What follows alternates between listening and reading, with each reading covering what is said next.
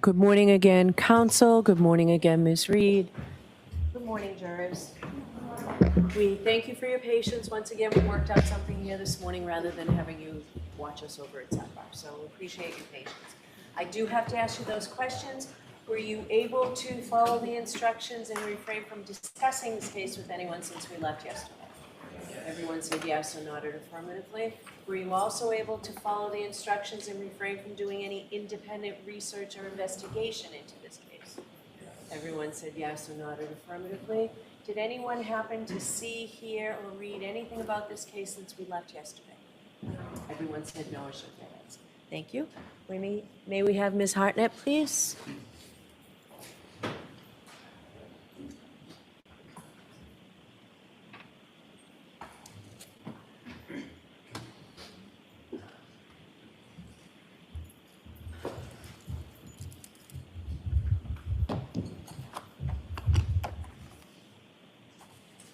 I'll remind you, you're still in the room. Yes, thank you.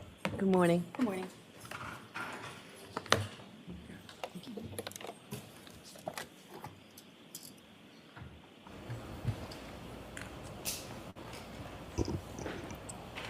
Go right ahead, Mr. Lessie. Thank you, Your Honor. Good morning, Ms. Hartnett, and welcome back this morning. Good morning.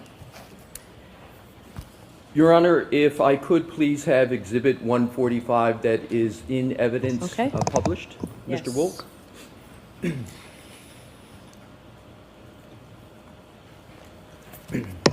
Ms. Hartnett, you will recall discussion about the taillight from the Lexus that was discussed on both direct and cross-examination yesterday?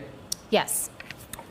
And you recall the discussion with regard to the weather that was in existence on or about January 29th. I'm not going to go into it at all. I just want to sort of refresh and reorient to where we were on that topic. You recall that?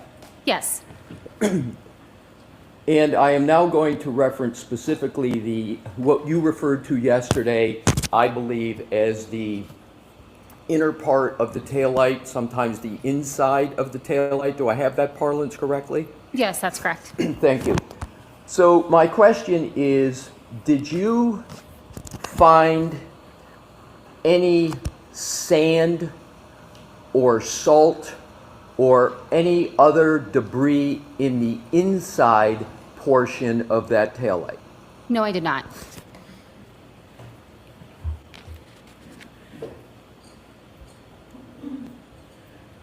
Now, and you can take that down. Thank you, Mr. Wolf. You recall discussion about shards of taillight? Do you recall that discussion at all in your testimony? No, I'm sorry, I do not. Okay. I wasn't certain whether we had that parlance. So my question is, to your knowledge, was there any testing of any taillight alleged to have been found at 34 Fairview for biological material? No, there was not.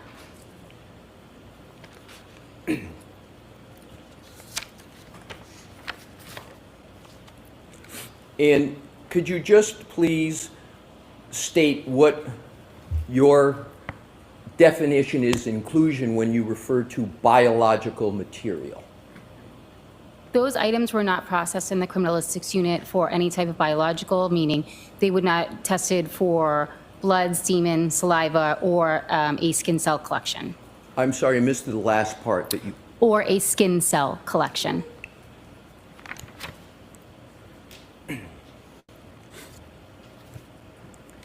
Now turning and changing topics,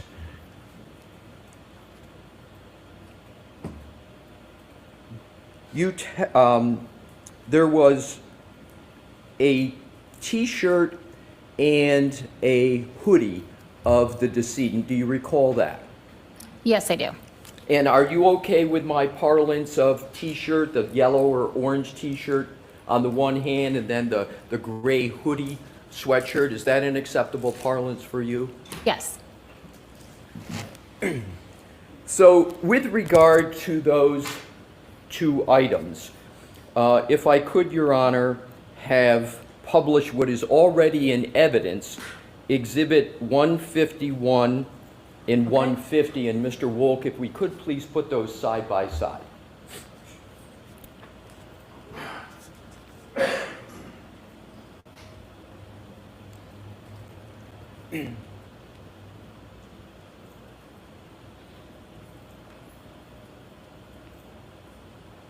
Alrighty, so is it correct that what's on the left is the right sleeve of what we refer to as the hoodie, and on the right is the, what color would you like to call that t-shirt?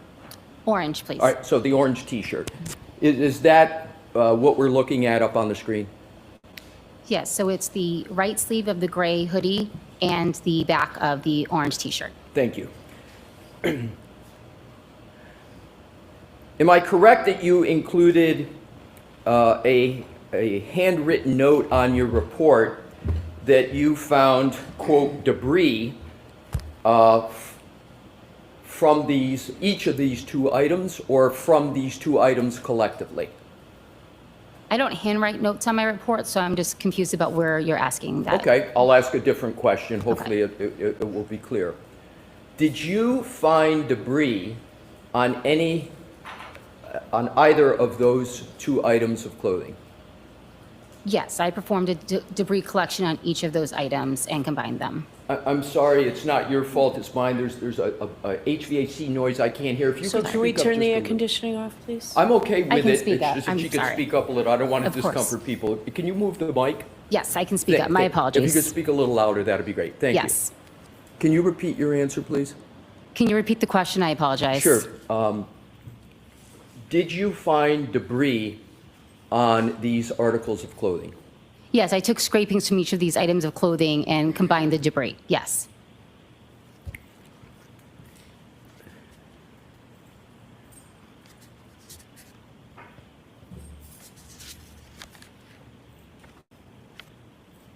With regard to scrapings, can you describe how the term scrapings relates to these two items of these two items that are on the screen? Yes. Scraping is the mechanism I use to remove any debris that was remaining on both the sweatshirt and the t-shirt. I held each up over my lab bench. I took a long metal spatula and scraped any debris that was on these items into a small glassine packet. Is it correct that you do not know where the debris came from specifically, other than it came from one or both items of both of these two items? Yes, that's correct. So the debris could be from just the hoodie, it could be just from the t-shirt, or it could be a combination of the both? Yes, the items were packaged together, so they were already commingled. So there was no way for me to determine which debris came from which item, and it would be misleading to label them as such, so I combined them.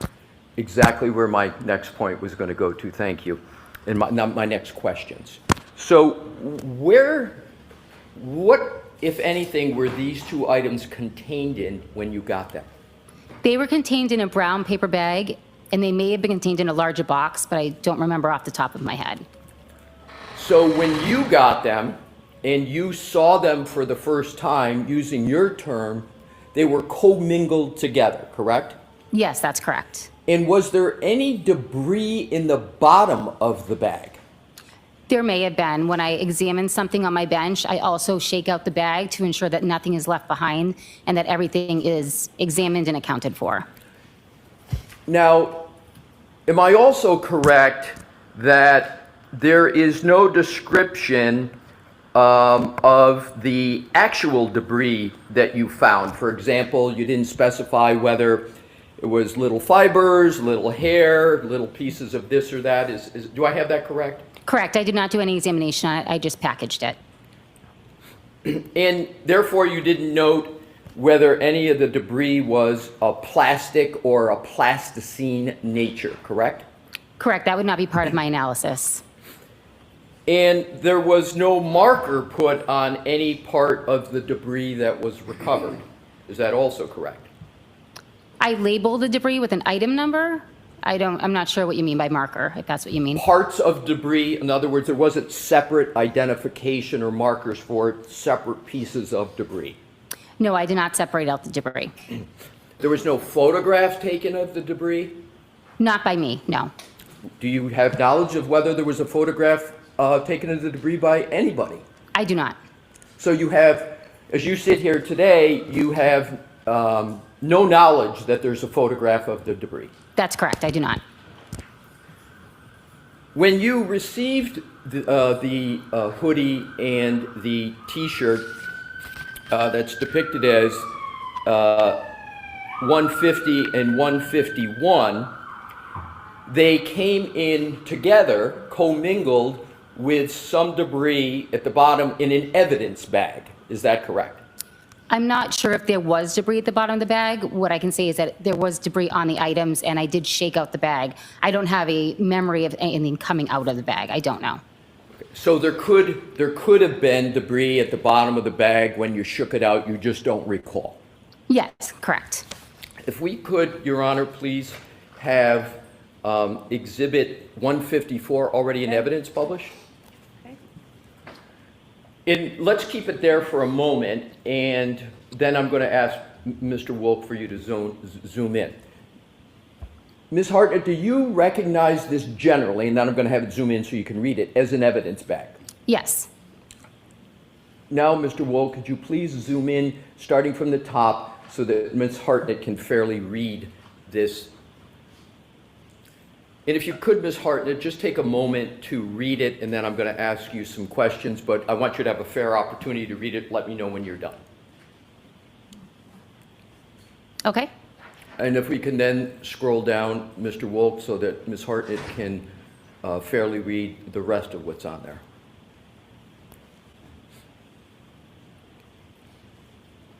Okay. Thank you. Now, Mr. Wolk, if you could just leave it where it is now. With Your Honor's permission, I don't see a need to keep the lights off, can have that on, Okay, but if that's Ms. great. Hartnett Lights needs on, it, please. you'll just let us know. So, is this the evidence bag that the T-shirt and the hoodie were in when you received those items? To the best of my recollection, yes.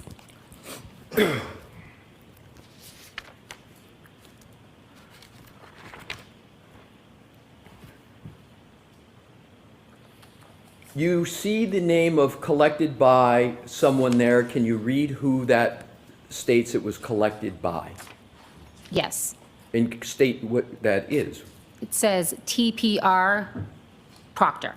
And are you able to conclude what the TPR stands for? Generally, we use that to abbreviate trooper. Right. So that is former Trooper Proctor that it says collected by, correct? That is what's written on the bag, yes. And the date of the collection, if we can just, Mr. Wolk, just focus in on that. Thank you. The date of the collection is January 29th, 2022, correct? Yes, that's correct.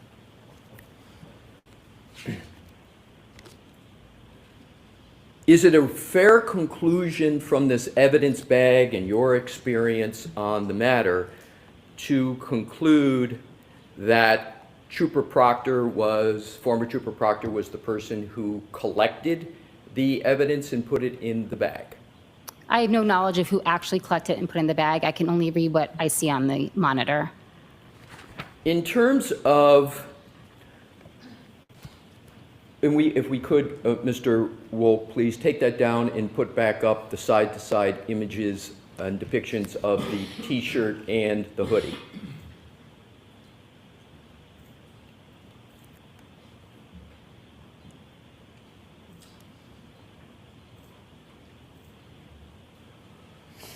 Do you know the journey, if you will, of those two items before you received them? No, I do not.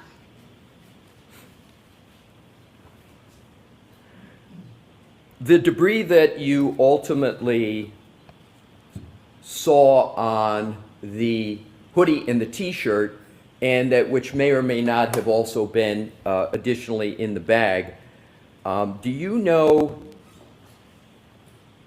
where that debris would have been picked up from? No, I don't know the source of the debris. And you were not provided with information as to the potential source of that debris, correct? No.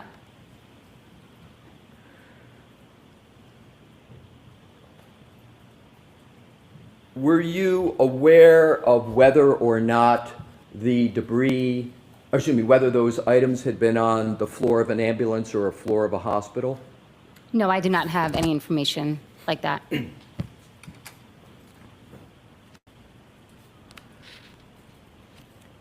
Is it important to maintain the sanitary condition of evidence generally to avoid contamination?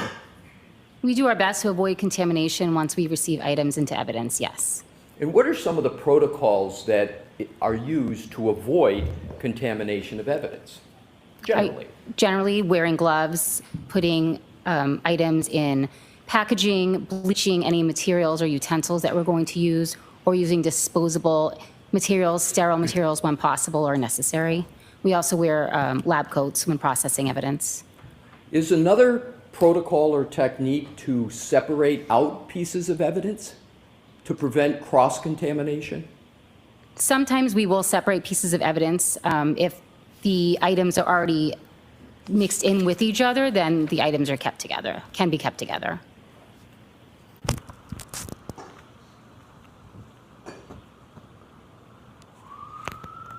Do you know the chain of custody of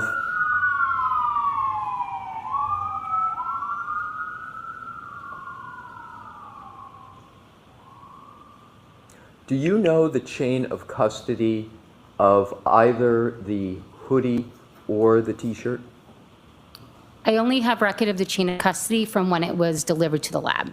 So before any delivery to the lab, you do not have knowledge of the chain of custody of either of those two items?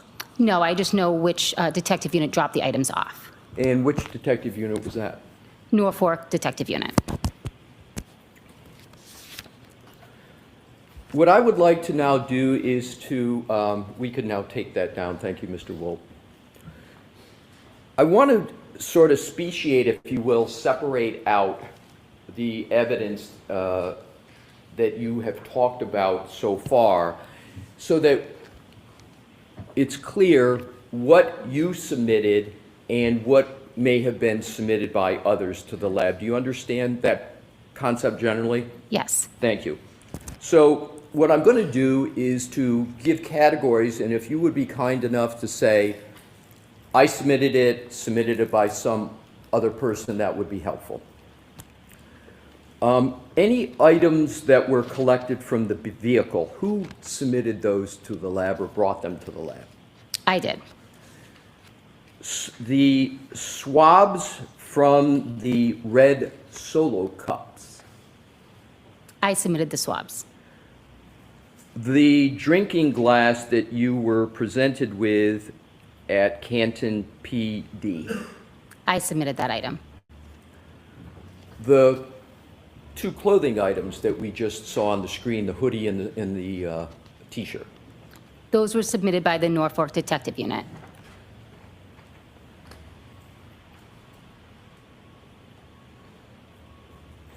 Were there also any fingernails that were part of the investigation and that you had knowledge of?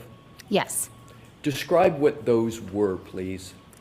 Fingernails may be collected at the medical examiner's office, and they're clippings from the top of the fingernails of the victim.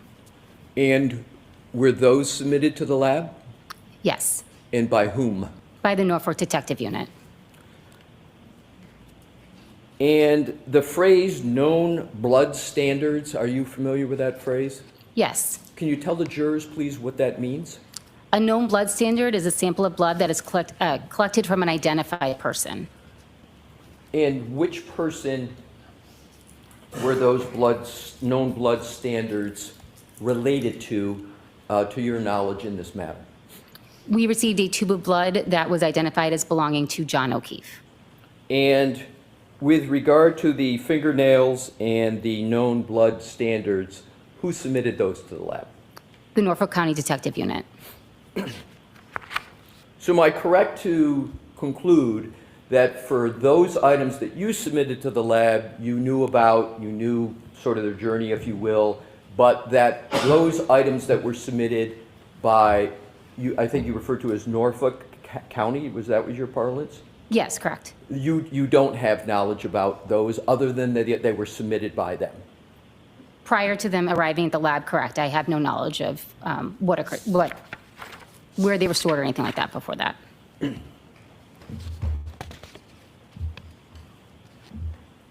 And no knowledge of those items not submitted by you would include no knowledge of the chain of custody of those items, correct? No knowledge prior to them being received into the lab. That is correct. Your Honor, if I may have a moment, please, it'll Okay. probably be 30 to 45 seconds. Thank you. Bear with me, please, Ms. Hartnett.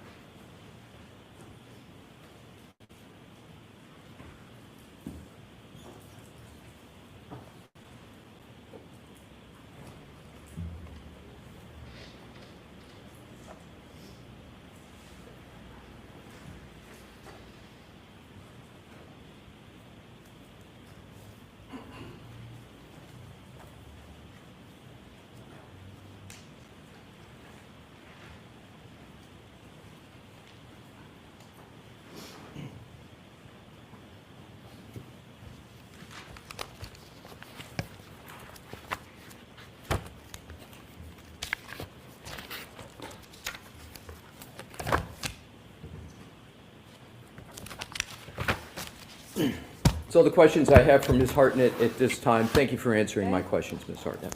Thank you. All right, Mr. Brennan, any redirect? Yes.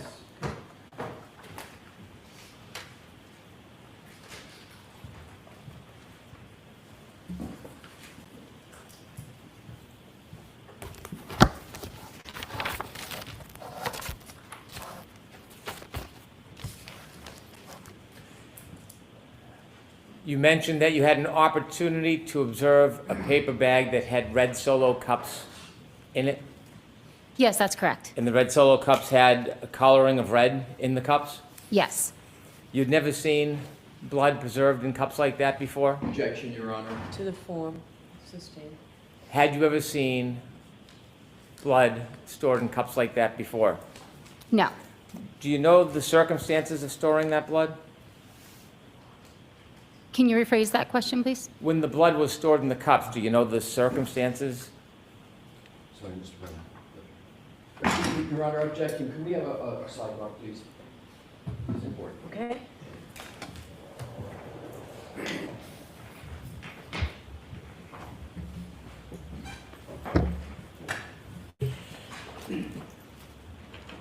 The coloring in those cups, do you know firsthand what that comprised of, what the item was? Are you asking me if I knew what the contents specifically of the cup Yes. were? No, I do not. And so the red cups with the red spots stored in them, do you know the circumstances surrounding the effort made to try to preserve that evidence? Can you just be more specific in what you mean by circumstances? Sure. Do you know where those red cups came from? I was told they were collected from the scene. I don't have firsthand knowledge of the collection. And you weren't at the scene that morning, were you? No, I was not. Do you know that what the circumstances or the challenges were that morning? No, I'm not aware. You said that you respond to active scenes and sometimes, like in this case, after the event happens? Yes, that's correct. Is there a difference when you're at an active scene as opposed to when you arrive at a scene that is past the event? I would say multiple units are working at the same time, attempting to document, preserve, and collect evidence. You were asked a few questions about the top back of the Lexus SUV. Yes, that's correct. When you were first asked the question, you were asked if you had studied that area, and you said you didn't recall if you looked at that area. I did look at the area. I looked over the entire vehicle, but I didn't know anything specific in that area, no. When you say you looked over the entire vehicle, did you look over the back of the vehicle as well? Yes, the only part I did not look at was the roof of the vehicle. Did you study all sides equally? Did you spend time with the entire vehicle? I believe I made an effort, yes, to look at the entire vehicle. When you studied the back of the vehicle, not the right side or left side, the back, middle, did you find any hair? I did not note any hair, no. Did you find any scratches? The only scratches I noted were ones that I had spoken of previously on the right. When you looked at the left side of that Lexus, did you find any dents or scratches? Nothing that I noted, no. Did you find any hair on that side of the car? Not that I noted, no. Did you find any dents, scratches, or hair anywhere but on, other than the right side quarter of that Lexus?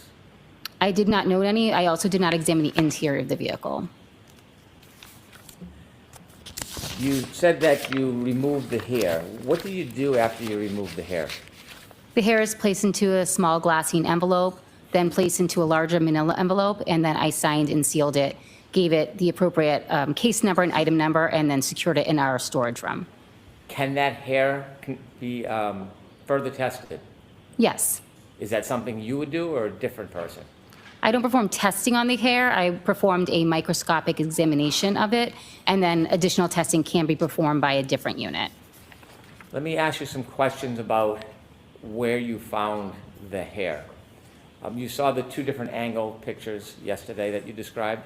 Yes, I saw 2 pictures of that hair yesterday. You were also shown some video where the car had snow and ice on it.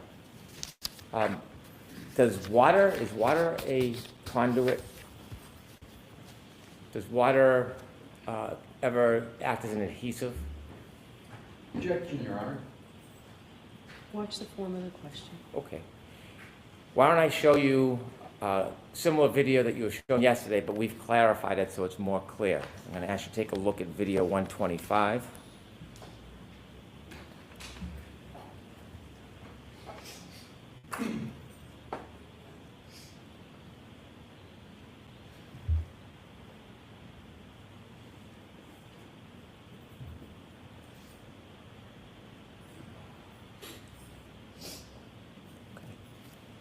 Can we stop that, please? And can you see that's 5:51:54 p.m. on 1/29/22? Yes. When you first saw this vehicle, it didn't have that snow on the right back near that taillight, did it? Objection, Your Honor.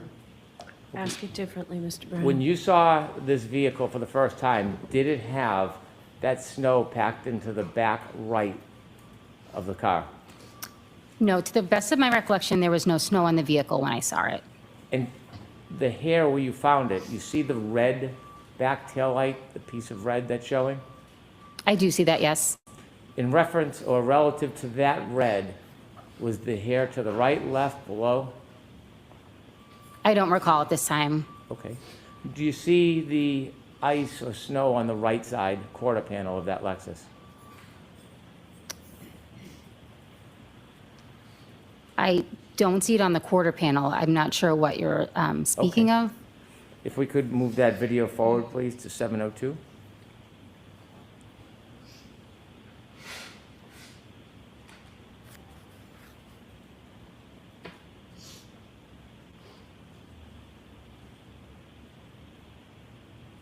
And then to 749, please.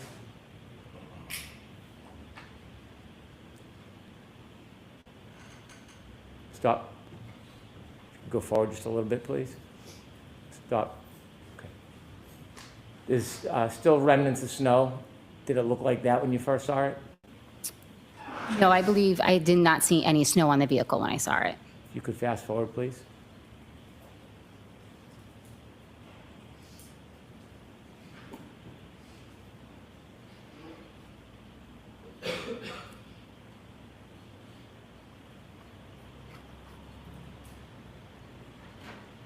Thank you. You can take that down. Thank you.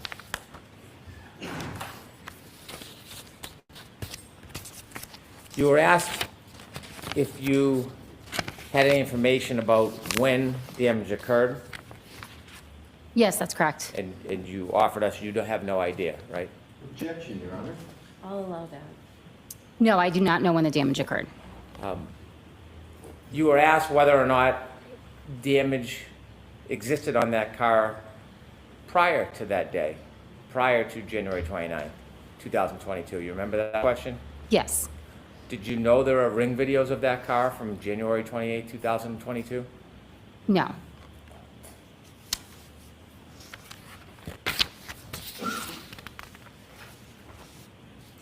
I want to show you some photos and ask you a few questions. If we could have 147C, please.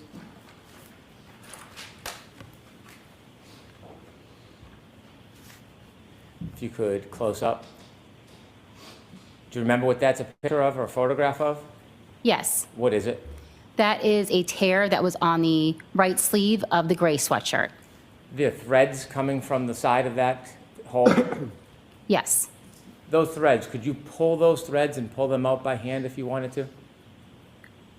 Can you repeat that question? If you pulled on those threads, could you pull thread from that hole if you wanted to? Objection, Your Honor. I'll allow that. I don't know. I didn't attempt to pull at them at all. Did you examine them to see if they were woven or loose, those threads? Yes. Okay, and what were they? They were loose. The fibers had started to separate up from the shirt. Separate and weave. I don't want to say they were separated from the shirt completely. The weave was starting to separate. If we could have photograph 57.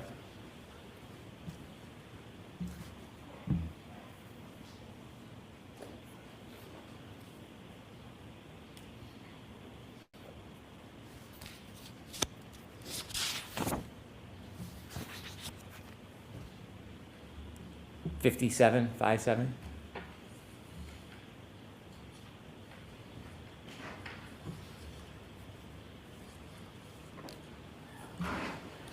Are those the red cups that you saw? Yes. And what color is the fluid inside? I noted there was red-brown stains inside. Okay, and do you see that white object, the rag or the paper towel? Objection, Your Honor. Scope. Yes, sustained. Well, you were asked about, you can take that down, you were asked about who had custody of items. You only have custody of items once you receive them, right? Yes, that's correct. If somebody had access to that rag and dipped it in those cups and then smeared it on the taillight, and you went and tested, would you potentially be able to find that red liquid on the taillight? Objection, Your Honor. It's sustained. If strands of cloth were pulled from those clothing and placed in the taillight area, would you know when they were placed? Objection, Your Honor. Sustained. When you get to a scene and you examine an area, if you don't see it firsthand, is there any way you can date when items are placed on an object? I'm sorry, can you ask that one more time, please? Sure. When you look at an area like a taillight, if you found blood or cloth or another item in that area, would you know when it was placed in that area? Objection, Your Honor. I'll allow that. I think there are really just too many variables to say either way. And if an item like blood or cloth was placed in that area, is that something you would be looking for in your examination? In which area? Say the taillight, for example. If there was an object placed in the taillight, would I be looking for that? I would be looking for any item evidence. I'm not specifically looking for anything. I'm just looking for anything that would potentially be evidence. Thank you. I have no further questions. Anything further, Mr. Lissi? Briefly, Your Honor.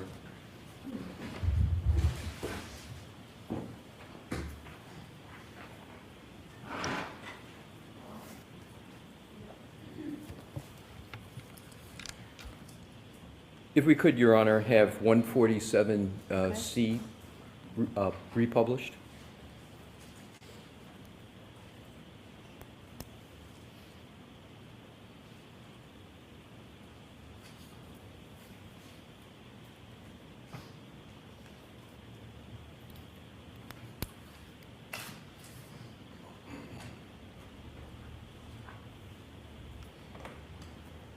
Would it be acceptable to move it along if Ms.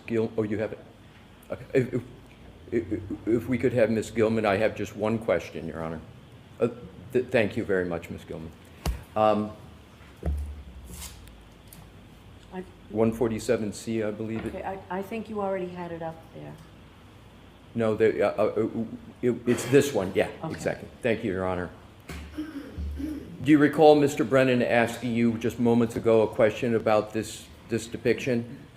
Yes, And to be clear, this is the right sleeve of the gray hoodie, correct? yes, that's correct. You didn't perform any analysis of this area of the right hoodie, did you?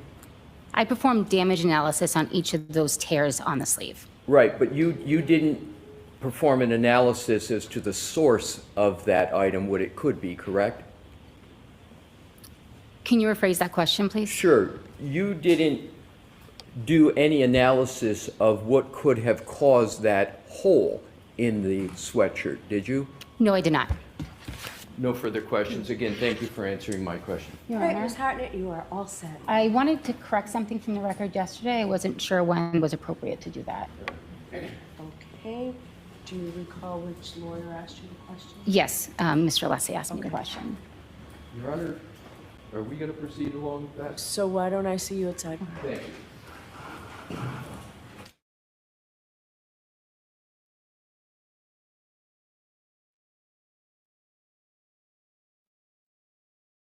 And both sides are completed. Okay, So thank thank you. you, though.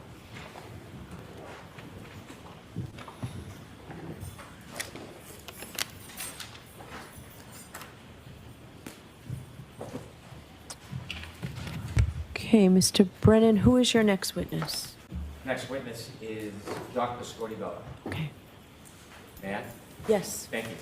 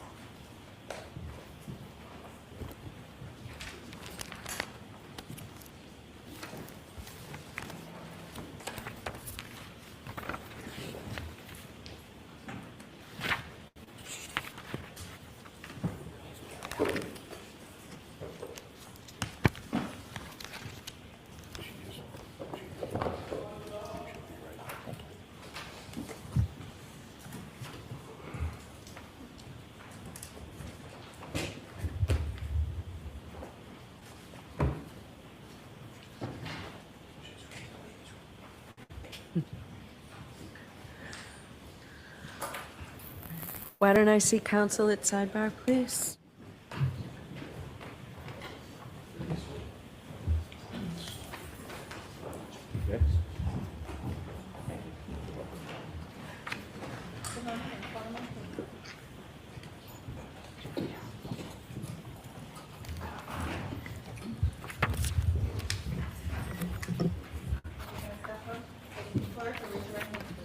You solemnly swear the evidence given to the court and jury in the case now and here to the truth, the whole truth, and nothing but the truth, so help you God. I do. Thank you. Good morning, Doctor. Good morning, Aaron. All right, Mr. Brennan, whenever you're ready. Thank you, Your Honor. Good morning. Could you please introduce yourself to the jury? Good morning. My name is Irini Scordi-Bello. That's spelled IRINI-SCORDI-BELLO. I am a medical examiner employed by the Commonwealth of Massachusetts. How long have you been a medical examiner for? In the state of Massachusetts since December of 2016. In general, I have been a medical examiner since 2008. Did you attend medical school? Yes, I did. Where did you attend medical school?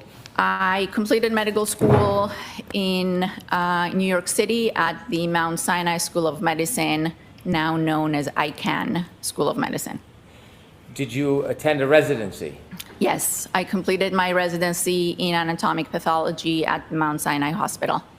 Is that what you specialized in during your residency? Yes.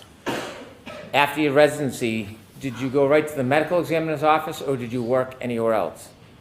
After my residency, I completed a one-year fellowship in forensic pathology that was done at the Office of the Chief Medical Examiner for the City of New York. And then I went to work as a medical examiner.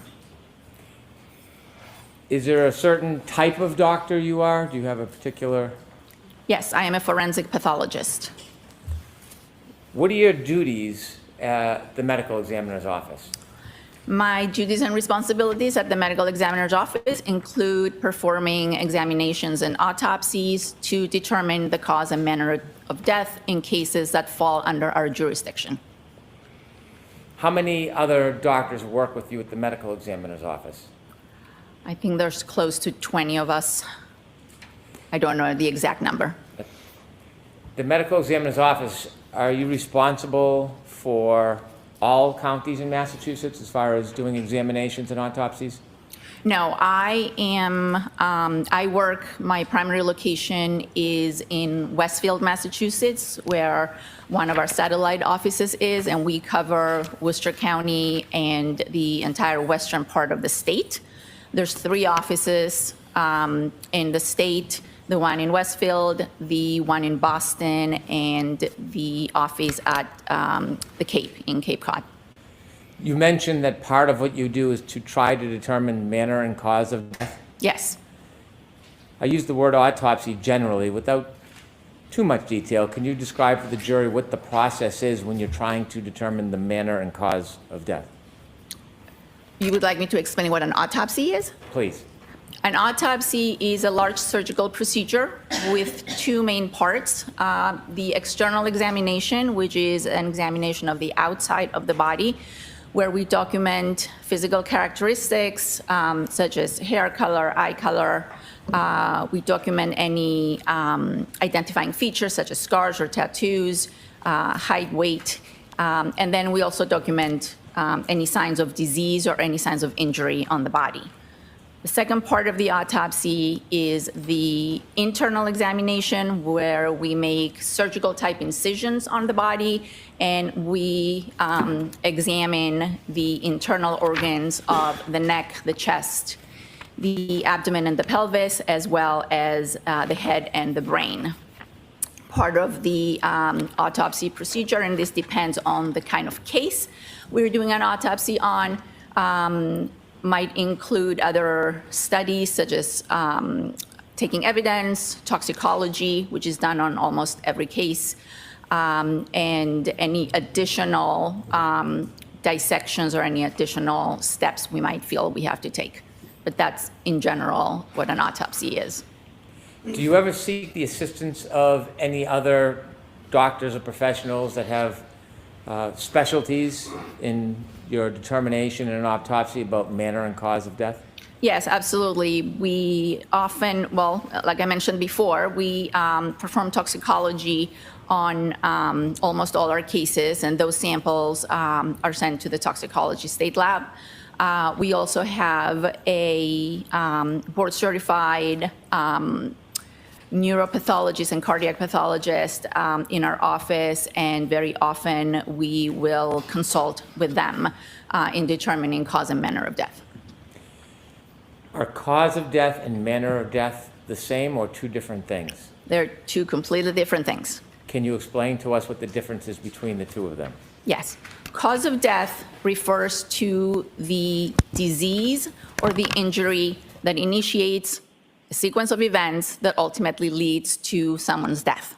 So that disease or that injury can be a natural disease such as atherosclerosis or coronary artery disease, or it can be some sort of injury. The manner of death has to do with the circumstances that led to the death.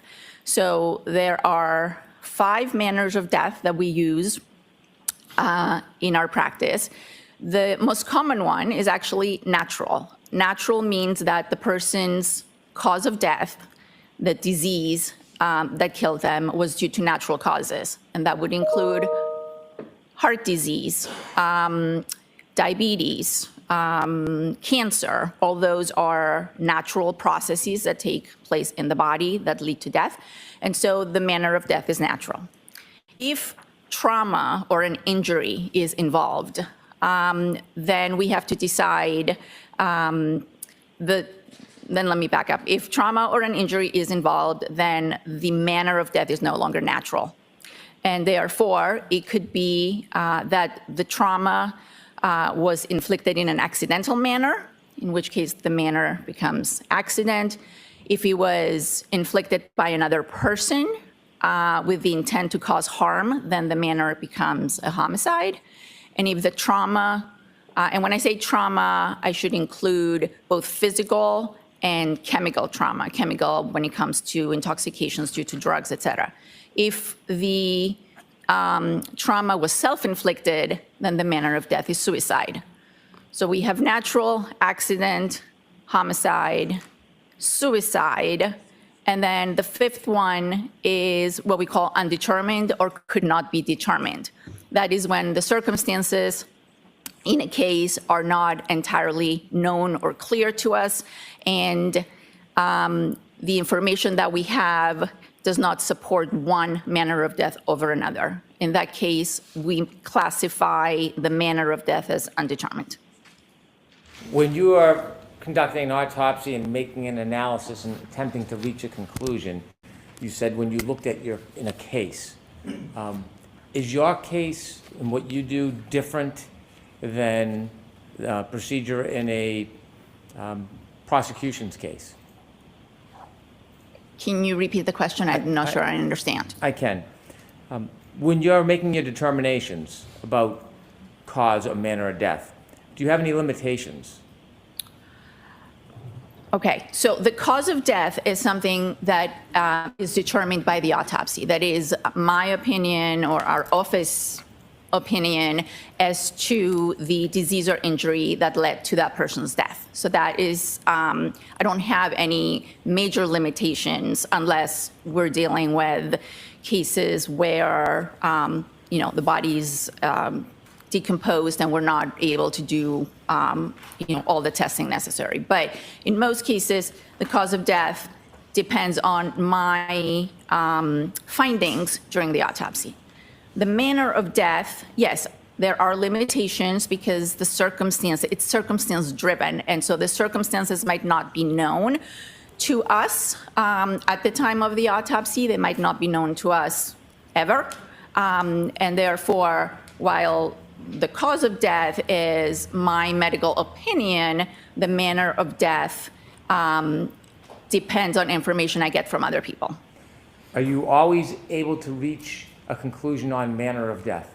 No, that's why I said that in cases that we cannot, that manner of death is classified as undetermined. I want to now ask you about whether or not you examined John O'Keefe. Yes, I did the autopsy on Mr. O'Keefe.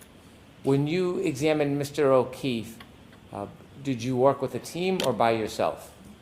No, we always work in a team. The team is made up of the medical examiner and a medical examiner's assistant that helps with the actual performance of the autopsy, especially when we examine the head.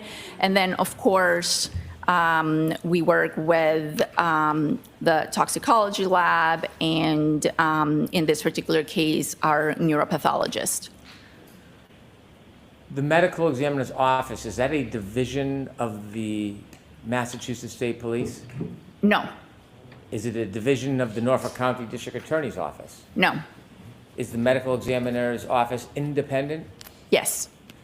When you conduct an autopsy, are representatives of law enforcement or district attorney's office able or allowed to attend an autopsy?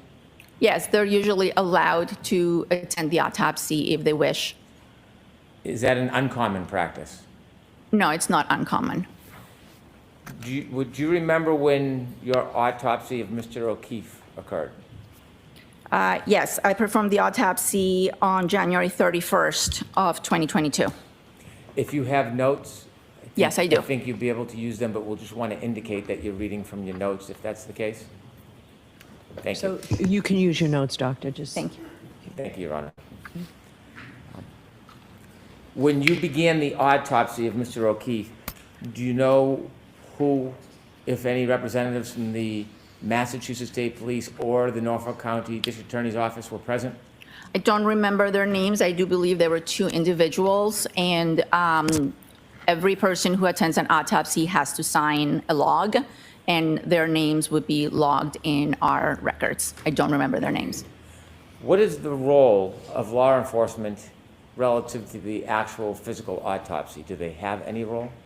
No, they're not part of the autopsy. They don't have a role. Their role is to observe. Sometimes they will ask questions, and based on my findings, they might, go on and do their investigation. Does your office photograph things of interest, like injuries on the person that you're doing the autopsy on? Yes, we do. Is law enforcement allowed to take their own photographs as well? Yes. Did you in fact memorialize your findings in this case? I did. Are there a number of different ways in which you memorialize your findings? Yes. I'm sorry. I took notes, physical notes, pen and paper. There's a report that's issued within 90 days of the completion of the autopsy, and then photographs, digital photographs. You mentioned a report is due in 90 days. Is that often referred to as an autopsy report? Yes. Why 90 days? That is the standard that is set by the National Association of Medical Examiners. We're part of NAME, and therefore we try to have a finalized report for all cases within 90 days, because we know that families are waiting for these reports, and therefore we do our best to finish a report within 90 days. Did you in fact complete a so-called autopsy report in this case? Yes, I did. In addition to the autopsy report, well, included in the autopsy report, do you make handwritten notations about locations of injuries? Yes. And share with us how's that done. Is there a picture or a graph? There's a diagram, a body diagram that we use to mark the location of injuries. May I approach, Your Honor? Yes.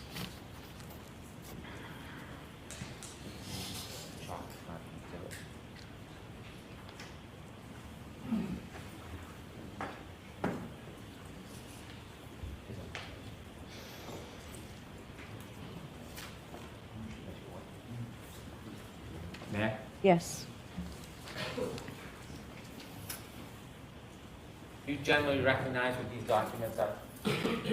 Yes, these are my diagrams from Mr. O'Keefe's autopsy, And could you just very basically describe each one of them? some of them.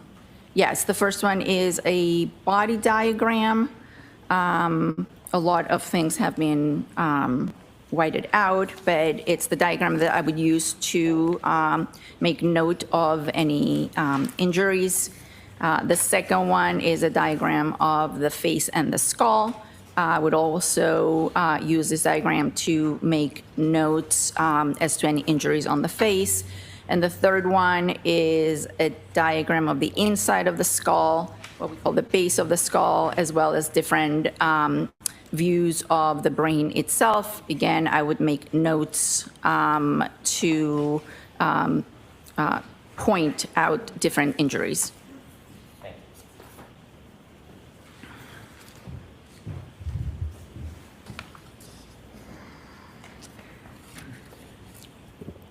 As you are noting injuries in your autopsy report, these diagrams, they start off blank, They start off blank, and then they're filled out as we go along. and you fill out all the details you find important in your report? Correct. For reference, and to assist us, I have some blank diagrams that I may ask you to point out things on the blank diagrams for us. Okay. And Your Honor, I'd ask permission, I've spoken to defense, to use these simply as a chalk. Sure. No objection, Your Honor. Before you begin an autopsy, do you seek any medical records if available? Yes. When a case is called into our office, depending on the time and the day that it is called in, our intake department, who are the people initially on the phone taking the information, will start asking for both medical records as well as police reports. So in the morning, when we start the autopsy, it's possible that we have some records. Sometimes if a decedent is brought to us from the hospital, there might be some records that come along with the body. But to answer your question, yes, we always ask for medical records, what we call PCP records, which are primary care physician records, any records from a hospital where the decedent may have been, and investigative reports, police reports. Do you recall whether you had access to John O'Keefe's medical records from Good Samaritan Hospital? I did have access, yes, in the day, I believe the day of and the following day. May I approach, Your Honor? Yes. Subject to any later reactions, I would move the Good Samaritan medical records into evidence. No objection, Your Honor. Exhibit 155.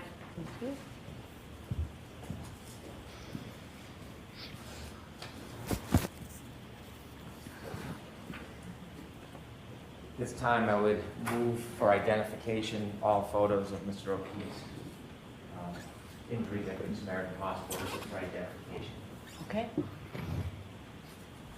Exhibit JJ for ID. Further, at this time, I'd move for identification all OCME, Office of Medical Examiner photos. Okay. Exhibit KK for ID. Thank you.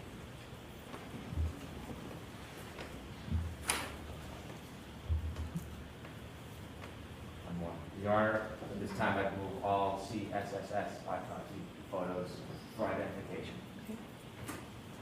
May I just have an understanding of the acronym that you use?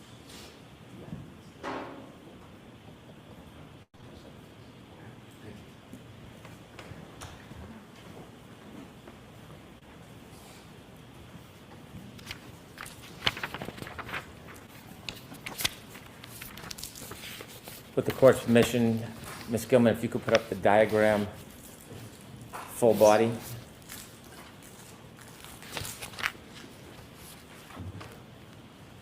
You could enlarge that a little more. Thank you very much. Could you explain this to us? Yes, this is the diagram that we use during every autopsy. As you can see, we note the name of the decedent. Every case has its own number. In this case, it was 22-1697. And then we take note of, as I mentioned, during the external examination, physical characteristics such as hair, eyes, teeth. And then on this diagram, we would note any scars we see on the body, any tattoos we see on the body, any injuries we see on the body, and any therapeutic interventions. Those would be things that are sometimes done either by emergency medical personnel or at the hospital. Everything would be noted on this diagram. Now, if you could take us through, I'm going to ask you, we'll go body part by body part, if that's okay. I'm going to ask you to begin with Mr. O'Keefe's face, the front of his face. And if you Yes. could, if you could enlarge that, Ms. Gilman? Thank you very much. Did you notice any injuries on Mr. O'Keefe's face? And if so, could you, I think there's a pointer available for you, Doctor? If you could Yes. point out on the diagram what you observed. So on the diagram, well, first of all, there was medical intervention on Mr. O'Keefe that included an endotracheal tube that had been placed to help him breathe.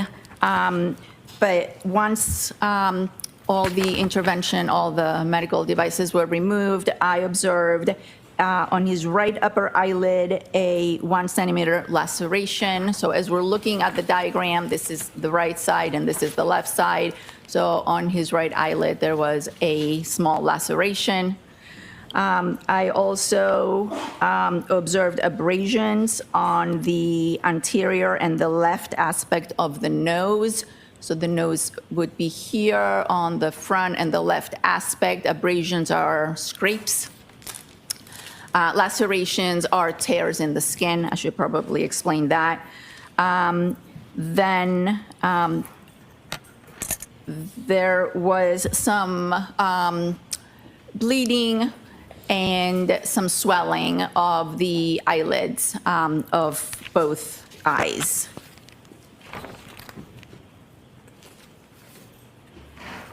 Does that complete your analysis? For the front of the face, correct, yes. May I approach, Your Honor? Yes.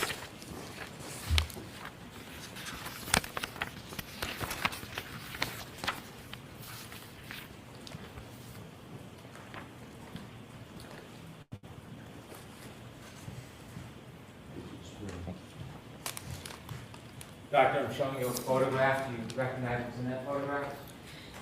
Yes, this is a photograph of Mr. O'Keefe's face. Does that photograph depict any of the observations or injuries you made that you just described to the jury? Yes, it shows the small laceration that I noted during the autopsy on the right eyelid. You can see some of the swelling and some of the bleeding over his eyelids. And that's pretty much all I can see because it's a side view. Is there an apparatus? There is what we call an endotracheal tube, as well as a C collar or a C stabilization collar. That's something that would have been placed on him by medical personnel. All right, well, this is the evidence I'd ask for the instruction. Okay. No objection, Your Honor. All right, so folks, during the testimony of Dr. Scordi-Bello, photos will be introduced to you. They're photographs of John O'Keefe that Dr. Scordi-Bello from the autopsy. So you'll have them in the jury room with you. I'll put them in an envelope, or I'll ask that they be put in an envelope. So if you don't want to look at them now, you don't have to. At some point, we'd ask that you make sure you look at it. These photos are not pleasant, and you may find that they're graphic. But what's important for you to know is that your verdict must not in any way be influenced by the fact that these photographs may be unpleasant or graphic. The defendant is entitled to a verdict based solely on the evidence and not based on pity or sympathy for Mr. O'Keefe, which might be occasioned by these photographs. So consider the photographs only as they draw your attention to a clinical, medical status, or to the nature of Mr. O'Keefe's injuries, or to the nature of the incident itself. So they'll be displayed up on the screen for you as well. Thank you. The last exhibit is Exhibit 156. Thank you.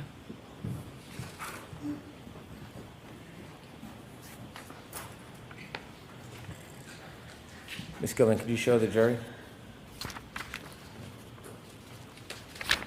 And doctor, can you point out the injuries you were describing by using the diagram, or when you were using the diagram? So the laceration, the small laceration that I previously described would be here on the right upper eyelid of Mr. O'Keefe. You can see some discoloration that's bleeding under his eyelid and what I would describe as swelling. The endotracheal tube and the neck collar are also present here. And the other injury, which I noted, was on the front and left side of his nose, which you cannot see here because this is looking at the right side of his face. Okay. Take that down, please. You mentioned that there was something about his eyes that was notable.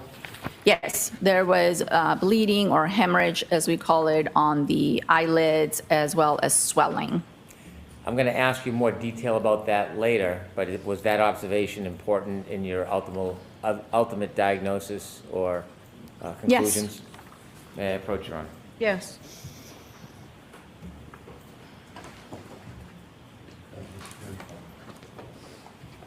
I'm showing you another photograph. Do you recognize that?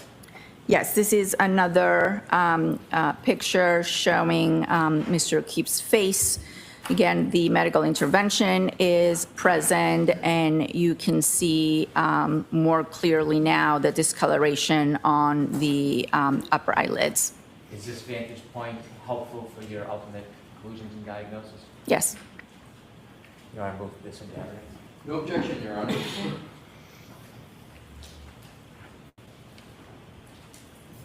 Exhibit 157. With the court's permission, I'd like to show this to the jury. Yes. P645, please.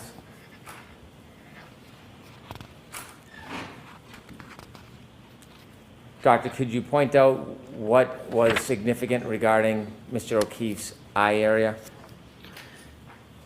So I noted that there was discoloration, that's bleeding, that's blood, that's under those eyelids. The eyelids appear puffy, that's what we call edema or swelling. And then also there were two abrasions, two scratches on Mr. O'Keefe's nose. You can see one here and then the other one on the more front part of his nose. Okay, could you take that down, please?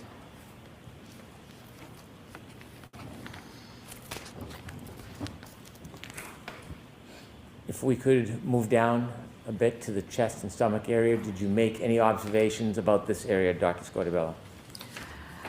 The observations that I made on the chest were that there was, as I mentioned before, there were defibrillator pads on the body, and there was an abrasion that's very commonly seen in people who have undergone resuscitation.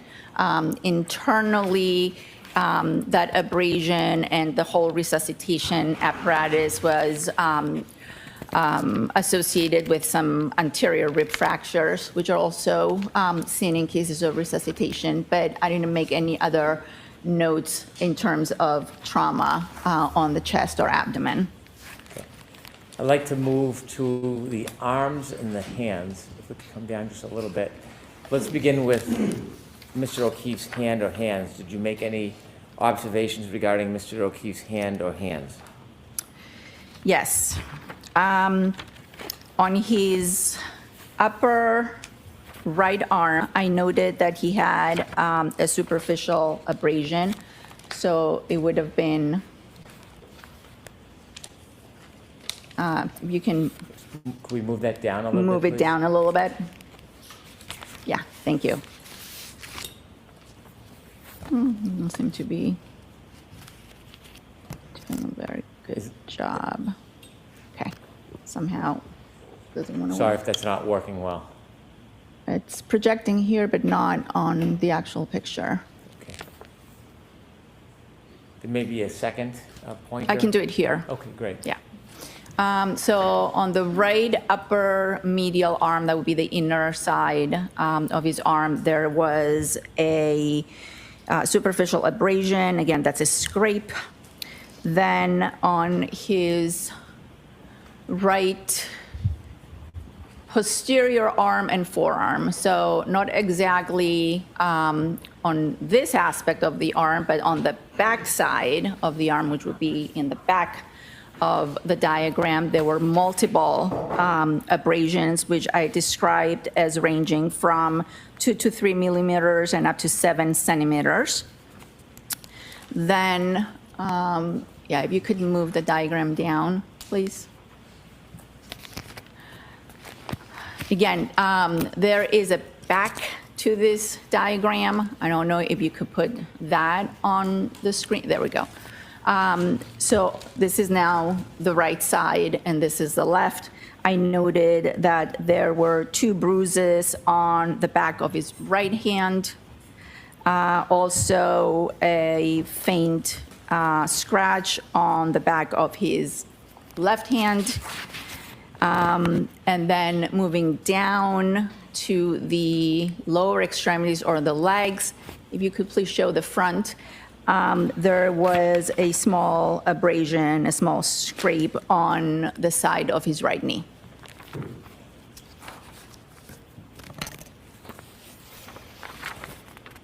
May I approach, Your Honor? Yes.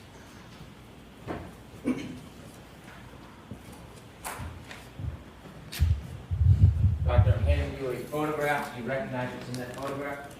Yes. What is it?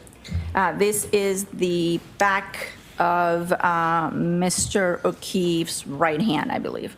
Is that a fair and accurate depiction of how his hand appeared when you examined him? Yes. Will this is evidence, please?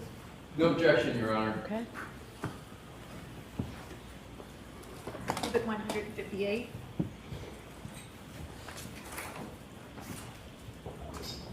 With the court's permission, I'd show P647 to the jury.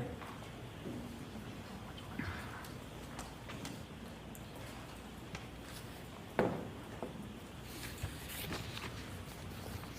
And could you explain, you said there were 2 bruises. Could you point those out for us? Yes. There's one here and one here. Did you attempt to assess those, determine whether you could conclude or opine on a cause of those? No, I did not. Well, I take that back. I'm sorry. So this particular one has 2 small little pinpoint defects in the middle, which we sometimes see when emergency personnel tries to get access to a vein for fluids, for intravenous fluids. So, but I did not put that in my report. I just described it as a contusion.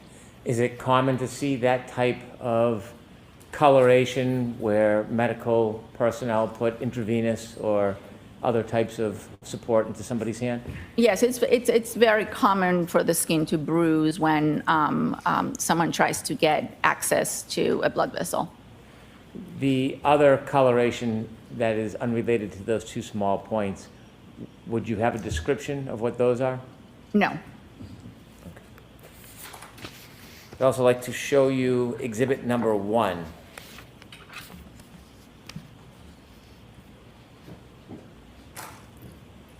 Exhibit number 1, please. Thank you.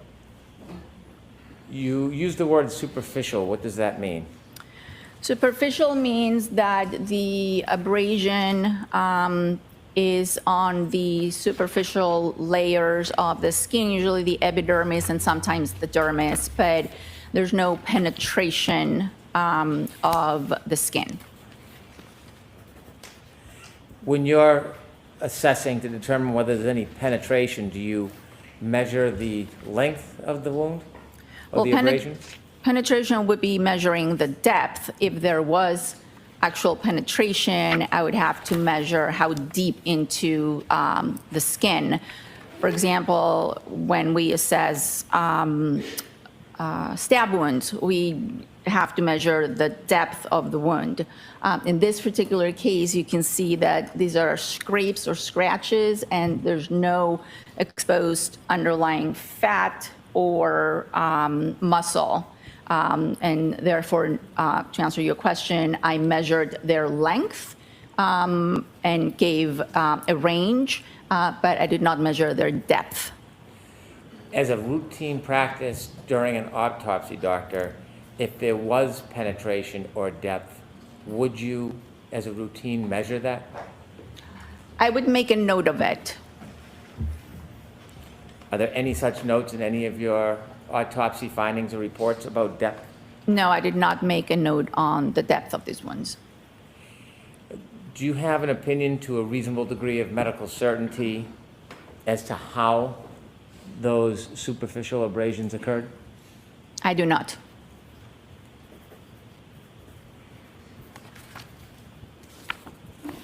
And I asked you about the hand, which we just saw, and I should ask you the same question.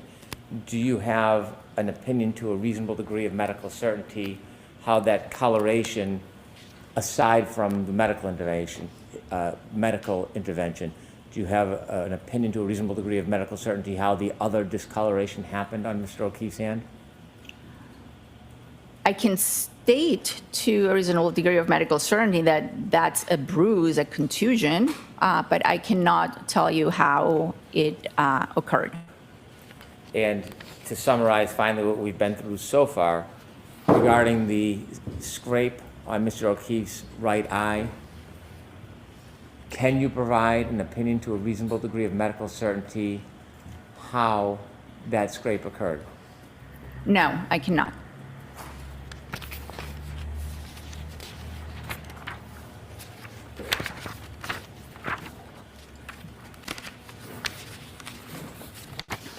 You mentioned for us that when you looked at Mr. O'Keefe's legs, you observed bruising on his, or a small scratch on his right knee.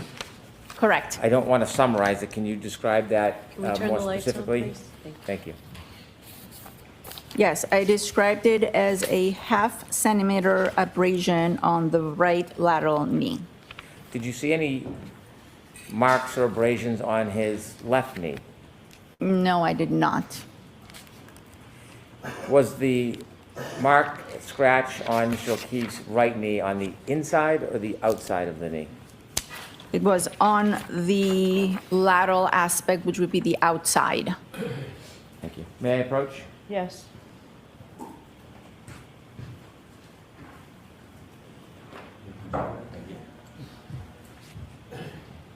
Doctor, I'm handing you a photograph. Do you recognize what's in that photograph? Yes, What is it? this is a picture of Mr. O'Keefe's lower extremities, his legs. Is it a fair and accurate depiction of how his knee appeared when you did the autopsy? Yes. All right, we'll get to evidence, please. No objection, Your Honor. Okay.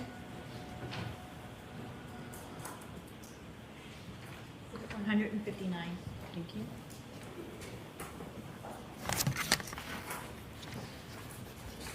With the court's permission, I'd like to show the jury 9467. Yes.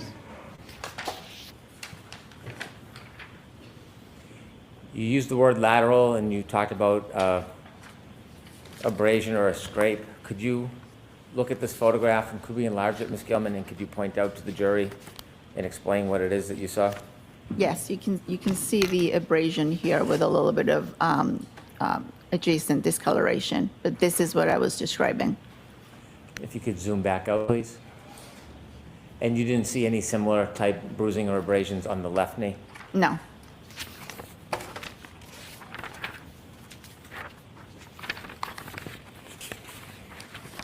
During your autopsy, did you notice any injuries internally to Mr. O'Keefe's rib area? Yes, I did note that there were rib fractures on the anterior, that would be the front, of his 4th and 5th ribs.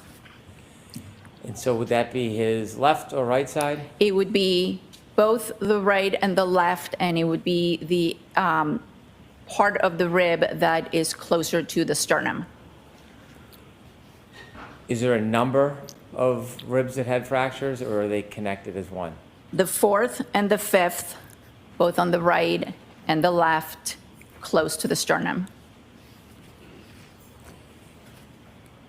Have you, in your experience, seen ribs fractured during first aid or medical intervention?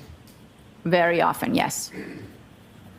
Given your experience and your study of Mr. O'Keefe's body, do you have an opinion to a reasonable degree of medical certainty how those rib fractures were obtained? I believe those rib fractures were due to resuscitation. And you have that opinion to a reasonable degree of medical certainty? Yes.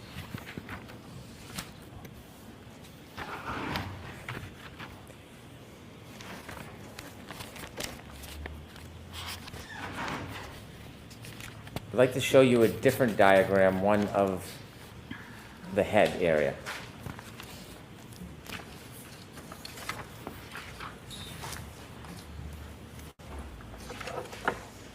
If we could enlarge the bottom right.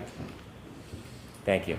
Using that diagram, could you assist us, doctor, and explain to us any observations you made about the back of John O'Keefe's head? Yes. The main observation was a laceration that is a skin tear on the back of Mr. O'Keefe's head to the right of midline. So this would be the midline. The laceration was somewhere here, is what we call the right occipital area. And associated with that, there was an abrasion over it that would have been here. So this was what we call a compound injury, an abraded laceration. We'll turn in a few moments to your autopsy observations about the inside of Mr. O'Keefe's skull. But first, I want to just show you a photograph relative to what you described to us. May I approach, Your Honor? Yes.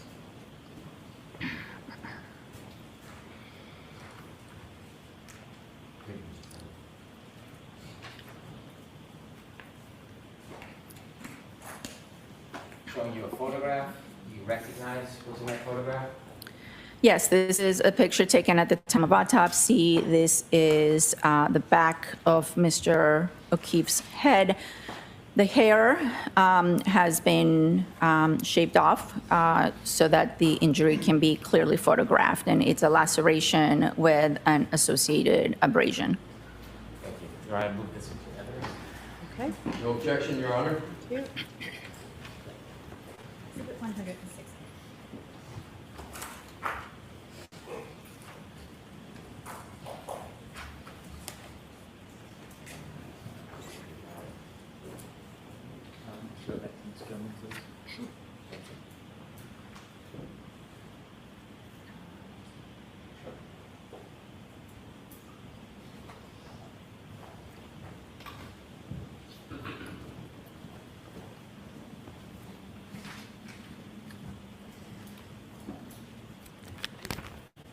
When you examine the laceration, do you measure it?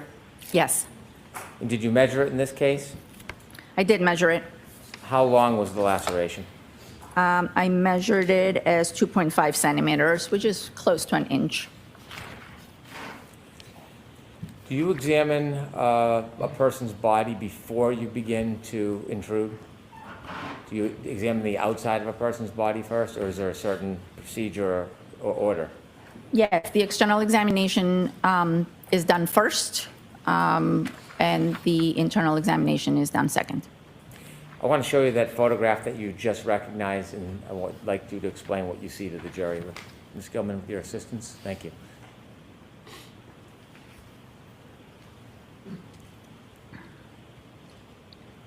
This is the laceration that I noted, and this is the scrape that's associated with it.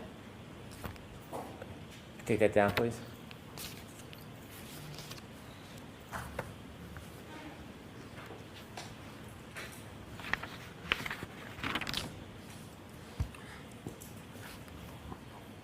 After you make observations, what are your next steps in an autopsy? The internal examination, after the external is performed and pictures are taken, then we proceed with the internal examination of both the, as I mentioned before, the torso, the body, as well as the head. I'd like you to take us through the internal examination. Did you have a chance to look internally behind the laceration you saw on the back of Mr. O'Keefe's head? Yes, And when you did that, could you describe for us what you saw? yes. The way we examine the head is we make an incision with a scalpel behind the ear from one side to the other. That allows us to reflect or pull back the scalp, and that will expose the skull underneath. We do this carefully so that we don't disfigure clearly the face. And when we reflected, and when we pulled back the scalp, I noted that there was blood, what we call hemorrhage, under the laceration or associated with the laceration on the back of the right head. And then furthermore, there were skull fractures associated with that laceration, abrasion on the right side of the head. Were the skull fractures in the same or different area? The skull fractures were in multiple areas of the skull, what we call the base of the skull. Imagine the base of the skull is sort of a bowl, and the brain sits on top or in the bowl. When the brain is removed, you can have a very good view of the base of the skull. So when the brain was removed and we were able to look at the base of the skull, I noted that there were multiple fractures that appeared to be originating from the area of the laceration, or what would correspond to the area of the laceration.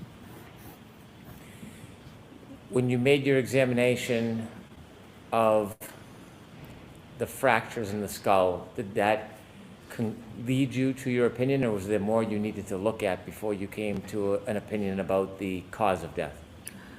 Well, that was part of the findings that led to my opinion. But yes, I removed the brain, and as is our protocol, I saved the brain in a special solution called formalin that allows the brain to become a little harder, so that our neuropathologist in Boston could go ahead and examine it. Because when I did look at the brain, I noted that there were injuries.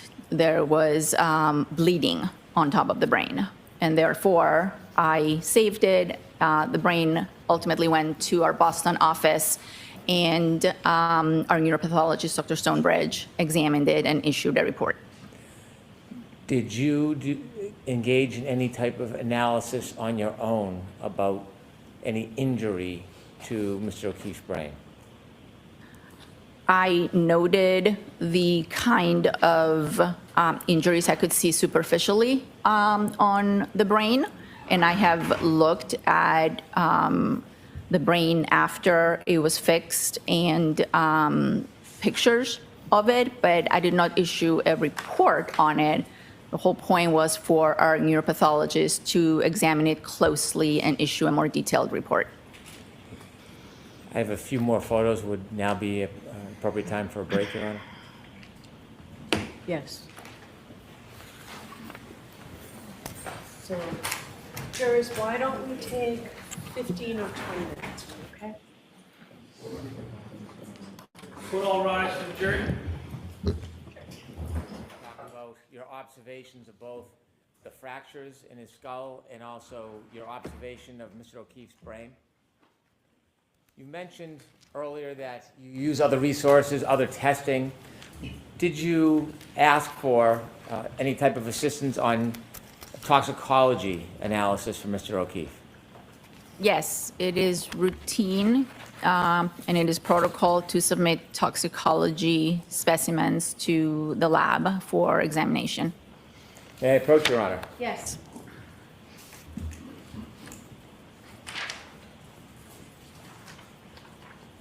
Thank you, Mr. Brandon.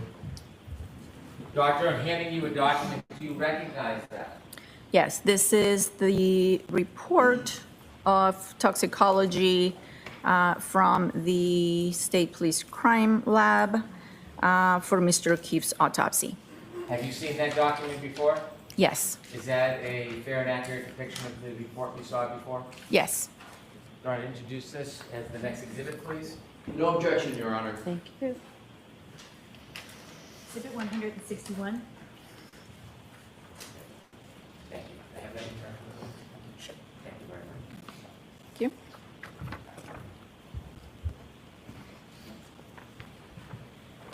In your experience, doctor, are you familiar what the toxicology report and the testing involves? I'm sorry, what was your question? Are you familiar in your experience with what is involved in a toxicology test? In general terms, yes. And if you studied Mr. O'Keefe's toxicology report, was that important or part of your analysis in your ultimate conclusions? It was one piece of evidence that I took into consideration, yes. In the toxicology testing, is there a search to see if there are any type of drugs or medications in Mr. O'Keefe's blood? Yes. Okay, and was there any? There were no prescription medications, there were no illicit drugs in his system. In a toxicology, is there also a testing for blood alcohol content? Yes. What is the difference between ethanol in heart blood and ethanol under 1102? In vitreous humor? Yes. So we usually submit multiple specimens for toxicology. Some of the specimens are used for screening of classes of different drugs, and then other specimens are used to confirm, the presence and quantify a particular drug. So in this particular case, the lab tested the heart blood, which showed that it had an ethanol level of 0.21 grams per deciliter. And they also tested the vitreous, which is the fluid that sits behind the eyeball. And in that specimen, the ethanol was slightly higher at 0.28. Thank you, doctor.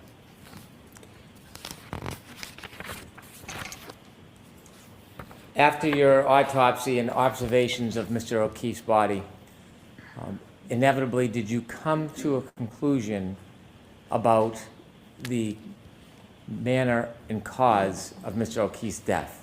And I'll ask you first about the cause. To a reasonable degree of medical certainty, did you reach a conclusion about the cause of Mr. O'Keefe's death? Yes, the cause of death was determined to be blunt impact injuries of head and hypothermia. You mentioned two different things, blunt impact and hypothermia. Was Correct. there a primary cause of death in your opinion? The blunt impact injuries of head. Hypothermia, was that sufficient to be a primary cause of death in your opinion? In the absence of head trauma, hypothermia is a cause of death, but I'm not able to make that determination in this case because we do have the blunt impact injuries of head. So if I understand, you are not saying to a reasonable degree of medical certainty that hypothermia was the cause of death? Not the primary. It contributed, but the primary cause of death was blunt impact injuries of head. Did you learn what Mr. O'Keefe's body temperature was when he was brought to the hospital? Yes, some of the medical records stated that his body temperature was 80.1, I believe, degrees Fahrenheit. And what is a normal body temperature? 98.6. Regarding the blunt force injuries as the cause of death to Mr. O'Keefe, at some point when you were conducting your autopsy, or even at the end when you drew your conclusions, were you able to reach a conclusion as to the manner of Mr. O'Keefe's death to a reasonable degree of medical certainty? No, I was not.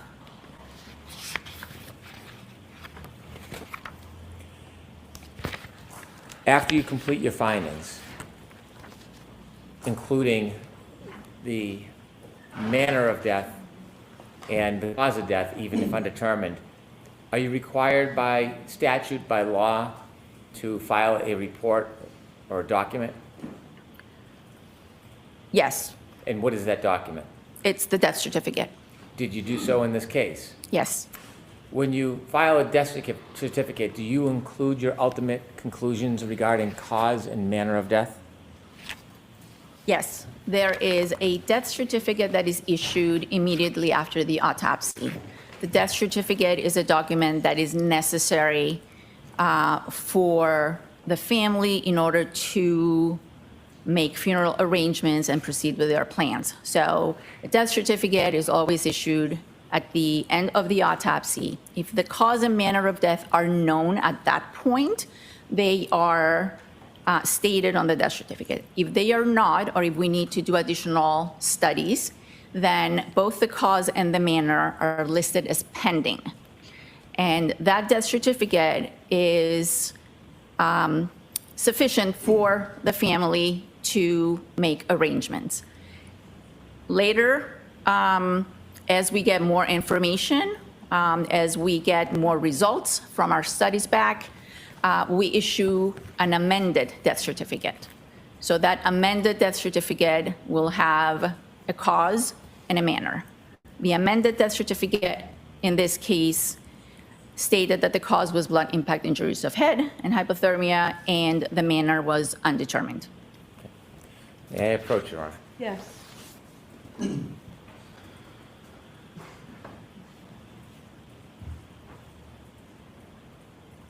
Thank you, Mr. President.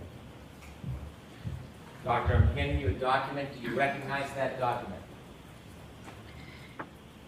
Yes, And what is it? this is the final or amended death certificate for Mr. O'Keefe, stating that the cause of death is blunt impact injuries of head and hypothermia, and that the manner of death could not be determined. Do you recognize that document as accurate? Yes. Your Honor, move this into evidence, please. No objection, Your Honor. All right, thank you. Exhibit 162.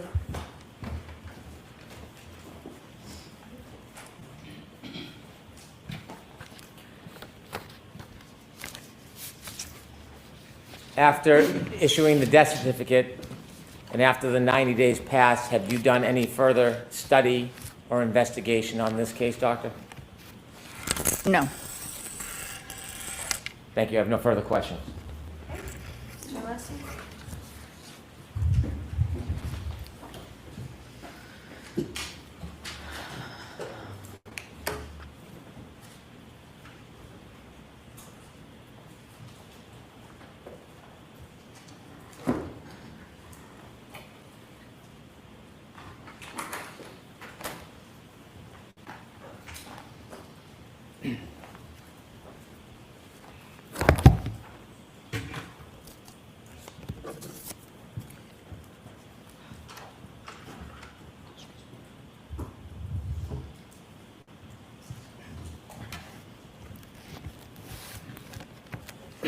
May I, Your Honor? Yes.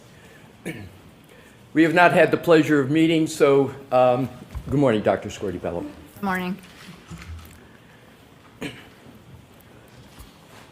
With regard to cause of death as opposed to manner of death, is it correct that a forensic pathologist is tasked with determining that cause of death that includes contributing factors, injuries, and circumstances regarding the medical legal death investigation? Is that a fair statement?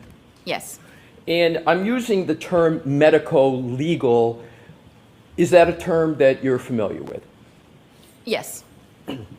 And is it correct that medico-legal means, particularly for medical examiners, that there's a medical aspect to the investigation that you perform, and there's also a legal aspect or a law enforcement aspect to it? Is that correct? Correct. And that's a little different than what physicians usually do, right? Because isn't it the ordinary course that it's mostly just medical, but medical examiners by statute and law need to have both of those prongs taken into consideration? Do I have that right? Yes.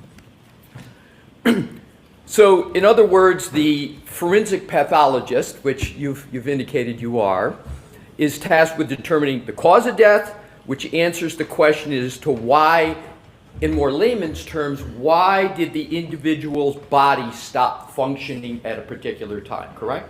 Yes.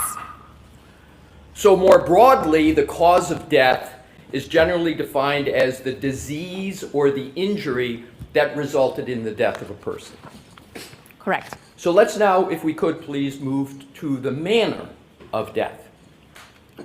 And I'd like to summarize, I know you covered it on direct, but I want to put it in a slightly different context, and hopefully I'll get it right.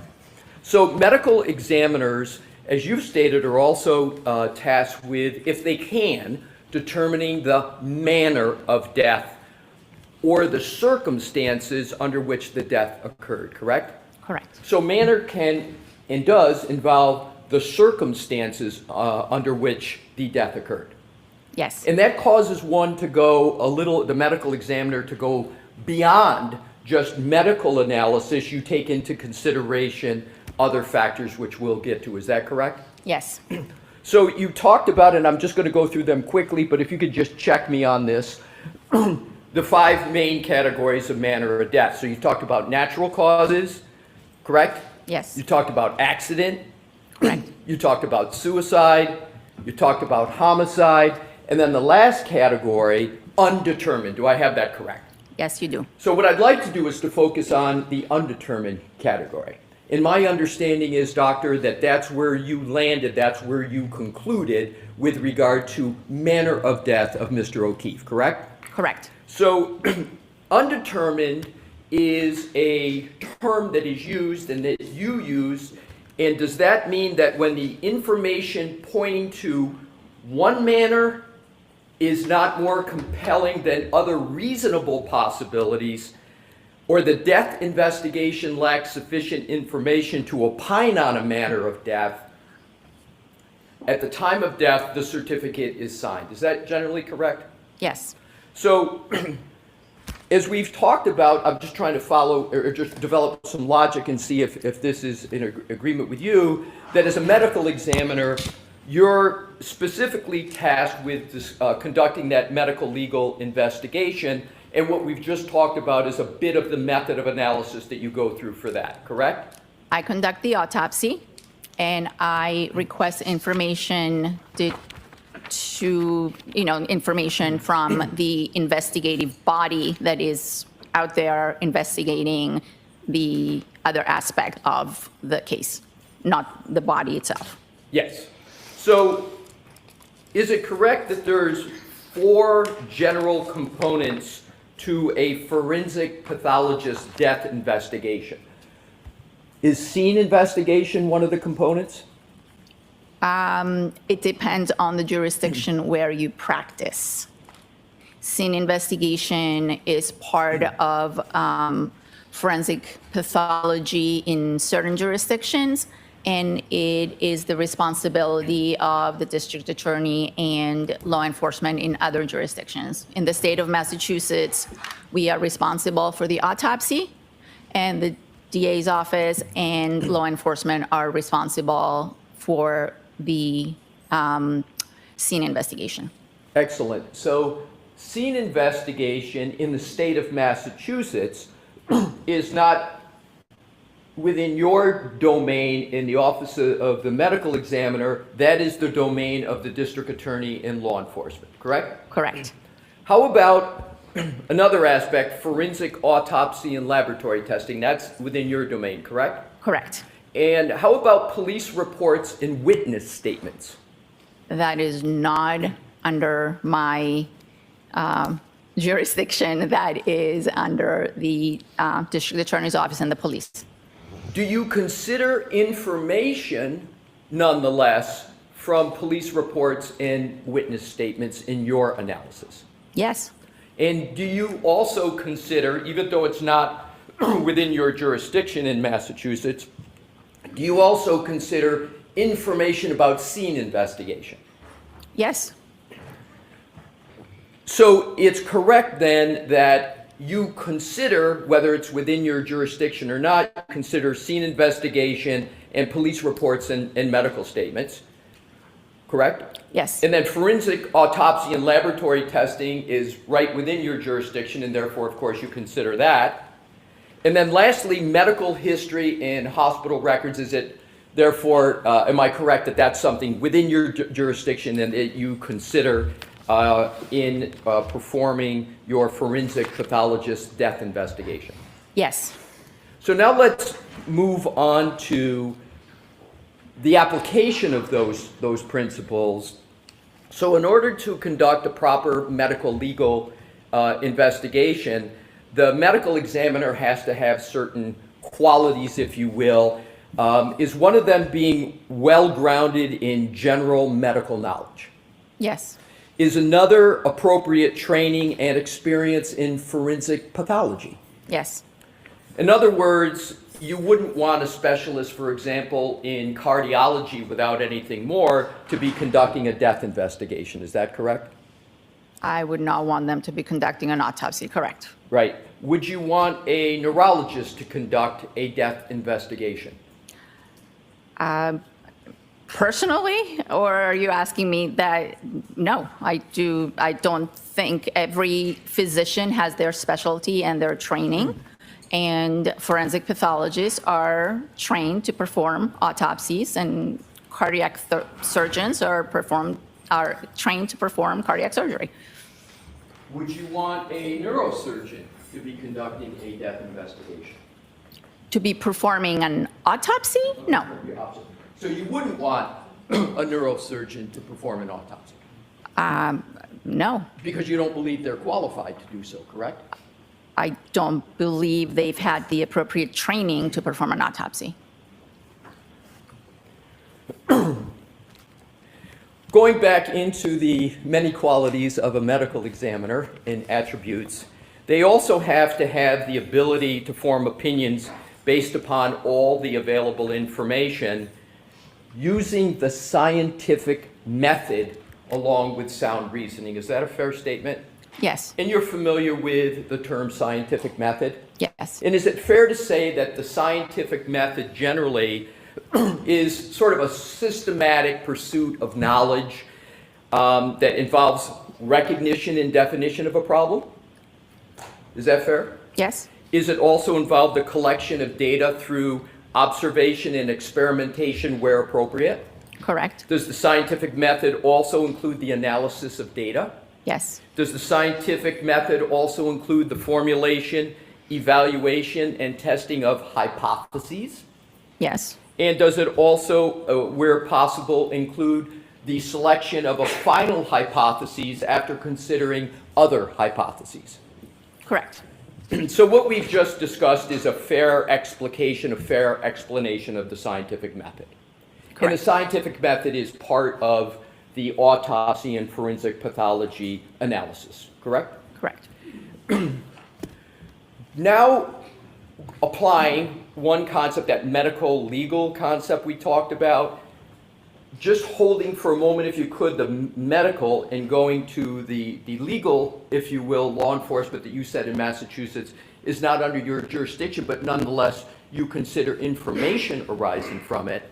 Yes, Are you familiar with a person named Michael Proctor? Is that name familiar to you? yes, it is. And at one time, Michael Proctor was a trooper, correct? Correct.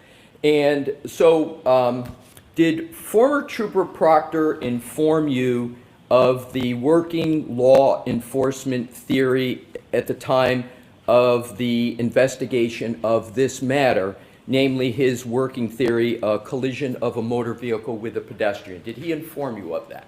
He informed our office of that, yes. He informed your office. And is it fair to say that he informed your office or provided that information to your office in or about February of 2022? That information, part of that information was provided to our office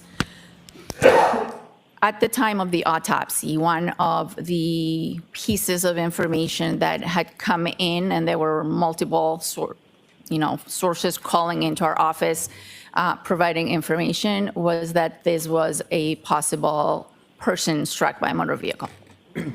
And the time of the autopsy, if I have it correctly, was that around the end of January of 2022? The autopsy was January 31st.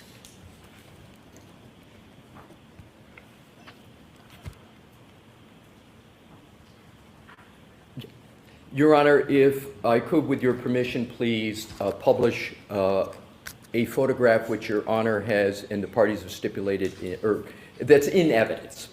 And this is the one. May I approach, Your Honor? Yes. May I show that to the witness? Okay. All right, so we will mark this as the next exhibit. There's no objections to Brendan? No objection. Okay, so we'll mark it first and then you can display it. Thank you, Your Honor. Exhibit 163. Thank you. May I, Your Honor? Yes. Thank you. Dr. Scordi-Bello, if I could hand that to you, please. You could take a look at it, and when you've had a fair opportunity to look at it, if you could just look back up, and I'll proceed at that time. Yes, I recognize the picture. Well, I've never seen this picture before, but I know what it's depicting. Thank you. What is depicted in that picture? It's a picture of two individuals standing in a morgue setting, which looks very similar to our morgue at the Cape Cod office. Very good. If you could just hold that for a moment, and with the court's permission, could I publish that for the jury? Okay. Thank you. Mr. Wolf? And if you could, please, zoom in on the two individuals in that picture.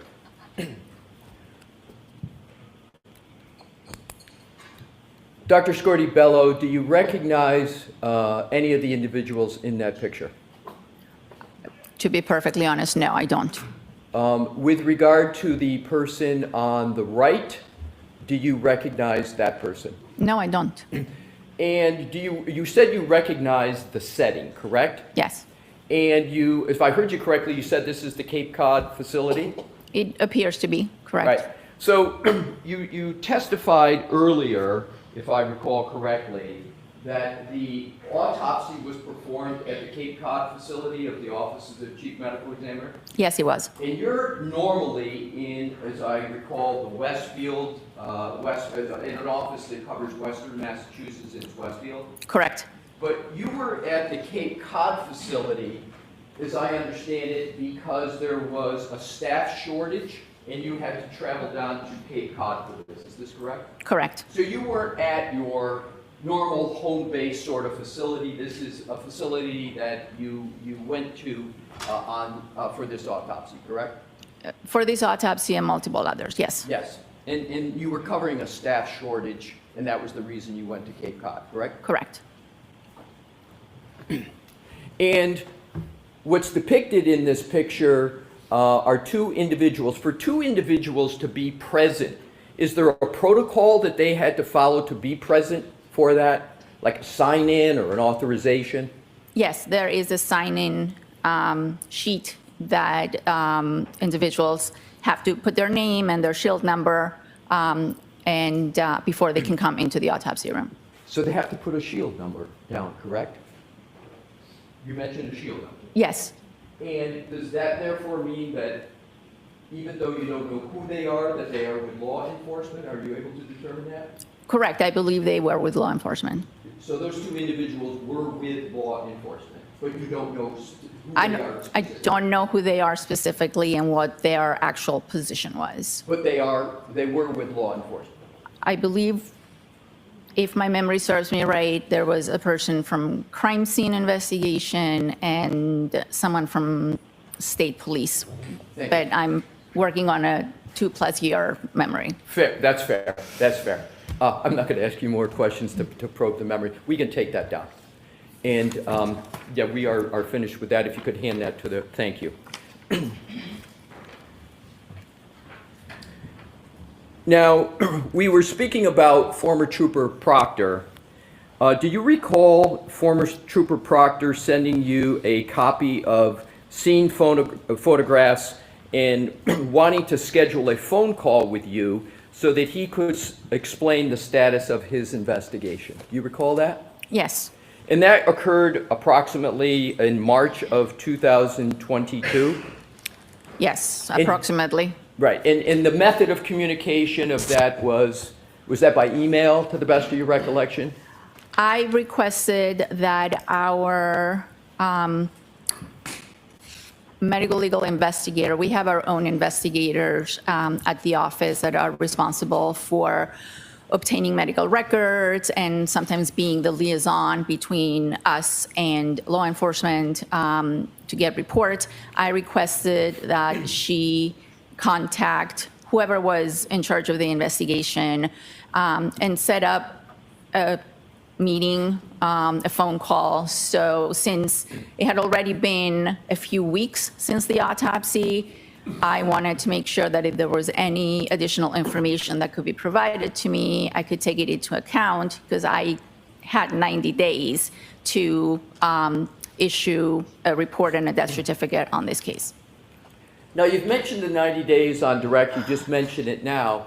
Is the 90 days a hard and fast rule, or is it just something you aspire to as a matter of good practices?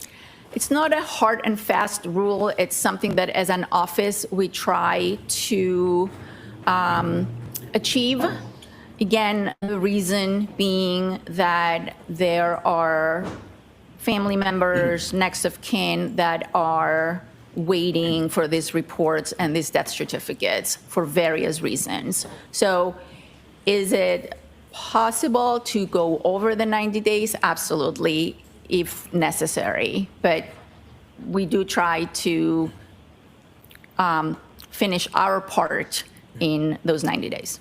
So it's possible to go past the 90 days, but there would, given the considerations you just articulated, there'd have to be a pretty good reason why you'd want to do that, right? Correct. And in this situation, you concluded that you had sufficient information on the medical side and the legal side to come to the conclusions that you needed to come to. Is that fair? Well, I had sufficient information on the medical side because I did the autopsy and I had those findings. I did not have sufficient information that pointed to one manner of death over another manner of death. And therefore, I stated that the manner of death was undetermined. Exactly. So the manner of death is undetermined, and I want to, if I could with you, pursue that a little bit in a moment. But when you came toward the end of that 90-day period, you had information from the law enforcement side on their theory of what had happened, correct? Correct. I'll let that one stand. You had performed all of the medical investigation and analysis that you needed to perform, is that correct? Yes. There wasn't something more that you wanted to do on the medical side. You had mentioned, to be fair, you had Dr. Stonebridge involved as well. You had what you needed on that side, correct? Yes. And you therefore concluded on the manner of death that there was a not more compelling or more likely than other reasonable possibilities. Is that fair? Yes. So in furtherance of that, on April 14th of 2022, you issued a death certificate, correct? Yes. And please feel free to check your report of any dates or any other particular as I go through. Okay.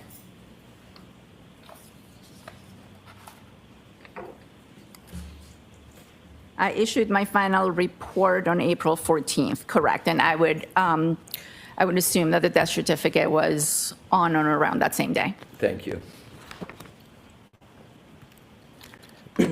Now, to back up a little bit with regard to the autopsy, as you stated, it was conducted, I just want to do a little bit of a timeline, on January 31st of 2022, correct? Yes.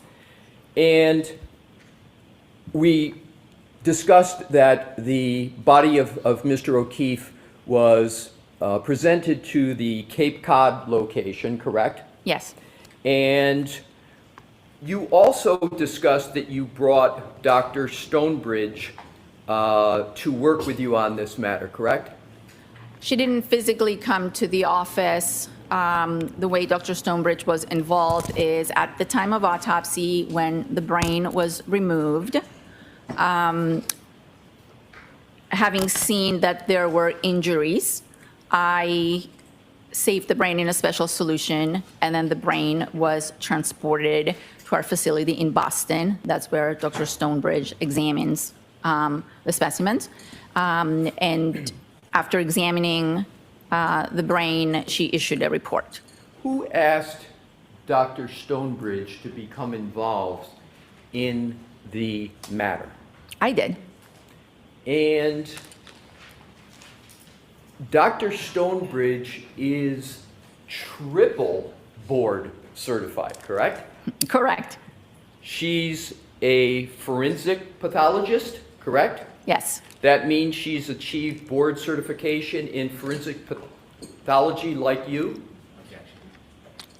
Do you know that? I do. I'll allow that. Yes, she is board certified in forensic pathology. And she is board certified in general pathology, correct? Yes. And she's board certified in neuropathology, correct? Correct. Can you briefly describe to the jury what neuropathology is? Neuropathology is a subset or specific additional training in forensic pathology where the person spends a considerable amount of time, usually 1 to 2 years, examining brains and learning all about the diseases of the brain as well as trauma to the brain. Now, you asked her to be involved, as you indicated earlier, correct? Yes. And you determined that she should be involved because there was a brain injury, correct? There was trauma to the brain, correct? Trauma to the brain.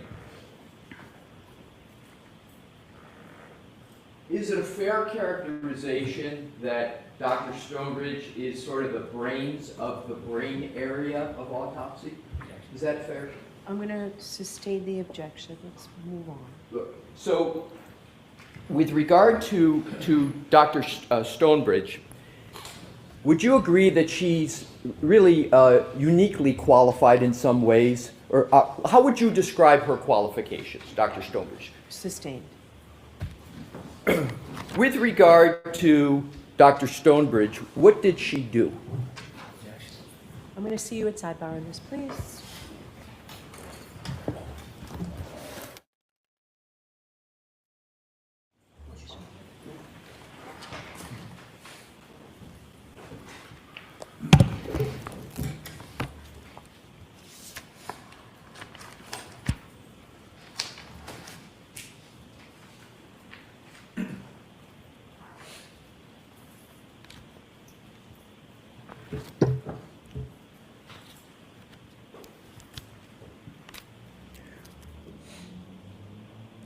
May I, Your Honor? Yes. Thank you.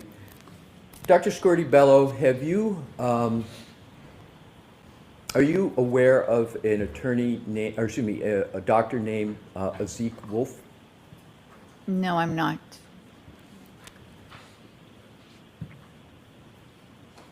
Now I'd like to move on to another category.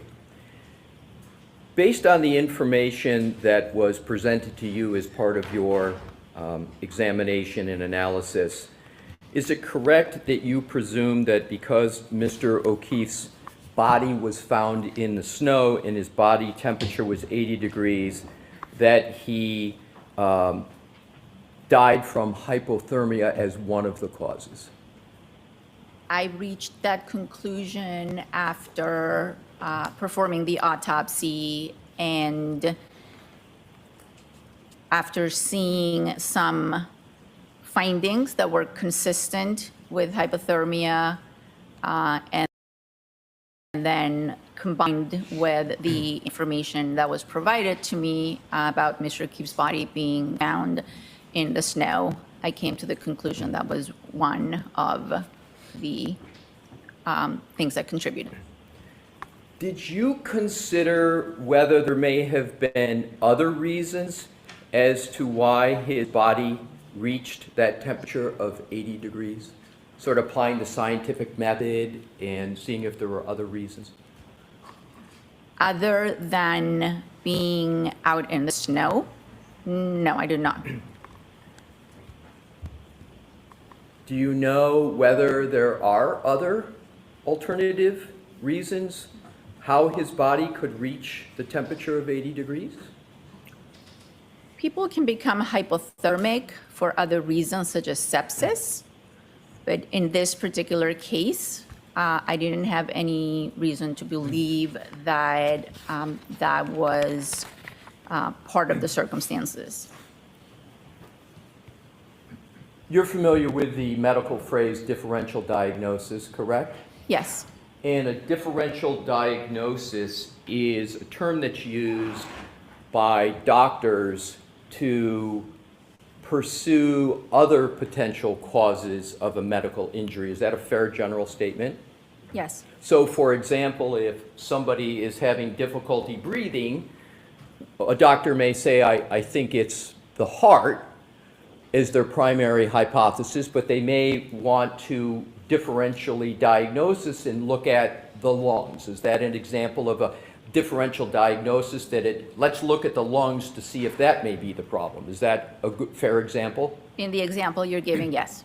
So, applying that concept, and do you believe the concept of, well, applying that concept to this situation, did you perform a differential diagnosis as to the cause of the death and question whether there was hypothermia as any cause of the death of the decedent? Did you make that analysis? I looked at the anatomic findings that I had at the time of autopsy, the information that was provided to me based on the circumstances and where the body was found, and I came to the conclusion that there were hypothermic changes in Mr. O'Keefe's body. So you just used the phrase hypothermic changes. Did I hear that correctly? Yes, Can there be hypothermic changes without a cause of death being hypothermia? yes, of course. So you can have signs in the body of hypothermia, but you can also conclude that a cause of death is not from hypothermia, correct? If the person is deceased and I am examining the body and there are multiple things that I believe contribute to the death, then I tend to include all of them. Meaning that if this was a drug intoxication and the body also showed signs of hypothermia, I would include both of them on the death certificate because there is no scientific way of teasing out whether it was just one or the other or both. In this particular case, I had two processes that were going on. One was the head trauma, and the other one were these hypothermic changes. I put all that together, and again, included or took into account the investigative information of where the body was found, what the temperature was when the body was found, whether the person was still alive or not, and I came to the conclusion that the cause of death was blunt impact injuries of head, and I included the hypothermia because I saw during the autopsy that there were changes consistent with hypothermia. So I want to break that down a little bit if I could with you. So you testified on direct, and I think you alluded to it here, that the primary cause of death, use that phraseology on direct, was blunt force injury. Is that correct? Blunt impact injuries to the head, yes. blunt impact injuries to the head, and that's the primary cause, right? Correct. And then there's, and I'm not clear on what you refer to on your record as a secondary cause of death of hypothermia, but you've used a little different phrase in some of your answers, and I want to make sure I got it right. Hypothermic considerations, can you repeat what it was? I said hypothermic changes. Hypothermic changes, and we agree that you can have hypothermic changes without a conclusion of hypothermia, correct? No, hypothermic changes are what I'm referring to are actual things that I can see in the organs that are consistent with hypothermia. They're anatomic findings. They're things I can see with my eyes. So you can, I'm sorry, did you finish?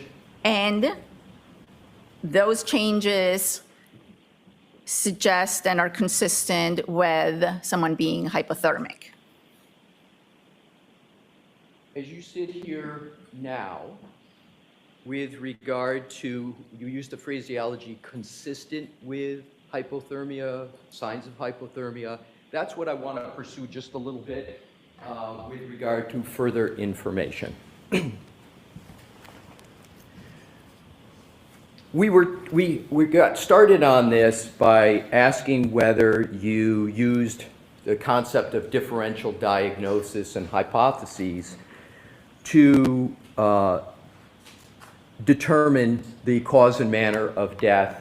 And you said in one of your answers that you relied upon law enforcement information, correct? Is that Yes. part of it? It was, you brought that up, you're the one who said you relied upon that, correct? Yes. And you've brought that up on your direct testimony and earlier in the cross. Is that correct, that you relied upon the investigation of law enforcement? So, Sustained. so now what I'd like to do is to ask you whether, using the concepts of differential diagnosis, scientific method, did you consider whether Mr. O'Keefe could have died somewhere other than where the body was found and been moved and placed in the snow? Did you consider that? Objection. Sustained. May we approach, Your Honor? Move along with this, we can approach in a bit. Thank you. What, if any, alternative diagnoses did you apply to Mr. O'Keefe? I don't understand your question. What alternative scenarios did you look at, if any, for the cause or manner of death of Mr. O'Keefe? I'll allow that question. What, if any? At the time of the autopsy, I documented injuries and signs of hypothermia. I was provided with a set of circumstances, and at the end of the investigation, or at the end of my timeline, I concluded on the cause, but I did not conclude, or I did not determine a manner. The manner would be the circumstances you are speaking about, whether I considered other causes or circumstances. That's not how it works. I don't come up with hypothetical scenarios on how those injuries occur. I try to state the injuries, describe the injuries, state the cause of death and why that person died. And then I use all kinds of other investigative information that is provided to me to determine if I have enough to make a determination on the manner. Did anyone provide to you any alternatives as to the finding of the body of Mr. O'Keefe in the snow? Personally, to me, no. Did you ask for any alternatives to the nature and location of the injury or death of Mr. O'Keefe? I asked for all the information that was available. Understood, but my question is, did you ask for any alternatives to the information that was provided to you as regards the location of the injuries? Did anyone provide you any alternatives to where the injuries could have occurred? No. So, I'm going to let the answer stand. So the answer is no, so there's no evidence of that. So next question. So you talked about the information you had at the time. What time is that? The information at the time was a preliminary police report and verbal communications And regarding the circumstances of how Mr. O'Keefe's body was found. And when I asked about the time, I'm not calendar time. Was this January, February, March, April of 2022? The preliminary police report was on the day of the autopsy, and then information, I don't remember exactly how long, but in the weeks following, information was, coming in. Do you have the ability to amend a death certificate? Yes, I do. And you can amend a certificate if you obtain further information with regard to the circumstances surrounding the death. Is that correct? That's correct. In your previous answers, you were talking about the information you had at the time. And I'm concluding that the latest that would be is April of 2022. Is that correct? Correct. Have you obtained or been provided with further information? In other words, information after April of 2022 regarding the cause or manner of death? What do you mean, have I been provided?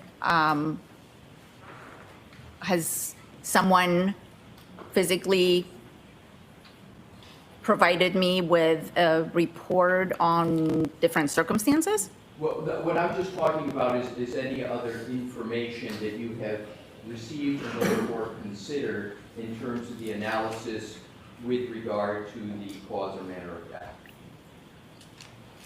Received in what way? Here's what I'll do. I'll be a little more specific. What I want to do is to get at the head injury of the decedent, okay? Is it fair to say that the head injury, you called it a traumatic, state what you phrased that as, because I want to use your phraseology. Blunt impact injuries of the head. So blunt impact injuries of the head. Is it fair to say that that was a very severe injury? It was a severe injury, correct? And would Mr. O'Keefe had been rendered unconscious nearly instantaneously with death following shortly thereafter? It's very possible, yes. Is it more than possible? Is it probable that that's what would have occurred? I can't tell you how quickly he would have been rendered unconscious, but at some point after that injury, yes, he would have been rendered unconscious. Is it possible he could have been rendered unconscious immediately? So she's answered it this way. I think you need another person for that. Let's move on from that, Mr. Lessing.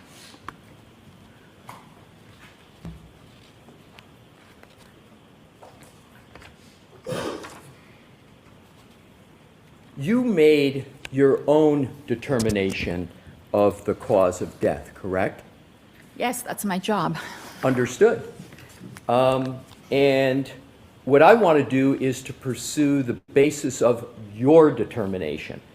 So you used the phrase brain impact injury, Blunt impact. a blunt impact injury. Have I got that correct? Blunt impact injuries of head, yes. Of head, right. And that's your conclusion, correct? Yes. Based upon your conclusion, did you make any determination as to whether the decedent would be able to carry out any purposeful movement after that injury?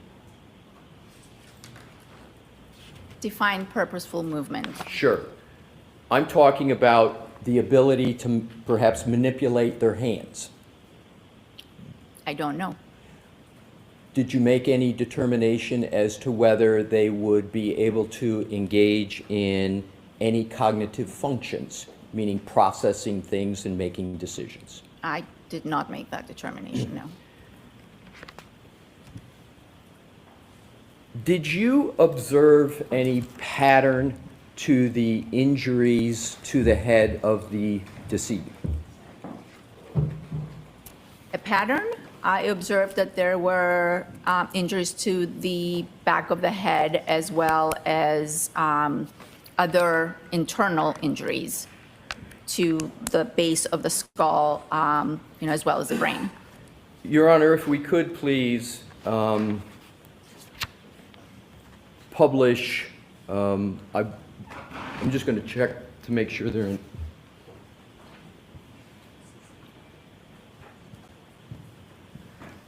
If we could, Your Honor, publish 160 that is in evidence. But before we do, Mr. Wolf, I would like to approach Your Honor and let you know in case there's anything further Okay. that needs to be done. Thank you.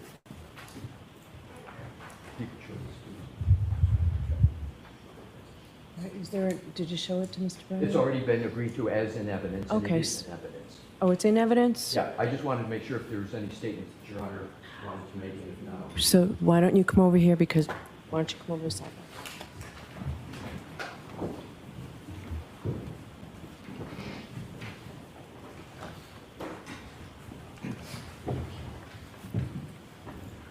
May I, Your Honor? Yes. Thank you. With Your Honor's permission, I would like to publish Exhibit 160. Yes. Thank you.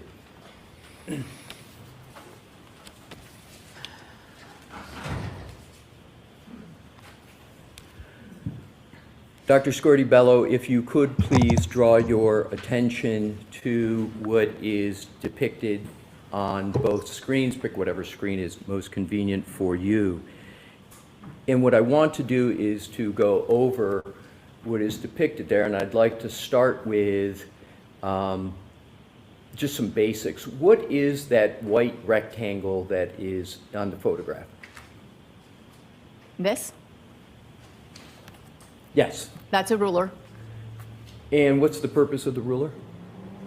To show a scale. When I measure the injury, I use the ruler to document that.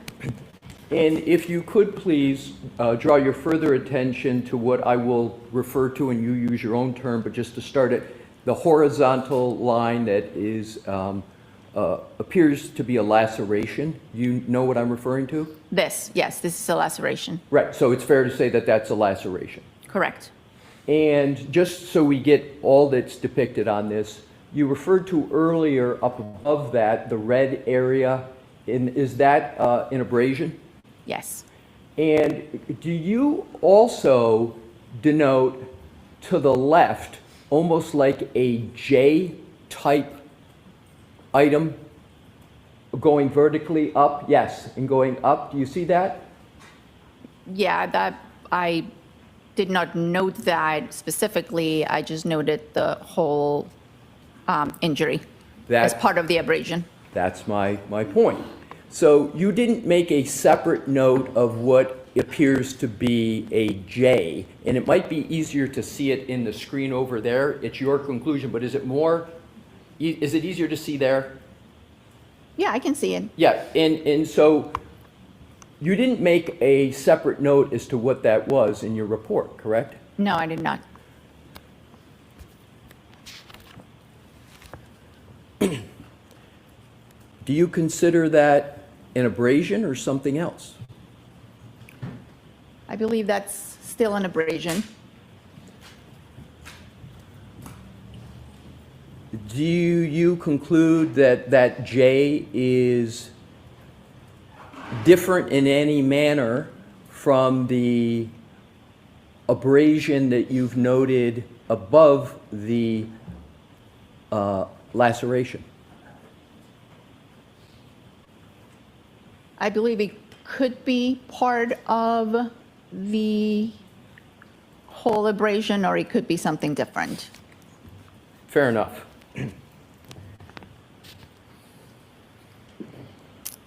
Would a fall backwards on a flat frozen ground produce a circular and not a linear abrasion as depicted here on the back of an injured person's head? Can you repeat the question? Sure.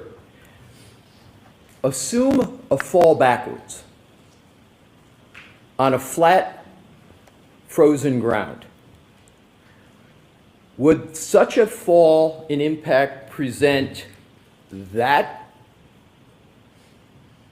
type of pattern, or would it present a circular pattern, perhaps with something like a starfish in the middle? I'll allow that. Can you answer that? I can say that a fall backwards could very well produce that injury. My question is more specific, and that is a fall backwards where the person impacts the back of their head on flat, frozen ground. Would you expect that type of a laceration from that type of a fall? Not just a general fall backwards, but specifically a fall backwards where the back of the head hits flat, frozen ground. Would you expect that? I could, yes.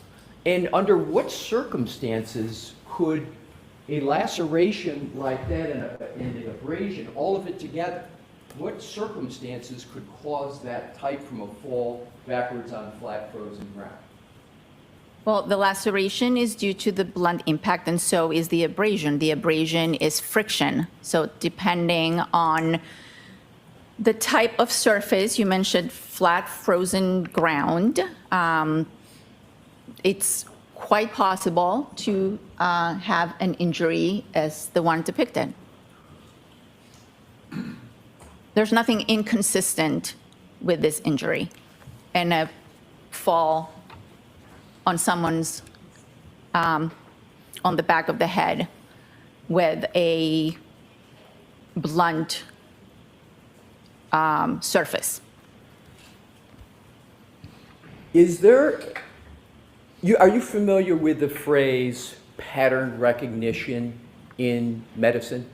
Yes, And isn't pattern recognition something that requires training with regard to being able to recognize certain patterns and determining what could be causing that pattern? yes, And just merely recognizing whether there is a pattern takes certain specialty training, etc.? correct. And isn't pattern recognition a principle that you apply in the medical examiner's office? Yeah, we do. And so example of pattern recognition could be a knife wound, correct? Yes, Could be a gunshot. correct. And there's certain patterns that you see on a decedent that can be consistent with those types of causes of injury, correct? Correct.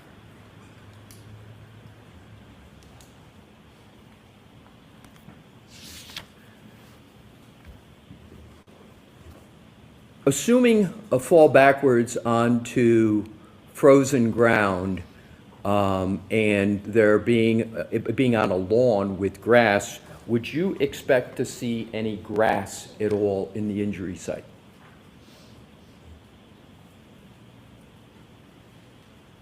It's possible to have grass. Is it possible to have well, are you familiar with the height and weight of the decedent generally? And if you need to look at your notes, please do so. Yes. Mr. O'Keefe was approximately 6'1" and 216 pounds. So, assuming a fall backwards and an impact to head on, a ground with grass, a person who's 6'1", there is going to be significant acceleration forces that occur as they're going backwards. Is that correct? That's fair to say, yes. And therefore, the more acceleration forces, usually there's a correlation with the force of the impact. Correct. And in terms of force of impact and assuming grass on the ground, would you, do you believe it's more probable than not that one would then see some grass on the head? Sustained is that form. Given what you testified regarding the height of Mr. O'Keefe, and assuming what I just gave to you as a fall backwards and acceleration and forces, would you expect to see anything else on the back of his head? You have to be more specific than that. Right, I thank you. So would you expect to see, is it possible if that was the manner of the fall that there should be grass on the head? Is that possible? Sustained. Did you consider at all in your evaluation well, let me back up. Do you see any evidence of grass in this depiction? No, I do not. Did you recall ever seeing any evidence of grass when you were performing the autopsy? I did not see evidence of grass. Did you consider at all in performing your autopsy whether or not grass should be present given what was reported to you by law enforcement? Sustained. Did you make any considerations at all regarding grass in regard to your autopsy report? I did not see any grass. No, I did not make any determinations. And was grass at all even a consideration in your analysis? I had very limited information as to the exact nature of the surface at the time of autopsy. So the answer is no to that No. question. Thank you. Did you have any information regarding the circumstances that you said you look at in trying to determine manner of death as to whether there were any stones or rocks around the scene? That I did not have any information. So meaning you didn't have any information, you saw no information that there were any stones or rocks by the scene, is that correct? Sustained in that form. What, if any, consideration did you make in your assessment of cause and manner of death with regard to stones or rocks? I did not make any. With regard to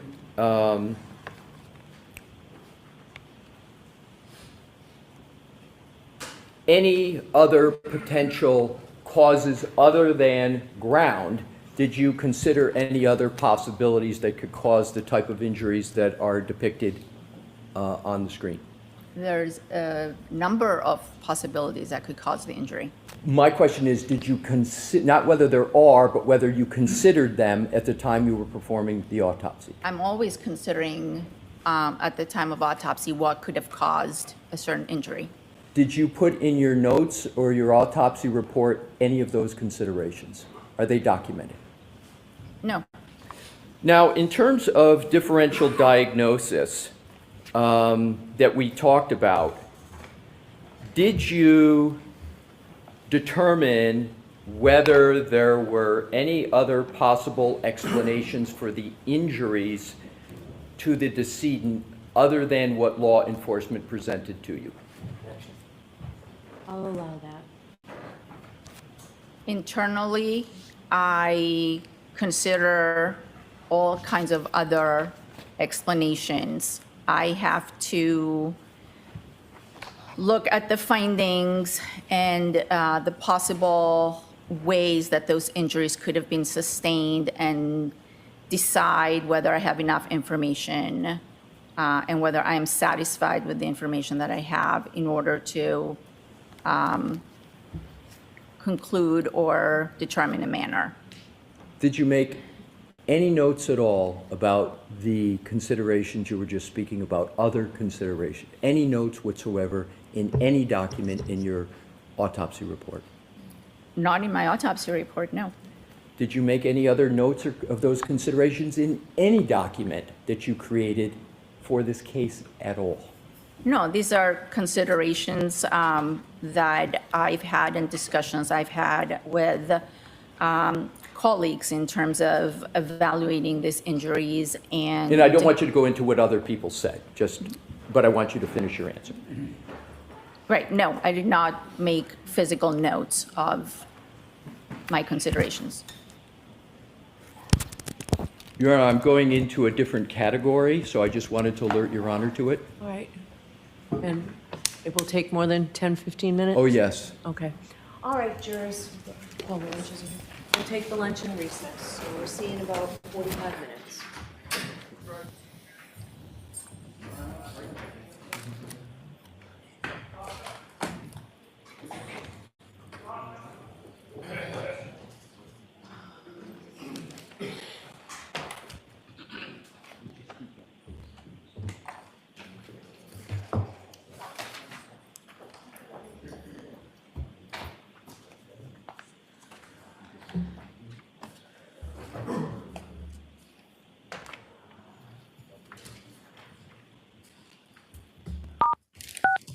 You are unmuted.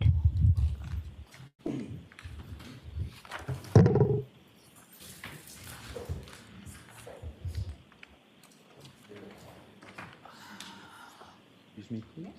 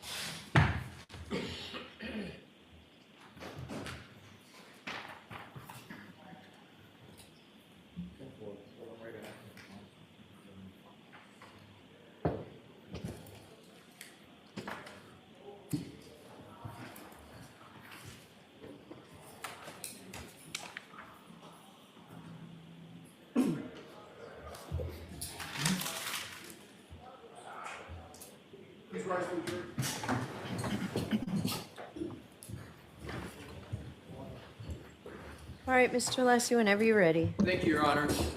Good afternoon, Dr. Scordi-Bello, and welcome back. Thank you. I want to move on to a slightly different aspect of the hypothermia discussion. So You've acknowledged previously that hypothermia is a very difficult diagnosis to make, correct? Correct. And you acknowledge that in your grand jury testimony in this proceeding, correct? Do you recall that? I do. And you indicated in that grand jury proceeding generally that diagnosing hypothermia is based on contextual clues. Is that correct? On autopsy findings and investigative information, yes. Right. And the last part, investigative, and that's that legal part, sort of the law enforcement contribution. Is that correct that you're referring to? Correct. You diagnosed Mr. O'Keefe with hypothermia based upon certain medical data that you believe you observed in the gastric area and the pancreatic area. Is that correct? Correct. And just for, I think most people will get this, just be clear, gastric is sort of synonymous with the stomach. Stomach. And then we know the pancreas is a separate organ. And in your autopsy, you observed for example, the lining of both the stomach and the pancreas. Is that correct? I'm sorry, what was the word you used? Let's start with the stomach. Did you observe the lining of the stomach as part of Mr. O'Keefe as part of the autopsy? Yes, I observed some hemorrhages in the lining of the stomach. We'll get to that, right? But I just want to talk about the organs and what aspects of the organs first, and then we'll get to that. And with regard to the pancreas, what aspect of the pancreas did you observe? I examined both the external surface and the tissues around it, as well as the pancreas itself by making several cuts. And there was also a histopathology report that was relevant to both the stomach and the pancreas, correct? Correct. Histopathology? Spell it, Mr. Lasser. Histopathology.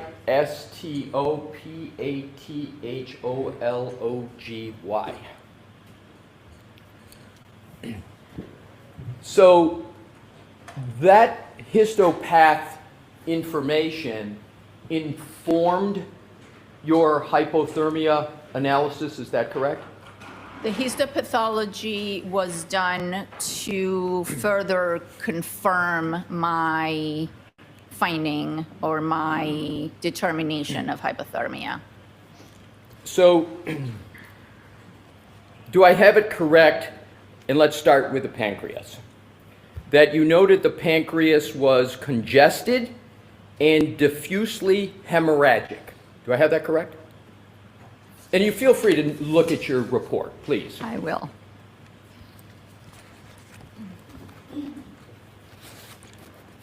And I specifically, if it helps, I'm Yes. looking at Page 4. the report of autopsy. It's not numbered pages, but it would be 4. And you see liver, gallbladder, and pancreas is 1, and then you go down a couple more and you see digestive system. That's what I'm focusing on. Okay. And the next page is the histopathology. Yes. All right, are we sort of oriented in the same location? Yes. All right, so let's start with the pancreas. So if you look at the histopathology page, it says endocrine and exocrine pancreatic tissue with vascular congestion and patchy parenchymal, that's parenchymal, hemorrhage, autolytic changes. Did I read that correctly? Yes.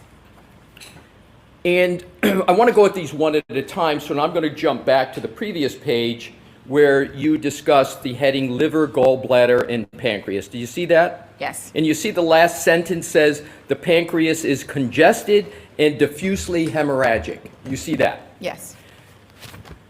So now what I'd like to do, and is that what you're rooting in, if you will, the analysis of hypothermia? The determination of hypothermia was made, yes, based on these findings and the circumstances I was provided, yes. Right, and thank you. I'm going to get to the circumstances, but it's sort of the medical legal construct that we were talking about. I want to just start first with the medical, if that's okay with you. Yes.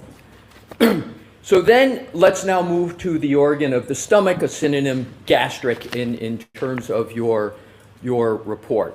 So let's go to, please, back to the histopathology section. And under that, under pancreas is stomach.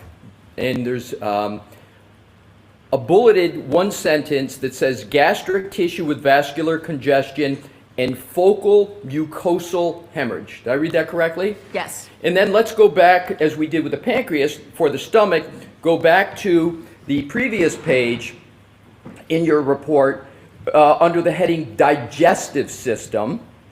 And the second sentence states the gastric mucosa shows focal areas of linear hemorrhages. Did I read that correctly? Yes. So we've got hemorrhage discussion with the pancreas. We've got hemorrhage discussion with the stomach and the gastric area. Your diagnosis of hypothermia was not based just on gastric and pancreatic hemorrhaging alone, though, was it? No. And you did fairly refer to other circumstances just moments ago in your answer, correct? Correct. And we're going to get to that. So that means that your diagnosis of hypothermia was also informed by the information we discussed earlier that was provided to you by former Trooper Proctor in his investigation. Is that correct? Correct. And one aspect of that information is that he was found, Mr. O'Keefe was found in the snow, correct? Yes. So let's go to the death notification report. Am I generally correct that you were, I'm sorry, Rephrase it. I will. Thank you, Your Honor. Do you recall the death notification report in this matter? I do recall, the very initial first information that comes in. That's the death notification given to our intake staff. Do you recall the contents of that death notification report? Would you like me to summarize? I don't recall I don't have it in front of me. But I can tell you what the gist of it was. Would it be helpful to you if I showed you a document that Sure. might refresh your recollection on what that, a document that may refresh She your said recollection? sure. I don't Thanks. think you heard her. I did. Thank you, Your Honor. May I approve?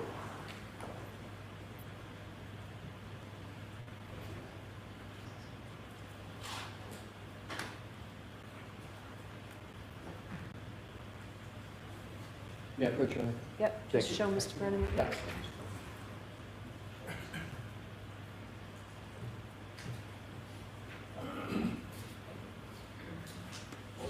Yes. Dr. Scordi-Bello, what I'd like to do, you can read anything you want, but I'm just going to reference to the section that says circumstances of death. Yes. What I'd like you to do is read it to yourself, not out loud, and then when you, just that section up to here, and once you're done, if you could kindly look up and let me know. Okay.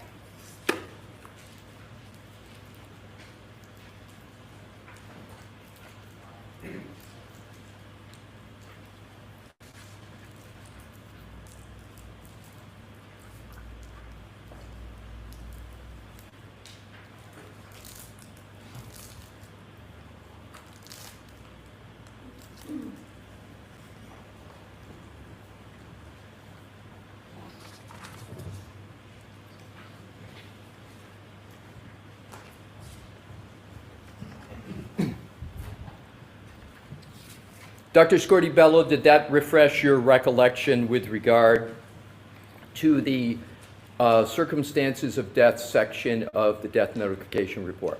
Yes. And you could please state now what your refreshed recollection is on that topic. Yes, the initial intake death notification was made by a physician at the hospital, and it stated that we were dealing with a adult male that was found in a snowbank. There was note of having been at a party. There was some information as to the decedent was walking to a house. There was reference to some sort of altercation or dispute with Sustain. Strike. Jurors, disregard that. Move on with this, Mr. Leslie. With this, but just move on. Yeah, yes.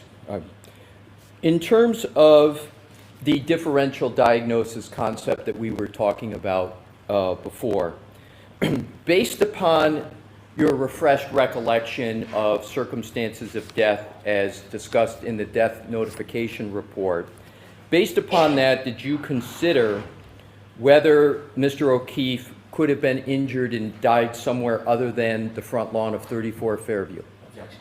I'm going to allow that. Initially, no.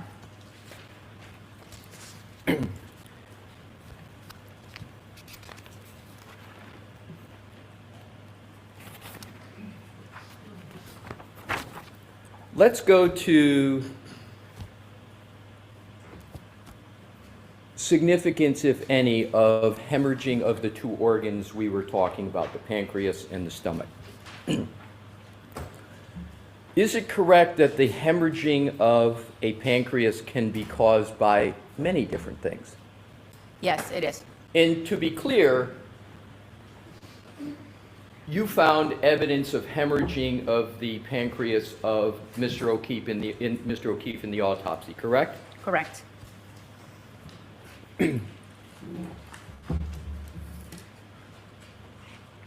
And is it correct before the grand jury, you yourself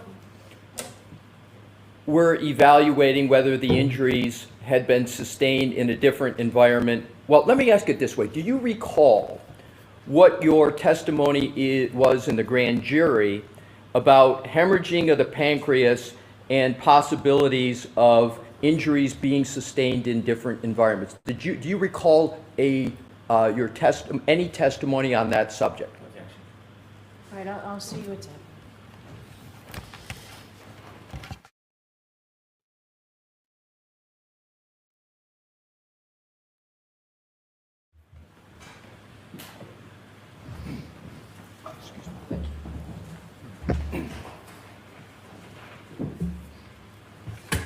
May I, Your Honor? Yes. Thank you.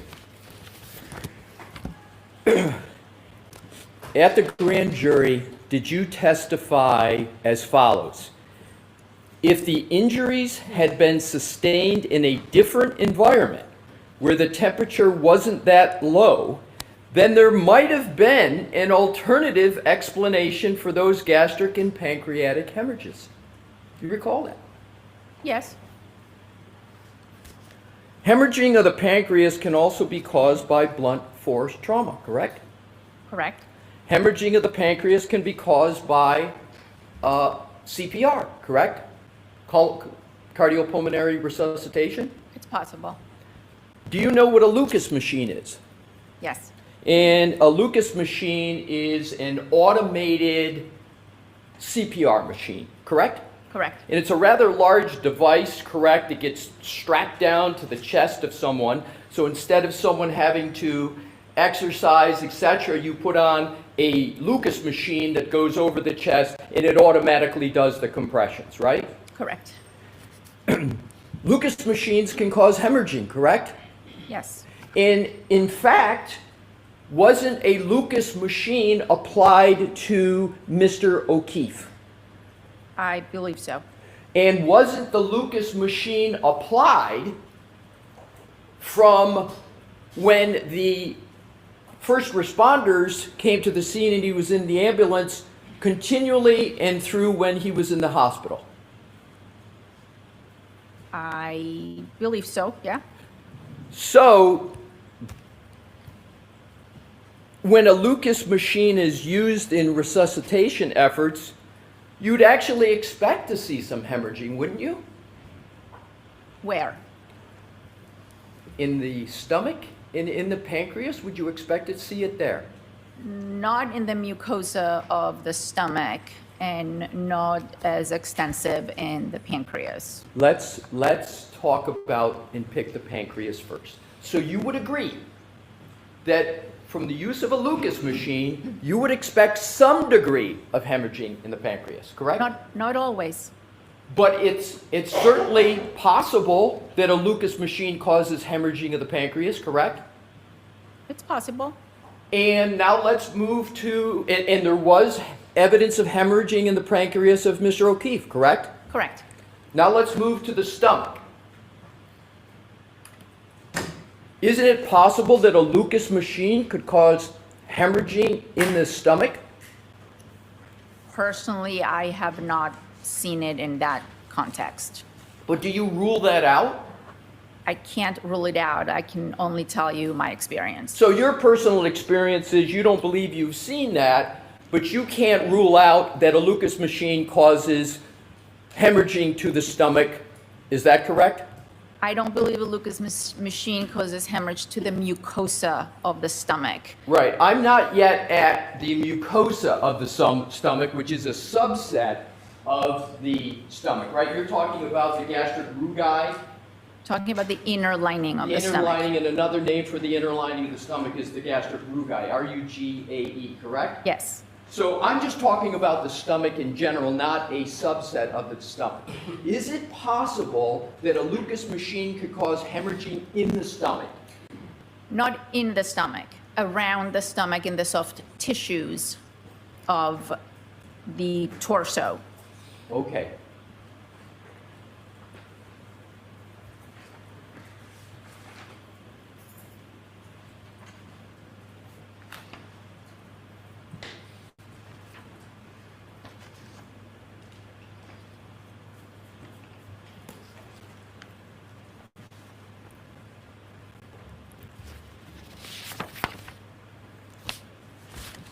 So you've said that you're aware that Mr. O'Keefe was hooked up to a Lucas machine, correct? Yes. And are you aware of the length of time that Mr. O'Keefe was hooked up to a Lucas machine? No, I am not. Do you know how many compressions per minute a Lucas machine causes? I would have to say close to 60.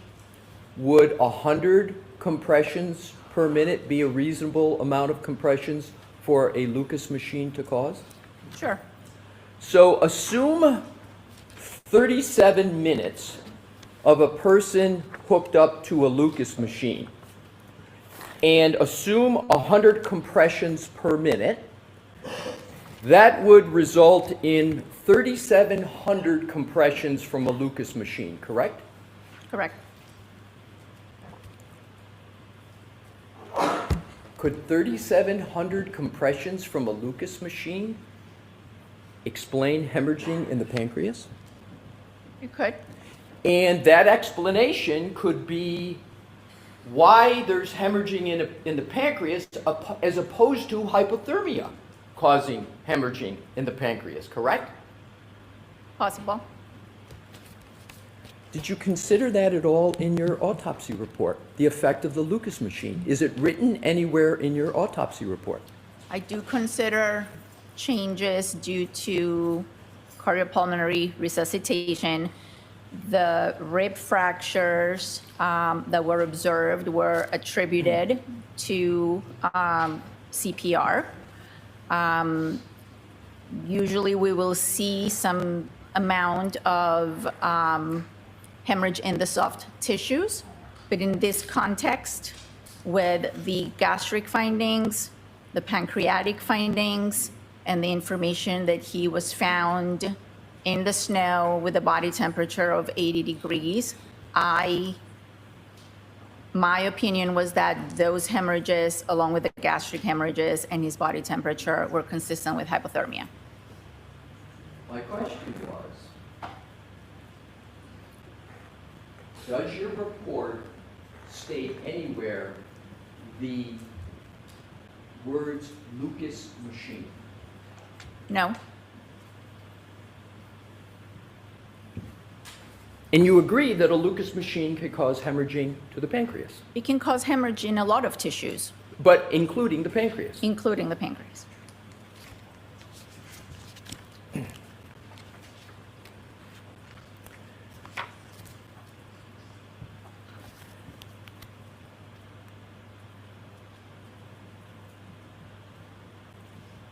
If you see hemorrhaging of the pancreas and you believe that hemorrhaging is a contributor to hypothermic deaths, wouldn't you also expect to see Wisniewski ulcers?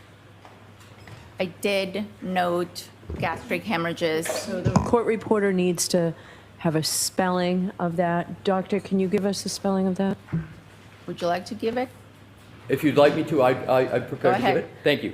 Wisnewski.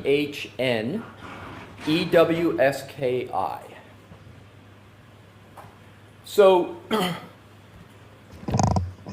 can you just tell the jurors what Wisniewski spots or Wisniewski ulcers are? Wisniewski spots are small hemorrhages, small areas of bleeding in the mucosa of the stomach that are thought to be associated with hypothermia, among other things. They're believed to be either a reaction to stress due to the hypothermia or some form of what we call reperfusion injury.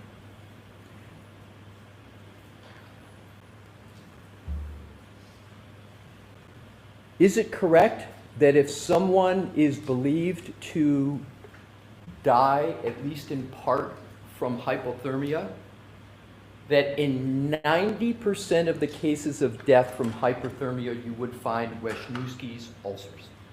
I do not know the exact number.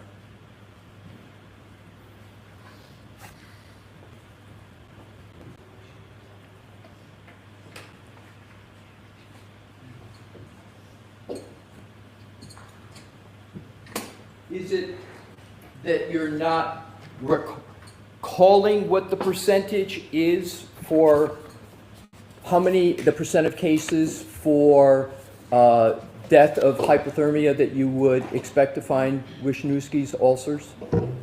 I don't, Do you recall? Hold on, I'm sorry. move on. The objection sustained, so Okay. you're asking it, yes, go Okay. ahead. Thank you.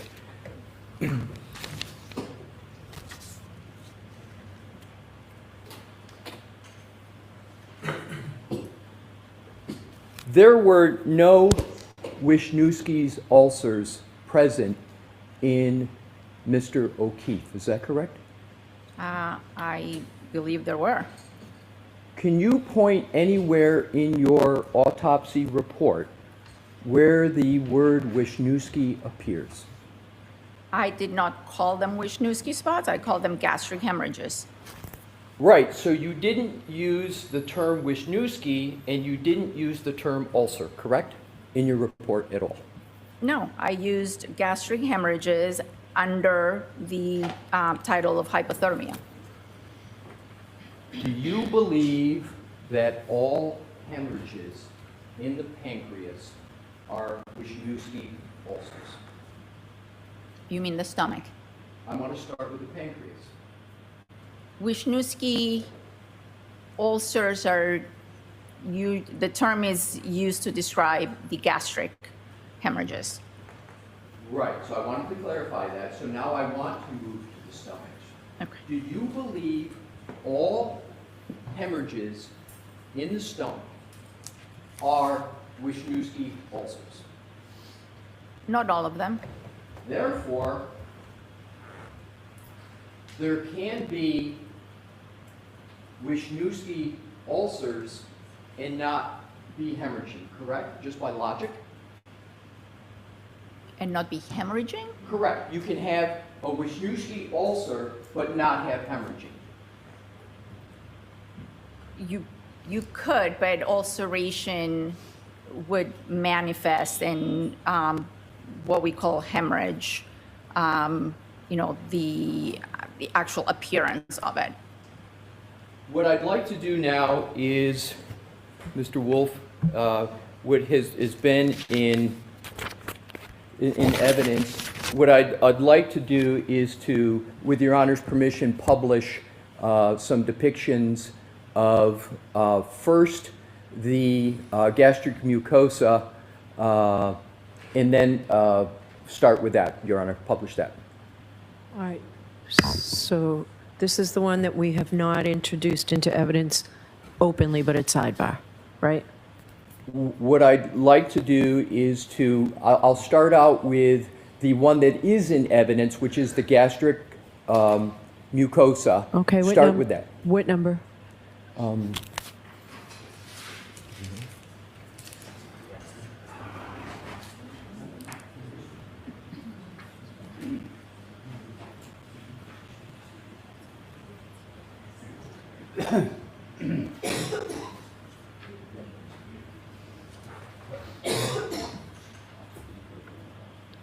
Your Honor, just to... Okay, so that was the one I was referring to, that we did at sidebar, not in open court. Okay. Yes. It's Friday. Pardon me? It's N Friday. And I'd like to move NN into evidence at this time. All right. All I'll say about this, jurors, is that this may be considered graphic. You satisfied with that, Mr. Alessi? I'm satisfied with that, Your Honor. Okay, Mr. Brennan, you satisfied with that? Yes, Your Honor. Okay. It's 164. May I, Your Honor? Yes. Dr. Scordi-Bello, I'm handing you Exhibit 164 in evidence, and I'm going to also, with the court's permission, have it published on the screen. So whatever one is best for you to look at the screen, please feel free to look at either one. Mr. Wolk, if you could publish 164.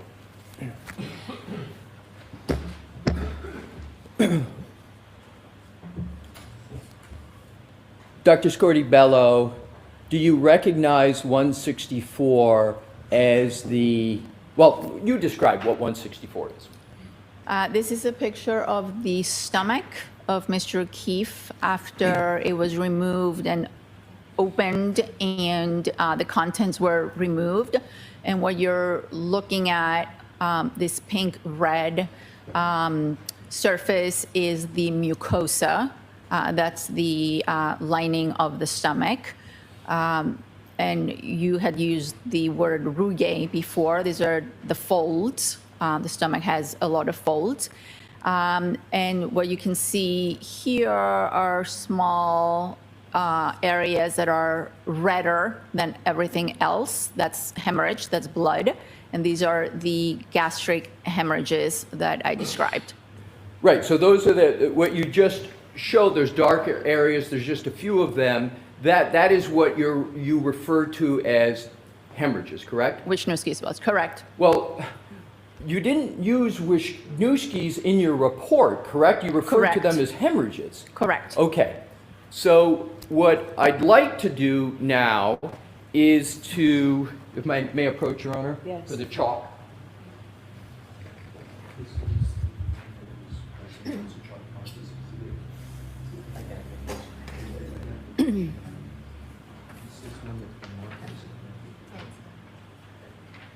Exhibit MM. Your Honor, with your Honor's permission, may I show Dr. Scordi-Bello the chalk that's marked for identification? Is that it? Yes, and let's see what she answers before we use it for more questions, okay? Yes. May I hand it to you? Yes. Dr. Scordi-Bello, could you please take what's identified as Exhibit M and see if you can identify what that depicts? Yes, this is a picture of a stomach, again, the mucosa with hemorrhage. Just hold for the, sorry, not your fault.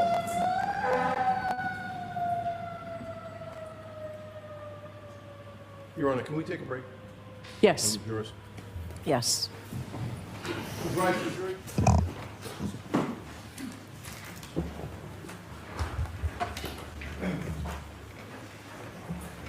Dr. Scordi-Bello, you have in front of you, which has been marked for identification as MM, and you were discussing that. Do you recognize that document? It's sort of start over to reorient the jury. You recognize that? I recognize what it is, yes. And what is it? It is a picture of a stomach, of the mucosa of a stomach with multiple hemorrhages. And does that exhibit fairly and accurately depict a stomach with what you have referred to as multiple ulcers? Yes. Your Honor, I offer that into evidence.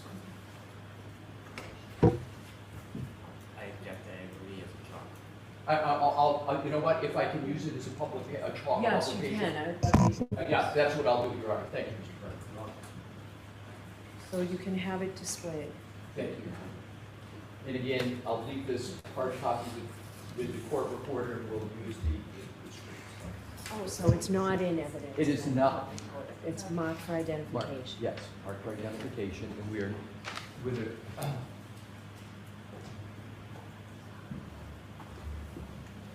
Mr. Wolf?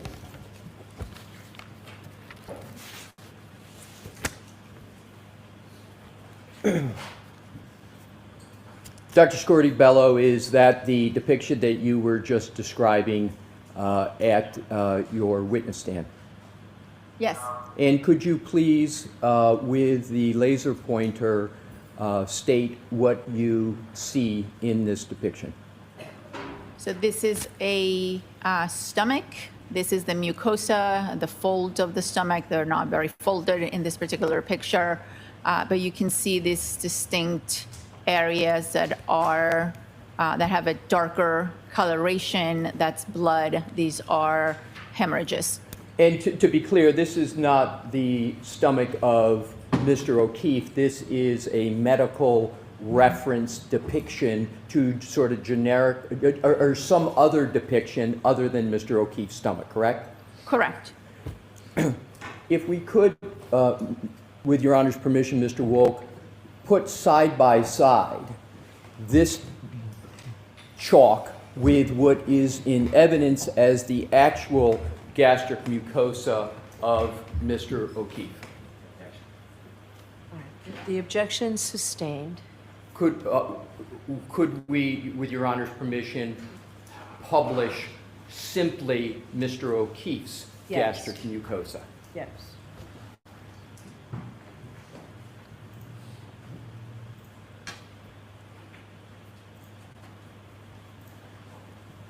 Isn't it correct, Dr. Scordi-Bello, that there are much less dark spots in this depiction of the gastric mucosa than there were in the chalk that we just displayed? In other words, that green depiction of what I'll just refer to as a generic stomach. Is that correct? That is correct. So, you can take that down, Mr. Wolf.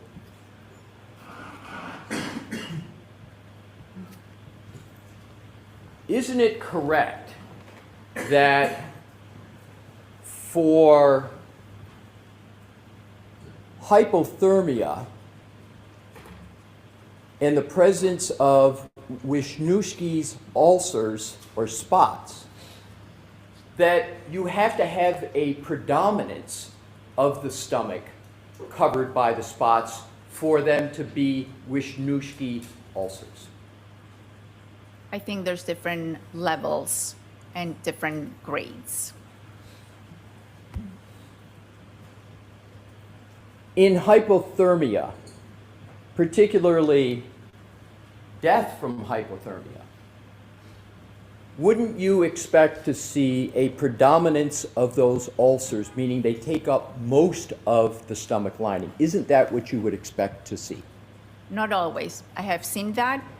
I have also seen cases with much fewer spots, as you refer to them. But isn't the majority of the cases that you have seen where someone has actually died from hypothermia that the ulcers predominate, take up greater than 50% of the stomach? Yes. And what percentage of the, and I'm trying to avoid putting it up again, so what percentage of the gastric mucosa of Mr. O'Keefe would you estimate is taken up by the ulcers that you have identified? I would say somewhere between 10, 15%. Just 10 and 15%. Thank you. Now, if we could look to the issue of continuing with hypothermia. Let's go to frostbite. Did you note any evidence of frostbite on the deceased, Mr. O'Keefe? No, I did not. Do you know what the weather conditions were in Canton, New York on the early morning? I'm sorry, I keep saying Canton, New York. My apologies. Do you know the weather conditions in Canton, Massachusetts, starting at midnight on January 29, 2022, going through 6 a.m. on January 29, 2022? It was very cold. There was a blizzard coming. They called it a nor'easter, right? Correct. And when you say very cold, in addition to very cold, do you recall whether there were gusting winds? I believe so.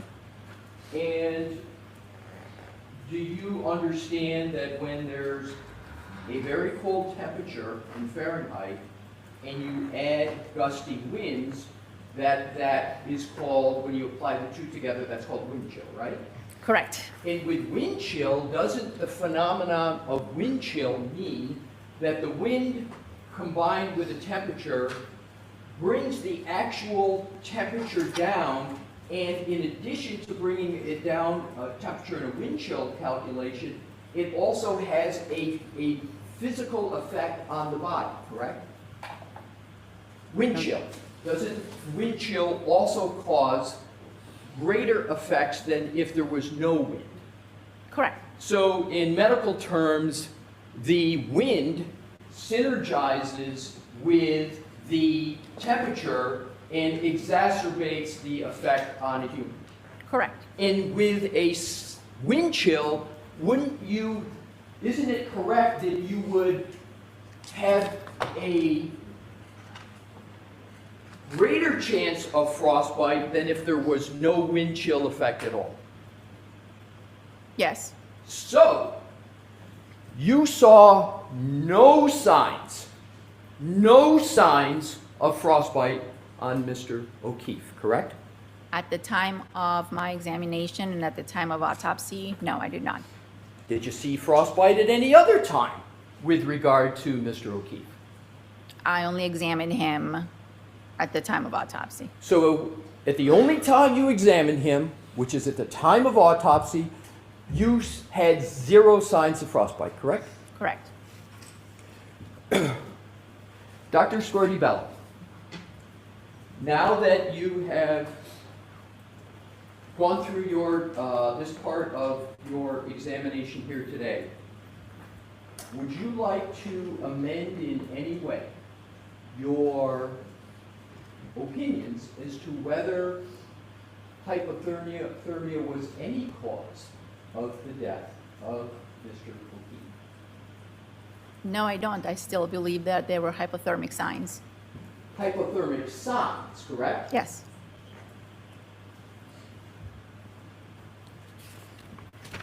I'd like to move to another topic area, please.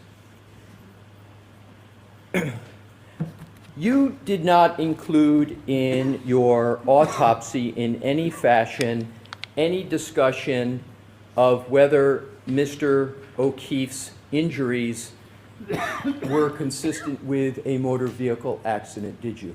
No, I did not.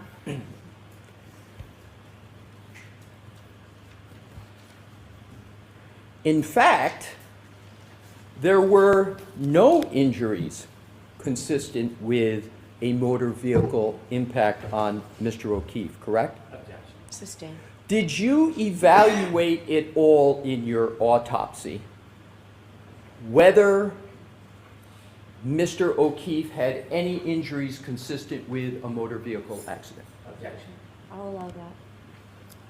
Yes, I did examine his lower extremities. That is protocol in any case of suspected impact with a motor vehicle.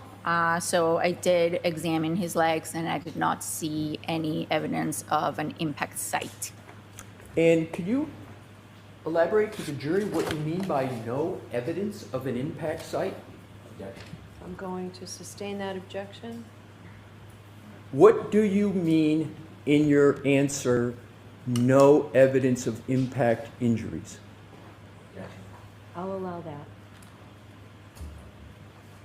What I look for is some sort of bruise, either on the outside of the leg or bleeding on the inside after the skin is reflected in the soft tissues, or any fracture of the bones of the legs.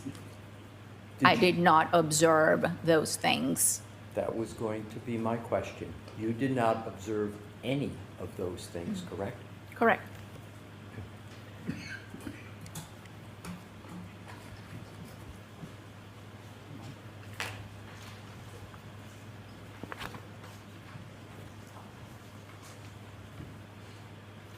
I'd like to turn to, please,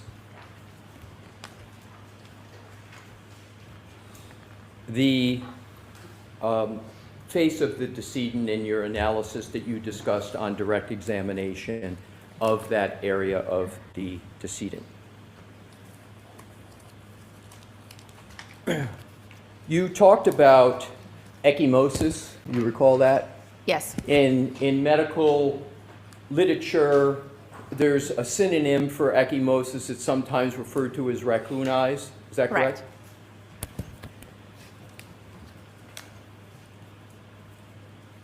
Ecchymosis doesn't cause a laceration to an eyelid, does it? No.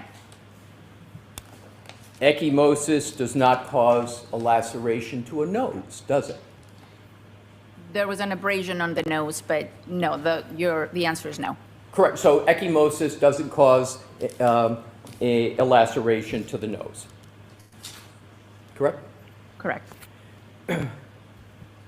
Did your report at all evaluate whether there was any significance of the laceration to the eyelid that you spoke about in your direct testimony? What do you mean? Other than just noting that there was a laceration to the eyelid, did your report at all evaluate the potential significance, if any, of that laceration to the eyelid?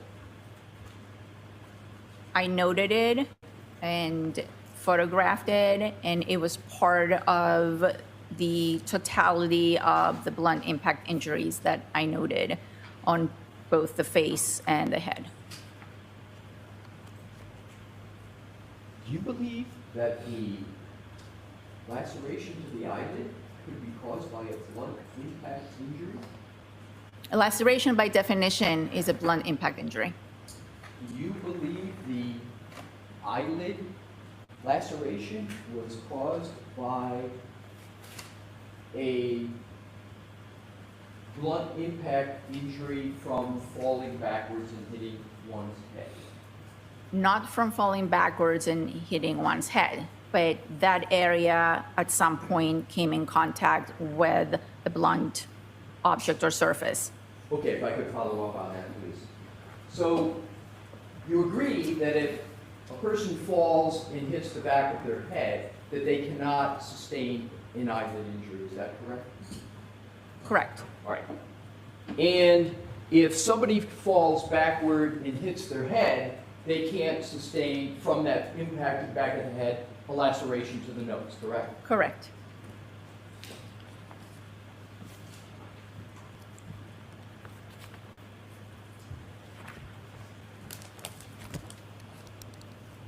So if we could, Mr. Wolk, and with Your Honor's permission, publish which is already in evidence, which are depictions. Let's start out with, please, the laceration to the right eyelid.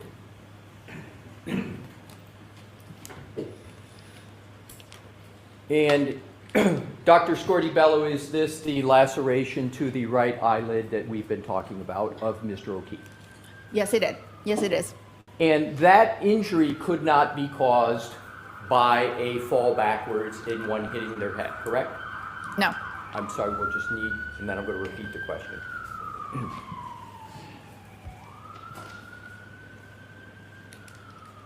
Can you state your answer again? Let me that injury to the right eyelid, that laceration, could not be caused by someone falling backwards and hitting their head, correct? Correct. Bear with me one moment, Your Honor.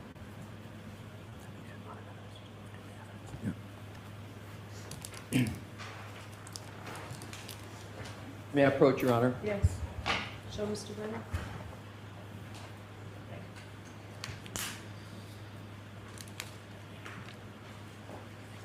Your Honor, I erroneously assumed that that picture was in evidence, and I would like to now properly lay the foundation if I could. Dr. Scordi-Bello, you see what's in front of you. Can we mark this? So, Mr. Brennan, are you objecting to that coming into evidence? Okay, so let's just put it in evidence. Exhibit 165. Thank you.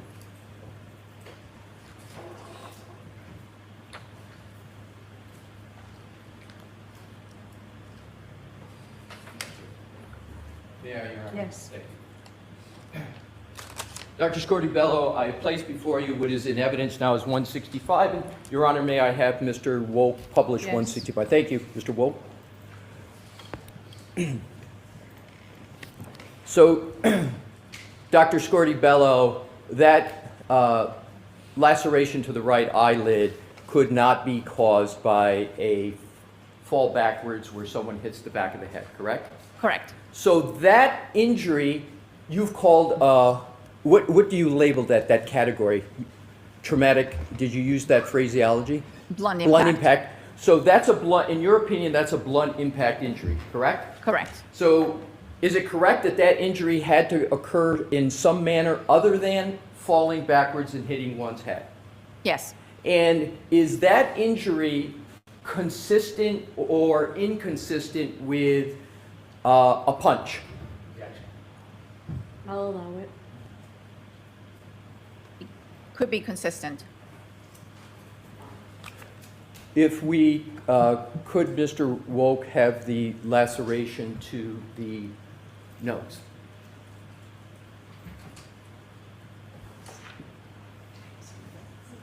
I'm sorry, hold off on a moment.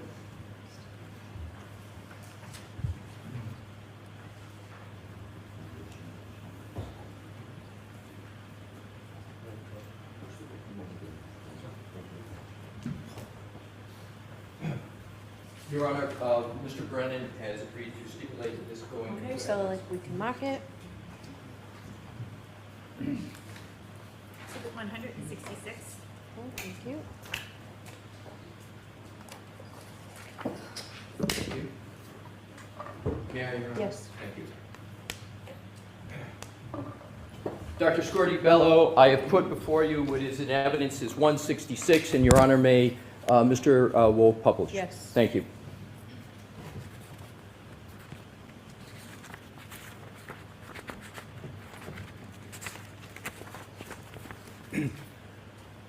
Dr. Scordi-Bello, does that exhibit fairly and accurately depict the laceration to the nose of Mr. O'Keefe? Yeah, it's an abrasion. I described it as an abrasion, as a scrape. So you would classify that as a scrape? Yes. That scrape could not be caused by someone falling backwards and hitting the back of their head, could it? Not by a single event, no. You can take that down, Mr. Wolf.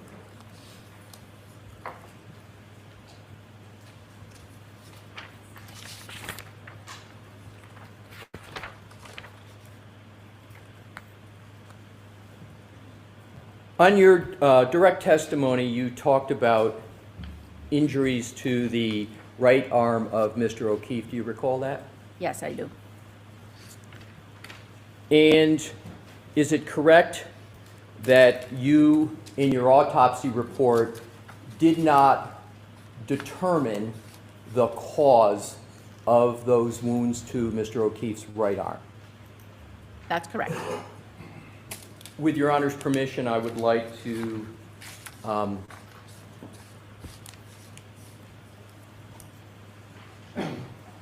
Brennan.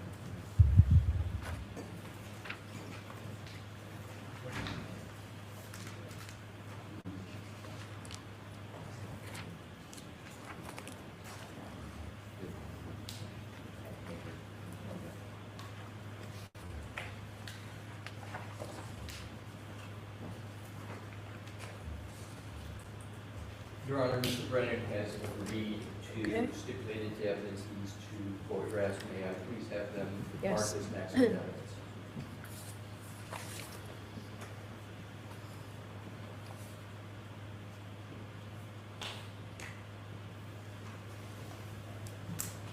Exhibits 167 and 168. Thank you. I'm going to do the same thing, if I may, Dr. Scordi-Bello. I'm going to leave these with you, but I'm also going to, with the court's permission, have them published. Okay. Use whatever one best allow you to answer the question. Your Honor, may I have Mr. Wolf publish those two? Thank you.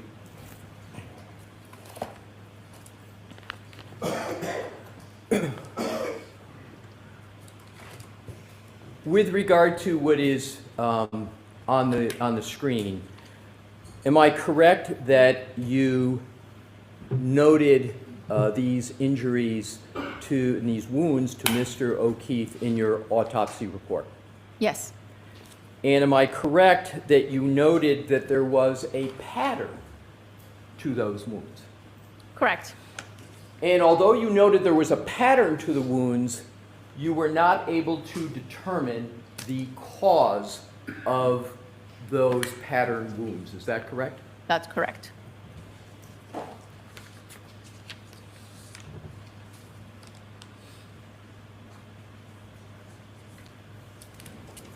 Are those injuries consistent with a dog bite? Based on our answer to the last question, ask something else. I'm sorry, couldn't hear you. Ask another question, sustain.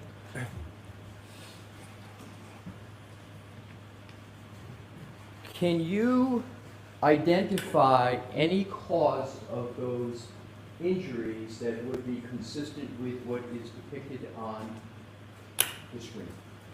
Objection. So, can you answer that, doctor? I cannot.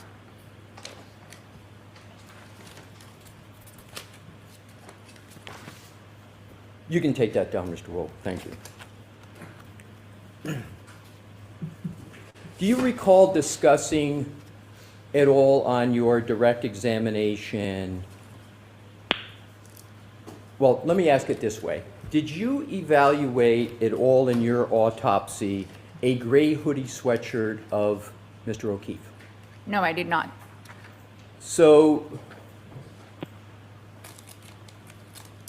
were you aware that there was clothing associated with Mr. O'Keefe when he came as part of the autopsy? He did not have any clothing that came to us. The clothing was removed at the hospital and was packaged and I believe submitted as evidence. So the clothing of Mr. O'Keefe, a t-shirt or a hoodie, didn't make its way to you? No?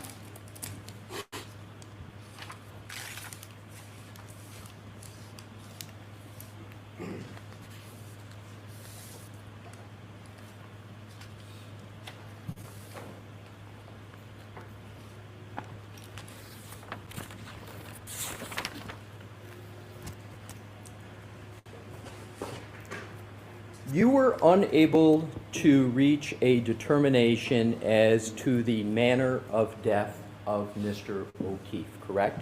That is correct. So you have doubts about the manner of death of Mr. O'Keefe, and you consider those doubts reasonable? Sustained. Sustained. You were not able to reach a determination as to the manner of death of Mr. O'Keefe, correct? Correct. And manner of death, as you've testified, includes the circumstances surrounding death in addition to the medical analysis that you performed. Okay. I'm sustaining it, asked and answered.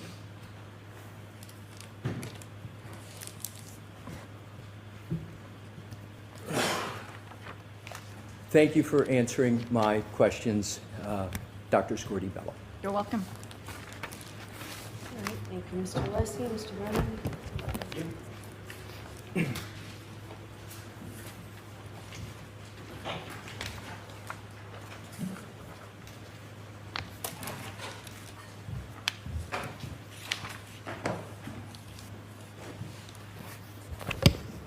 Doctor, how many autopsies have you performed in your professional career? At this point, more than 1,200. When the person is brought to you, are they usually clothed? It depends on the circumstances. If a person comes directly from their residence, they may or may not be clothed. If the person comes from a hospital where they went first for treatment, many times the person is unclothed. They may be wearing a hospital gown, but in most cases that clothing has already been removed. If that clothing has already been processed, is it common that it would be brought to you for inspection? Objection, Your Honor. Sustained as to the point. Is clothing that is not accompanying the person's body commonly brought to you for observation? Objection, Your Honor. So let's move on. Or ask it. You were asked questions about your opinions relative to spots in the organs of Mr. O'Keefe, and you were asked about part of your statement in the grand jury. When you provide statements, is it important to have the statement in context to understand it? Yes. Is it important to have a complete statement rather than just part of a statement? Yes. And when you were asked the question that counsel asked you, do you remember that grand jury testimony you gave? I remember it was a long time ago. Okay. But I do remember most of it. Do you remember when he read part of your answer? It was in response to a grand juror's question? Yes. And he read part to you, right, I understand your question, and my answer is that I don't know, but given the environment, so if the injuries had been sustained in a different environment where the temperature wasn't that low, then there might have been an alternative explanation for those gastric and pancreatic hemorrhages. Do you remember that? Objection, Your Honor. The doctor can answer that. Do you remember Attorney Alisi read you that part of your statement? Yes. Do you remember that you had more to that statement that was left off when he confronted you with it? I'm sure there's more to this. To complete your statement, you said, but in the whole context, I believe that those are signs of hypothermia and not caused. Do you remember that completion to your statement? Objection, Your Honor. Sustained. You can show her the statement. Okay. I can approach. I'd ask you to take a look at part of your grand jury testimony. Do you remember Attorney Alisi reading part of your answer back? Objection, Your Honor. So I'll strike that. Have the witness look at it and go from there. Were you asked about your entire answer or just part of it? Objection, Your Honor. Sustained. Did you read the rest of the answer that you weren't given when it was read to you? Objection, Your Honor. So this is phrased as refreshing recollection, so follow it appropriately. Do you now remember there was more to your answer? Yes. Could you share with us the rest of your answer? Without reading it. Objection, Your Honor. Without reading it. Turn the paper over, please. I can take it, Your Honor. Ask the appropriate question, Mr. Brennan. Do you remember the part that was left out? Objection, Your Honor. Sustained. Does it refresh your memory to the rest of your statement to the grand jury? I'm sorry, what was your question? After looking at this, does it refresh your memory to the rest of your statement you made to the grand jury? Yes. And could you share the rest of your statement with the jury, please? The rest of the statement was that I have to take those findings in the context which was presented to me. So in the case of this particular case, those hemorrhages, in the context of a body found in the snow, I believe they were due to hypothermia. Is your answer more complete in context? Objection, Your Honor. Sustained. You were shown a photograph of two individuals that were in the room at the time of autopsy. Do you remember that photograph? Yes, I do. And you were asked about certain names. Correct. You said that there would be a log identifying names. It would be a log, yes. A log. Do you remember exactly who logged in to that autopsy? No, I don't remember their names. May I approach? Show Mr. Lesson. It's part of the end of the report. It's in there. Take a look at your report. You have it. Your Honor, if we need sidebar to explain, we just need a moment to take a look. I can move on and we'll come back to it, Your Honor. Thank you, Mr. Brennan.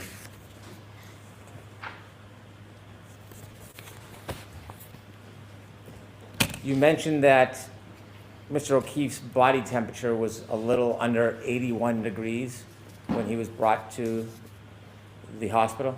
Yes, that's what the hospital records stated. And again, a normal body temperature is? 98 degrees.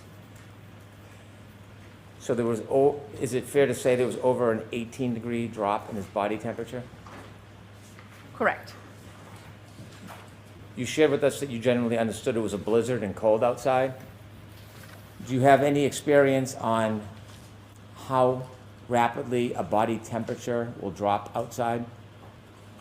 The body temperature? Yes. Objection, Your Honor. Still. No, it's within the scope. Let's see if she's got the basis for it. The rate that the body loses heat depends on a number of factors. Depends on conditions, weather conditions. It depends on the original temperature of the body, and the higher the gradient between the body temperature and the environmental temperature, the faster the drop will occur. You were asked if there was any signs of frostbite. There was no type of freezer burns or anything on Mr. O'Keefe's body, was there? Objection, Your Honor. Sustained. Was there any type of burns on his body that would suggest that he was put in some type of machine or environment where there was cooling, mechanical cooling? Objection, Your Honor. Will the Sustained. approach- Sustained. Move on, Mr. Brennan. You were shown a photograph, a chalk, that had spots on them. Do you know where that photograph came from? I do not. Do you know who that was from, what person that was from? No, I do not know the context of that picture. Do you have any information on the circumstances which led to that condition? I do not.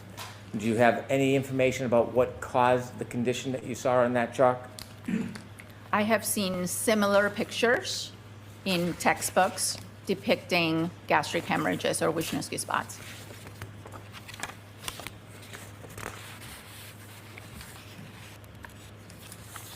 You were asked about your role as a medical examiner, and there were a number of questions about your assessment from a legal perspective. Yes. You mentioned that you had information from a police report. How many police reports were you given? There was a preliminary police report, I believe, the day of the autopsy, and communications with law enforcement in the days and weeks following. May I approach? Yes.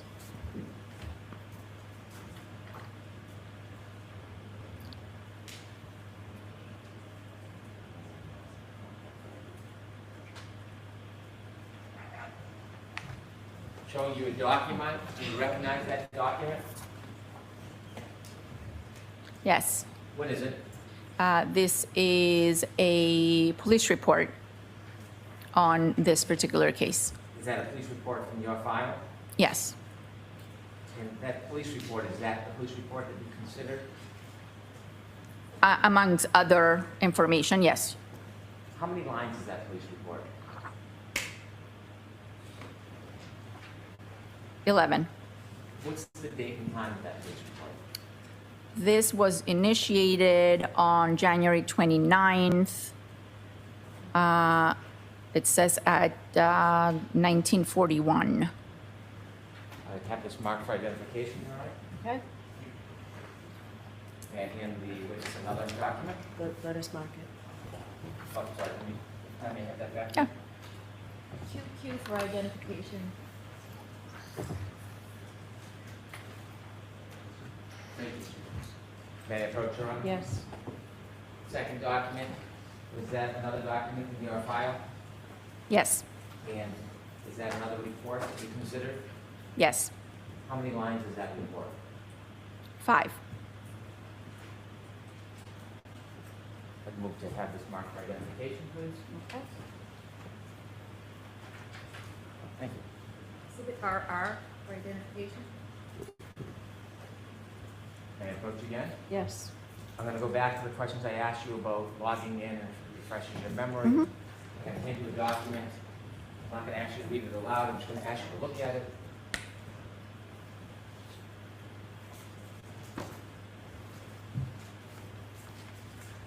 Does it refresh your memory on the people who attended the autopsy? Yes. And who were they? I believe one person was Mr. Keefe and the other one was Mr. Corner.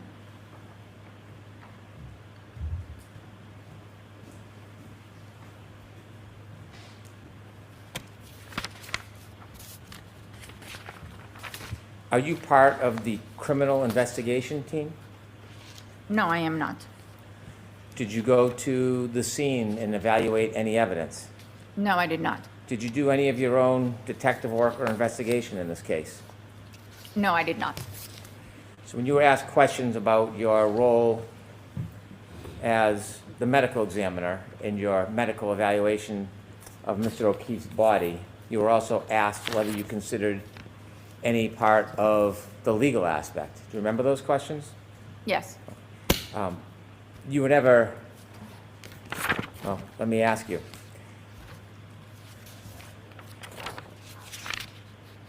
You submitted the death certificate on April 14th? Correct. I want to talk about some of the things that you may or may not have known about or considered at the time you wrote your death certificate or filed your death certificate. Were you informed or were you aware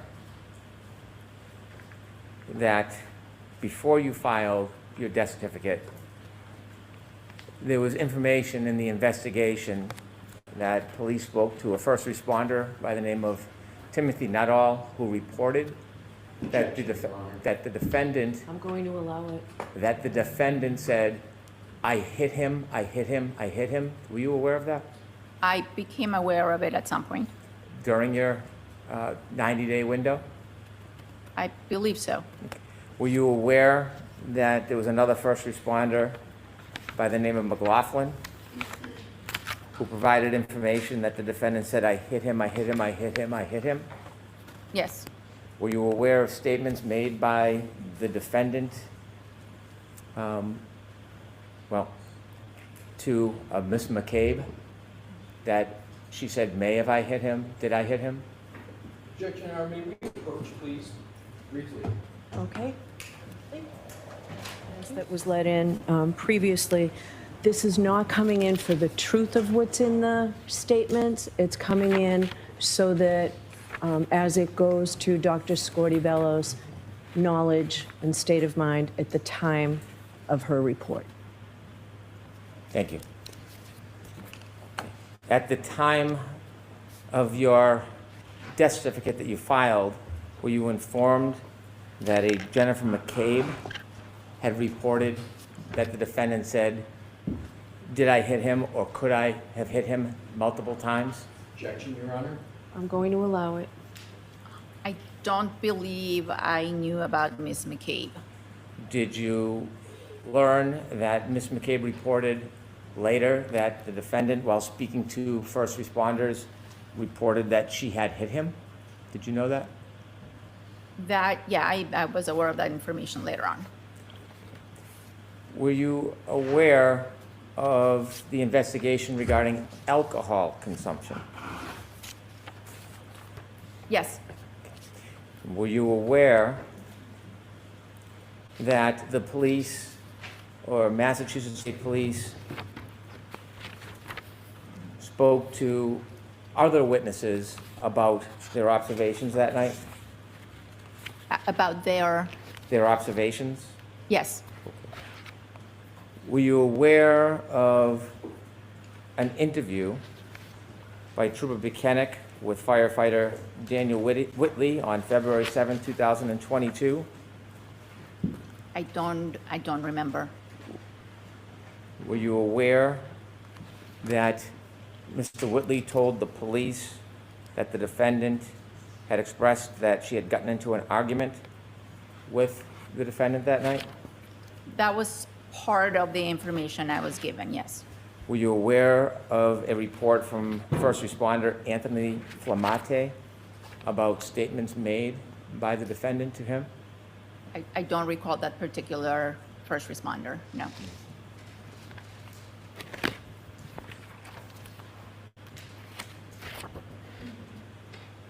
Were you aware of statements provided by Kerry Roberts to the police that the defendant had called her,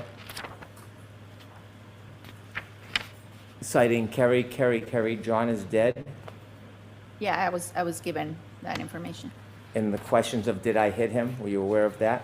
yes. Were you aware of information that troopers had an opportunity to go and speak to the defendant? Yes, Were you aware of the statements that she made to the troopers?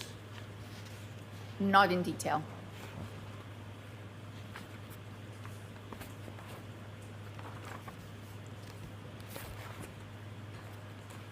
Were you aware that when they spoke to her on January 29th, she informed that she had a broken taillight on her vehicle but did not know how it happened? Objection, Your Honors. I'll allow that. Yes, I was provided with that information. Were you provided the information that she had never observed John enter the residence? I believe that was part of the original information, yes. Were you aware that she informed relative to the broken right taillight she didn't know how it happened? Yes, I was. Were you aware that members of the Massachusetts State Police obtained John O'Keefe's phone and did a forensic data analysis on it? I was not aware of that until much, much later. After you filed your report? Correct. Were you aware of location data that was obtained from John O'Keefe's phone before you filed the death certificate? No, I was not. Were you aware of healthcare data on John O'Keefe's phone before you filed the death certificate? No, I was not. Were you aware of battery temperature data on Mr. O'Keefe's iPhone before you filed your death certificate? No, I was not. Were you aware of voice messages left on John O'Keefe's phone from the defendant before you filed your death certificate? No, I was not. Were you aware of text messages between the defendant and John O'Keefe before you filed your death certificate? No.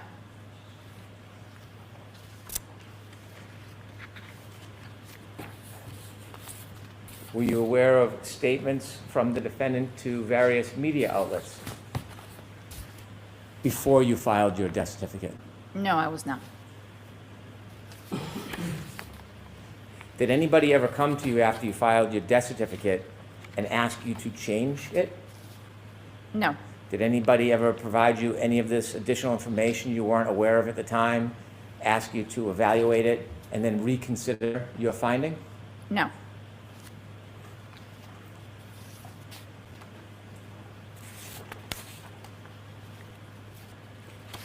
You were asked some questions about impact injuries.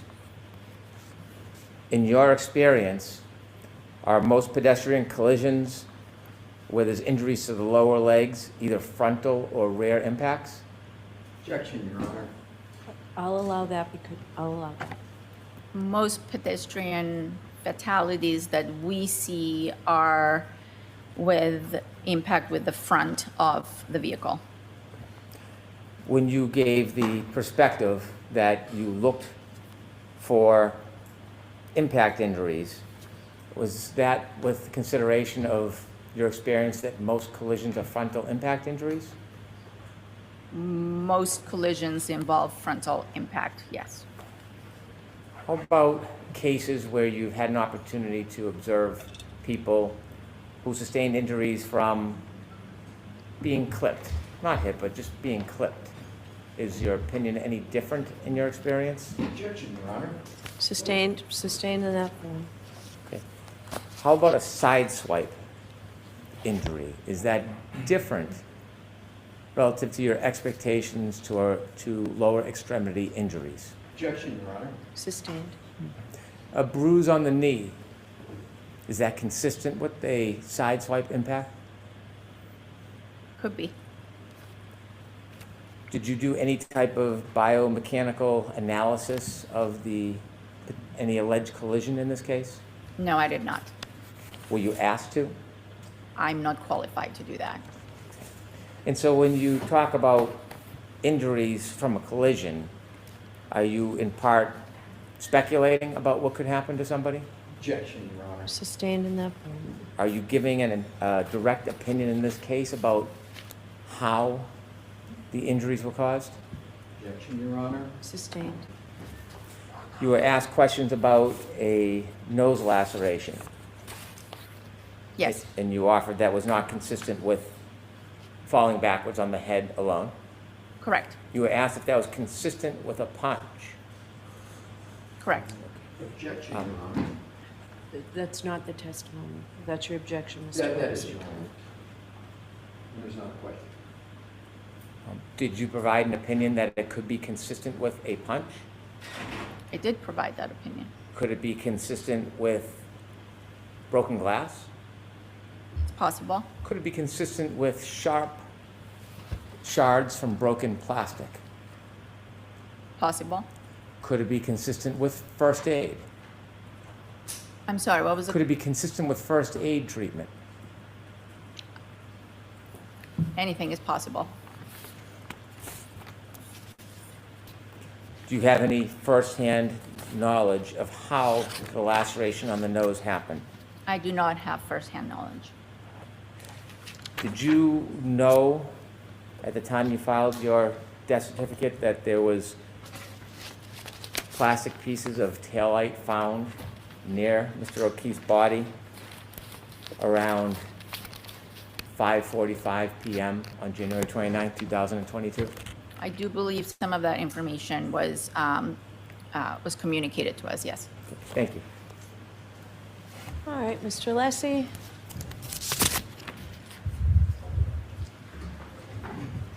Thank you, Your Honor.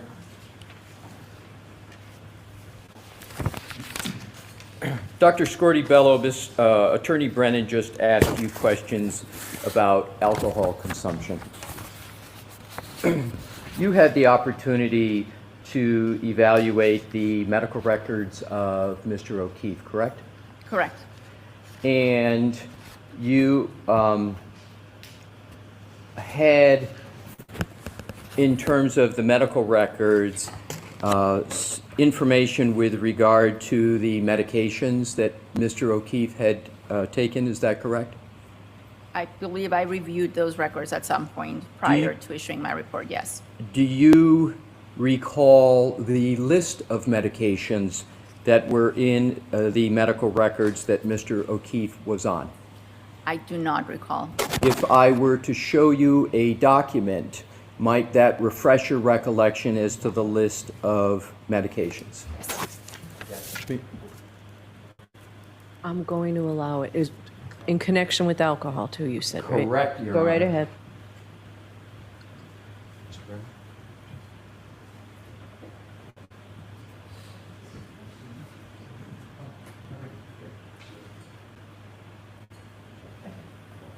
May I approach Your Honor? Yes. Dr. May I, Your Honor? Yes. Dr. Scordi-Bello, may I stand by the witness here to Yes. expedite this? Thank you. Dr. Scordi-Bello, I am providing you with a document. Up at the top it says John O'Keefe, and I would like to draw your attention to medications. And to expedite it, I am going to focus on the fourth item on that list. Can you state what that medication is? The fourth item is omeprazole.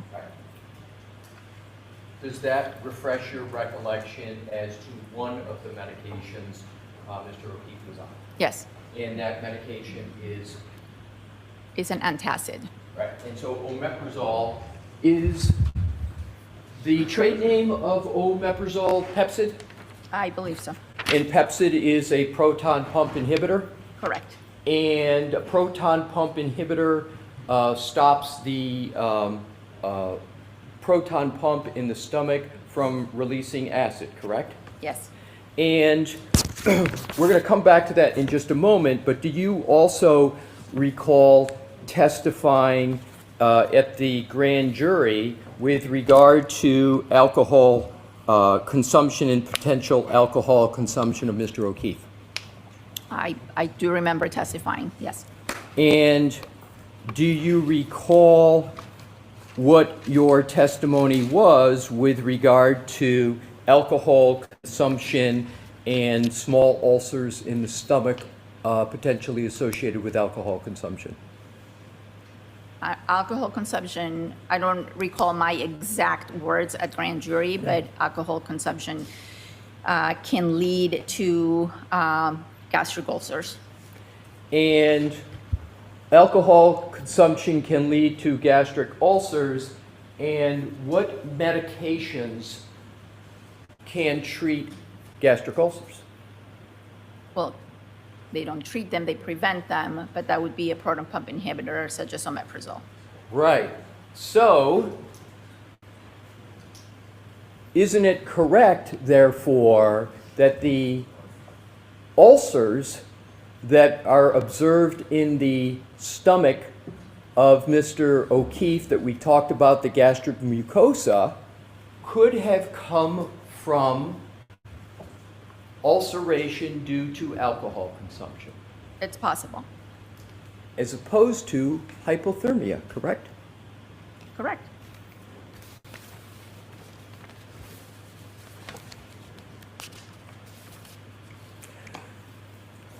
Attorney Brennan asked you questions moments ago, and actually several of them, of which included the words, did I hit him, could I hit him? Do you recall those questions?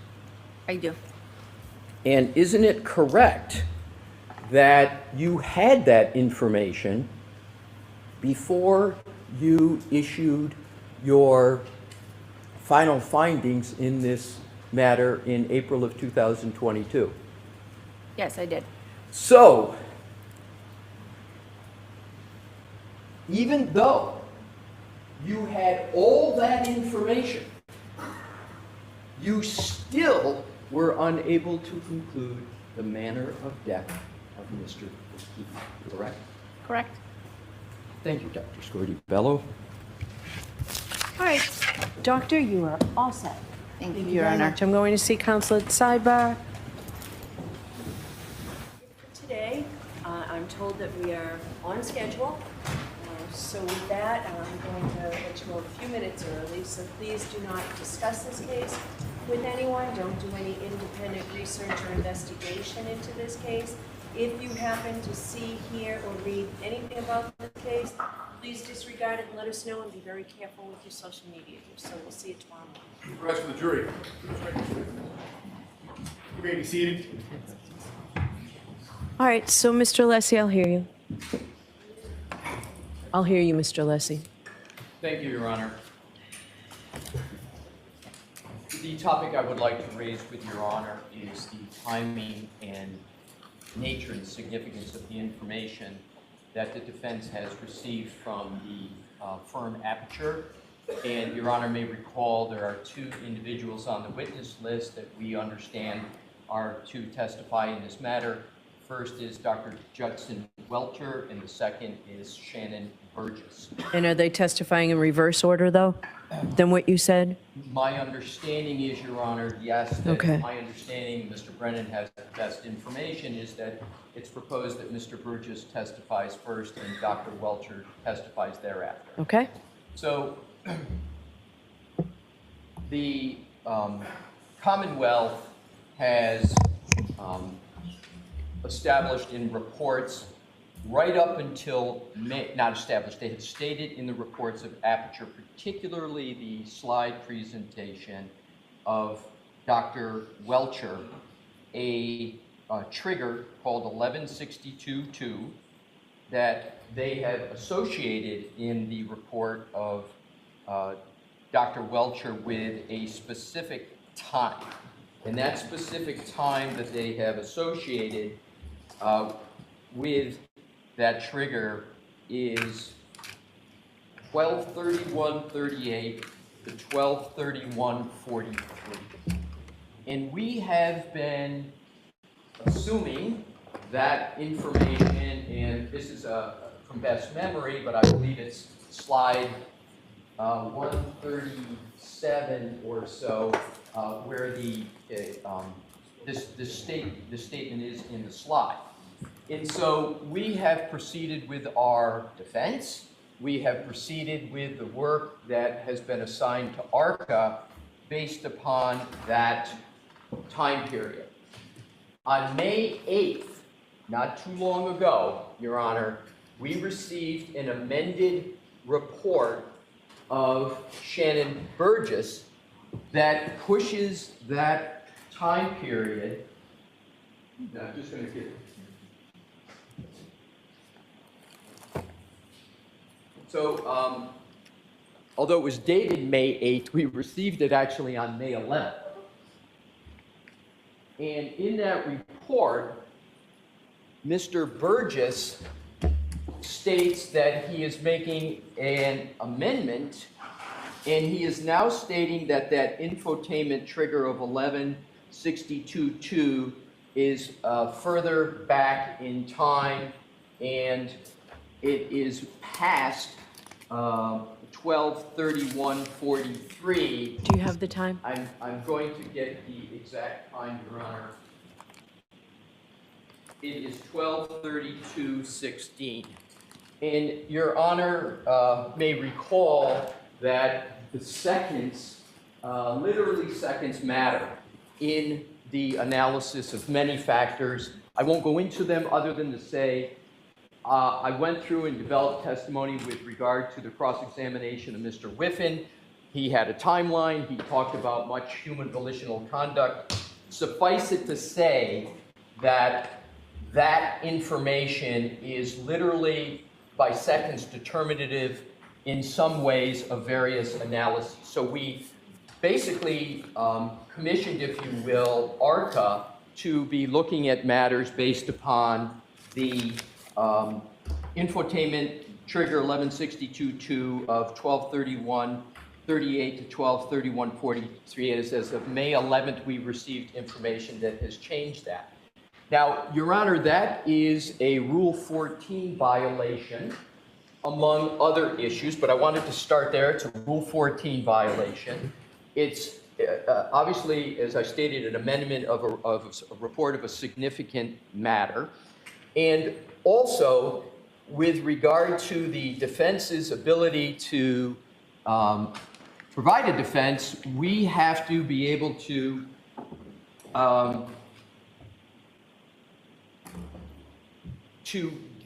evaluate that information in terms of our entire defense. And it's just not limited to ARCA, it's our entire defense. The other data point I want to get to, so the effect it's had, we still haven't even been able to evaluate entirely that. And I believe, Your Honor, based upon the information that I have, that this may have been a calculated matter by the Commonwealth, but even assuming it's not calculated, the effect is pronounced. So what I want to do, Your Honor, is to look at what the reason Mr. Burgess has given, which leads me to be very concerned about a calculation and a strategy calculation here. Mr. Burgess states in his own words that the reason why he is changed, that time is being changed, is to, quote, align the trigger with Mr. Whiffin's analysis. And Mr. Whiffin's analysis is based upon the extraction data from Mr. O'Keefe's phone. And I believe it's undisputed that the extraction from Mr. O'Keefe's phone occurred years ago.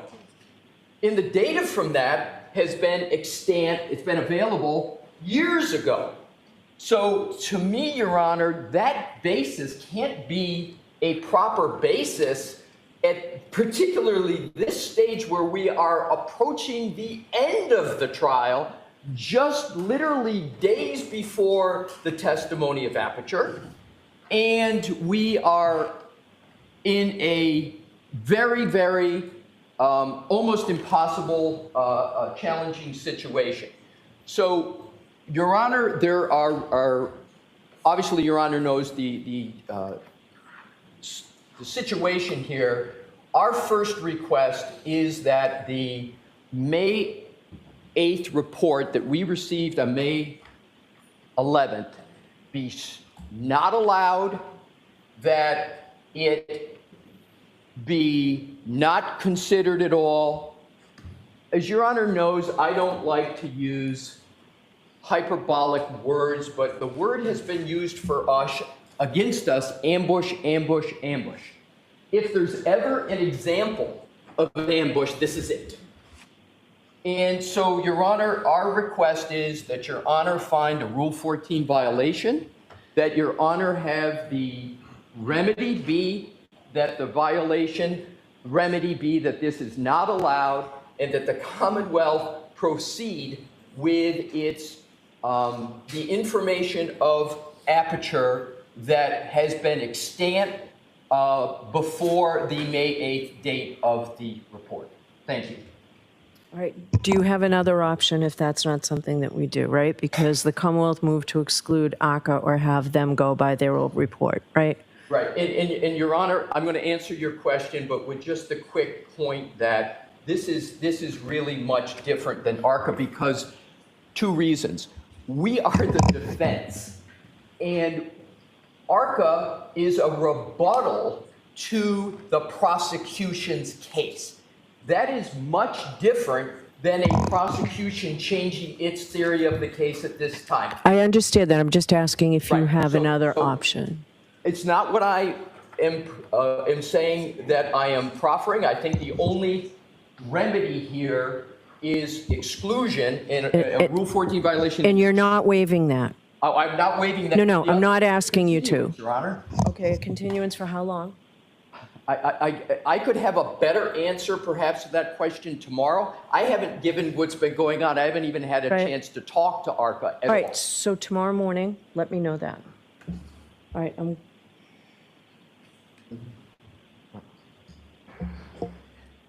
Your Honor, I will do that, of course. And I will also say, without getting into an elaboration of it, we have to look at all the witnesses that we called. I'll give you an example. Mr. Whiffen. I had my whole cross-examination, not whole, but a significant part of my cross-examination of Mr. Whiffen based upon going through human volitional conduct off that phone that was after that 1162 trigger. And a lot of our defense in theory is based upon that's been in existence now for several months. And again, I go to the bottom line that the proffered reason in Mr. Burgess's report is to align with the data on Mr. O'Keefe's phone, and then that's been around for a long time. So that's my answer to Your Honor's question. All right, thank you. Mr. Brennan. Your Honor, this disclosure is not a Rule 14 violation. The Commonwealth, just like the defense is entitled, continues to work on their case and study their case as time goes on. This issue, the relevance of this issue, has been clear throughout the case, including my opening statement. And the issue is that clocks are different. There is a clock in a Lexus that runs on a different time than that of an iPhone. And if you recall in my opening statement, I talked about the fact that there are variances between those clocks. So instead of a moment that coincides happening at the precise second, sometimes there's a variance of time between the two. So the Lexus clock could be at a variance with an iPhone, but the event still could happen at the same time, given the clocks have different times. The defense provided a report by a person by the name of Mr. DeSorga, a noted expert witness who they've listed as a witness they potentially called. Mr. DeSorga wrote a report, and in the report he suggested, based on his analysis, that Mr. O'Keefe's phone always ran late. That means if the text stream data, the black box data from the car, has an event at 12:32:38, 12:31:38, and Mr. O'Keefe's last movements were 12:32:16, last user interaction 12:32:09, there is a variance between those times. We asked our expert to review their expert's report to see if he was accurate, that the variance means that these times would never align. And that's what he did. He studied the data, he studied the ways, he studied the Lexus black box relative to the time. Doesn't change anything, doesn't change the data whatsoever, just adds to the time. What he learned, from his opinion, is that Mr. DeSorga was wrong. He used information from different phones, not recognizing the items that these timelines came from, and that his time estimates are wrong. So then he looked at the time of the event of the ignition, on and off, and he compared that to the Waze data. And when he did, he found that he could identify what the actual differential was. Instead of guessing that it was within the 30-second window, it was somewhere around 21 to 25 seconds. And that 7 minutes before the collision, Mr. O'Keefe's phone was 21 to 29 seconds ahead, which means you subtract that time, which puts it in the same variance that we've been arguing from the beginning, that the collision occurred at the same moment when Mr. O'Keefe last had user interaction, and that reconciles with the data. It does not change the text stream data or the black box information on the car whatsoever. It does not change ARCA's analysis whatsoever. We received this report on May 8th. I was surprised to receive it. I welcomed it. We turned it over on May 8th. There was no delay. It's been a week now the defense has had this information. And so this is not an attempt to align anything. While it may reconcile or identify that variance more closely, it doesn't change any data whatsoever. And so this is not a Rule 14 violation. The effort was in response to disclosures that we believe were wrong by the defense expert, and it is clarified and it is favorable for us. And so we should be able to use it.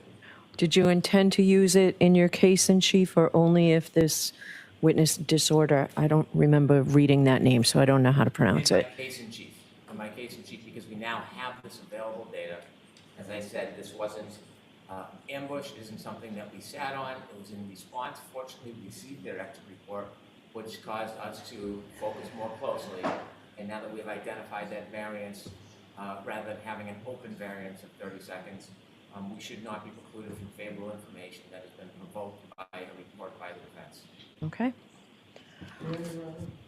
Yes. I'll do it quickly. Okay. Attorney Brennan has provided a lot of information, and he has accurately provided information, but he's got the time completely wrong and the significance respectfully completely wrong. I'm going to hit his 4 categories quickly. He said, he referenced Mr. DeSorbo, who is a defense witness. Two points about Mr. DeSorbo. First, Mr. DeSorbo provided his expert report within the reciprocal discovery deadline. Okay. And he provided that report months ago. Okay. So as I heard Attorney Brennan, he's saying the reason why we're getting something on May 8th is because Mr. Burgess supposedly is responding to that. That was months ago. Okay. The more apt point is, or an even more apt point is, Mr. DeSorbo was responding to the information of Aperture.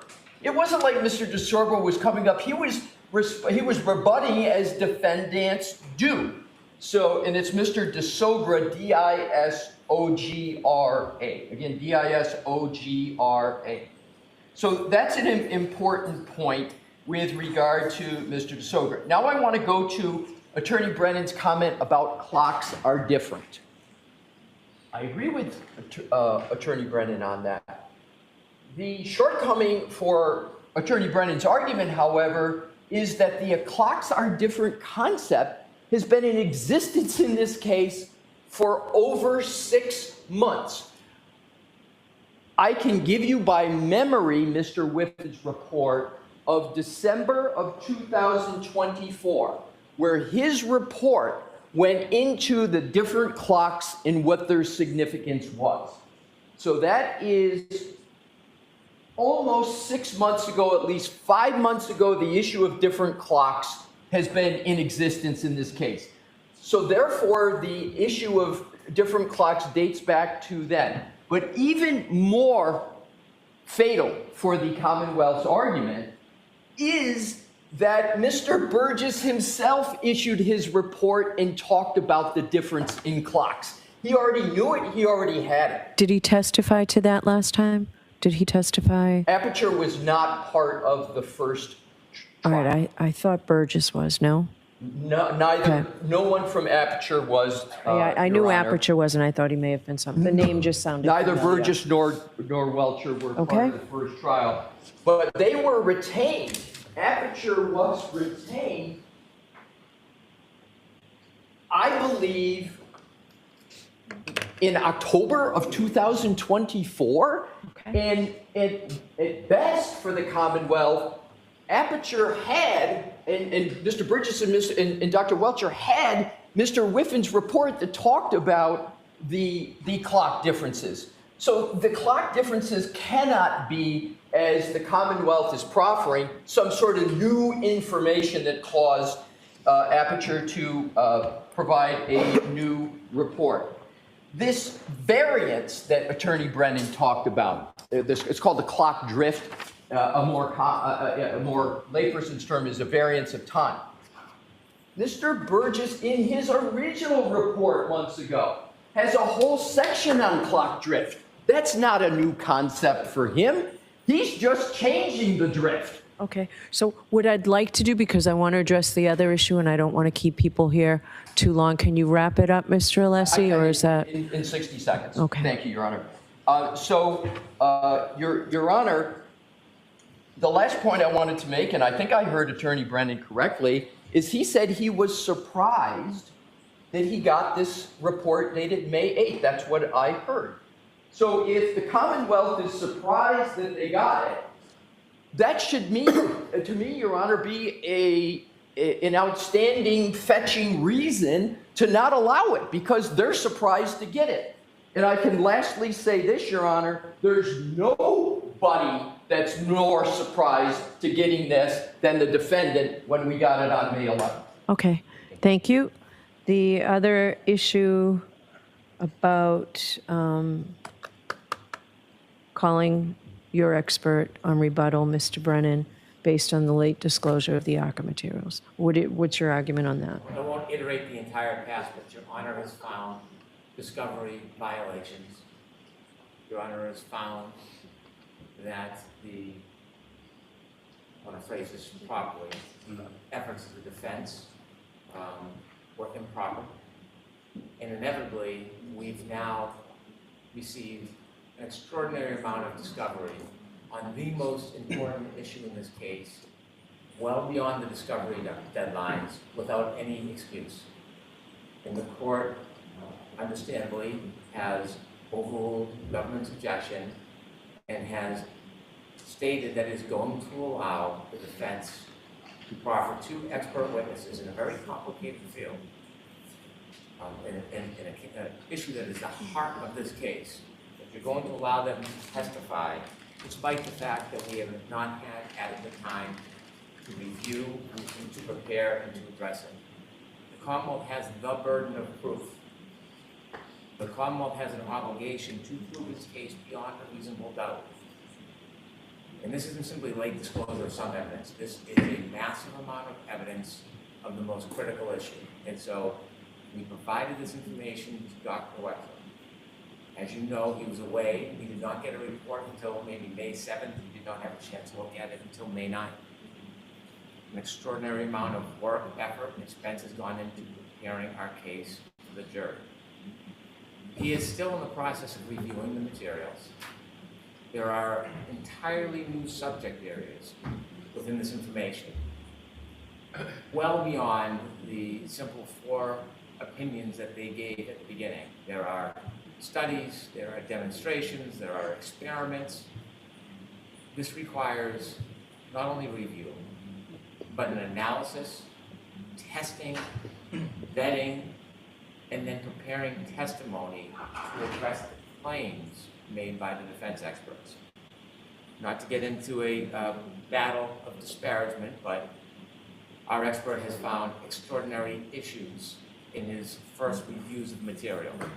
And some of those concerns lead him to need, in his opinion, to actually conduct his own tests to demonstrate the failures of these ARCA witnesses. That's going to take time. You've heard from the ARCA witnesses themselves. With the amount of data they received, they estimated they needed 5 weeks. And they were given 5 weeks despite all the discovery deadline violations. They were given 5 weeks. We did not get the report until May 7th. And so we believe we are entitled to have our expert review all the materials, do his testing, provide opinions. None of that is going to happen anytime soon, because he still has not finished reviewing all the materials. There's many, many gigabytes. He is in a difficult schedule. He is away tomorrow, Saturday. We will go to try to begin to prep at the end of the weekend. There is no way he's going to be able to testify anytime soon and have all of this validation and vetting and testing. So what is it exactly you're proposing? So what we would like to do is have him testify about what he has prepared, that he's had adequate time to prepare.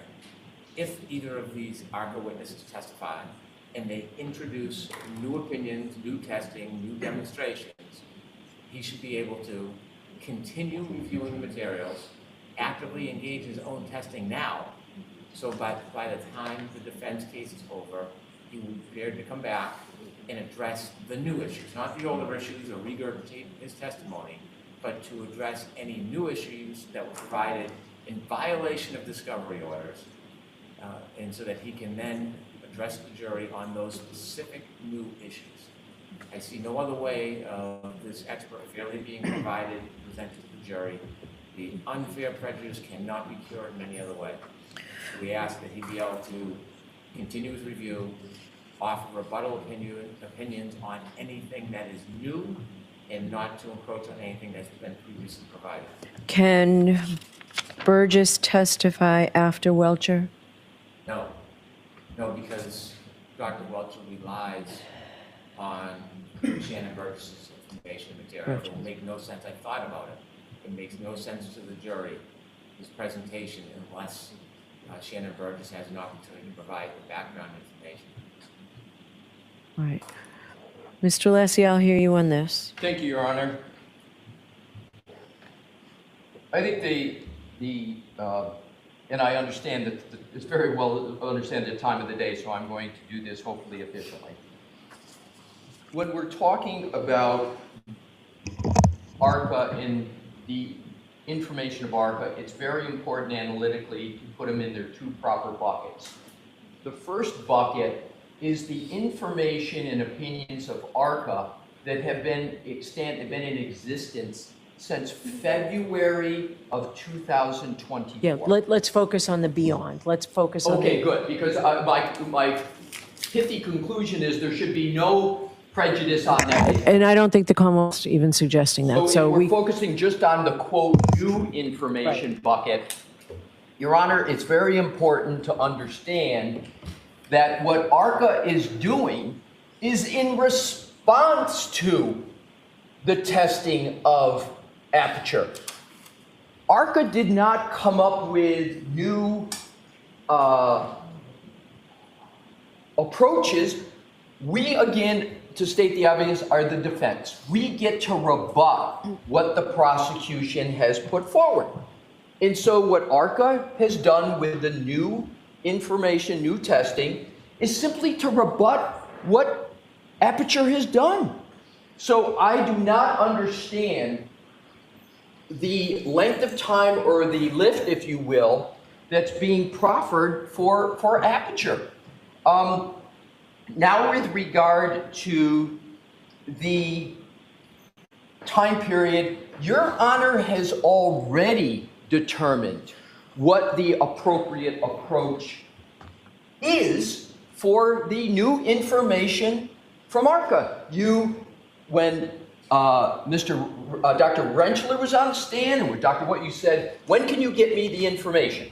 And they said, I think it was May 6th or May 7th, whatever, and they met the deadline. They did it. We proceeded along with the trial with that information. We complied with that request to continually try to claim that there should be ongoing remedies of something that's already been decided. I do not understand. So I did leave open. I did leave it open to address. You did leave open the time, but Your Honor didn't leave open that you were going to continue to address this matter as if the defense is making perpetual violations. There was a determination made, and then the question was the remedy. So I'm just addressing the Commonwealth, positing that somehow there's continuing violations. My final 2 points. What Mr. Brennan is seeking is improper.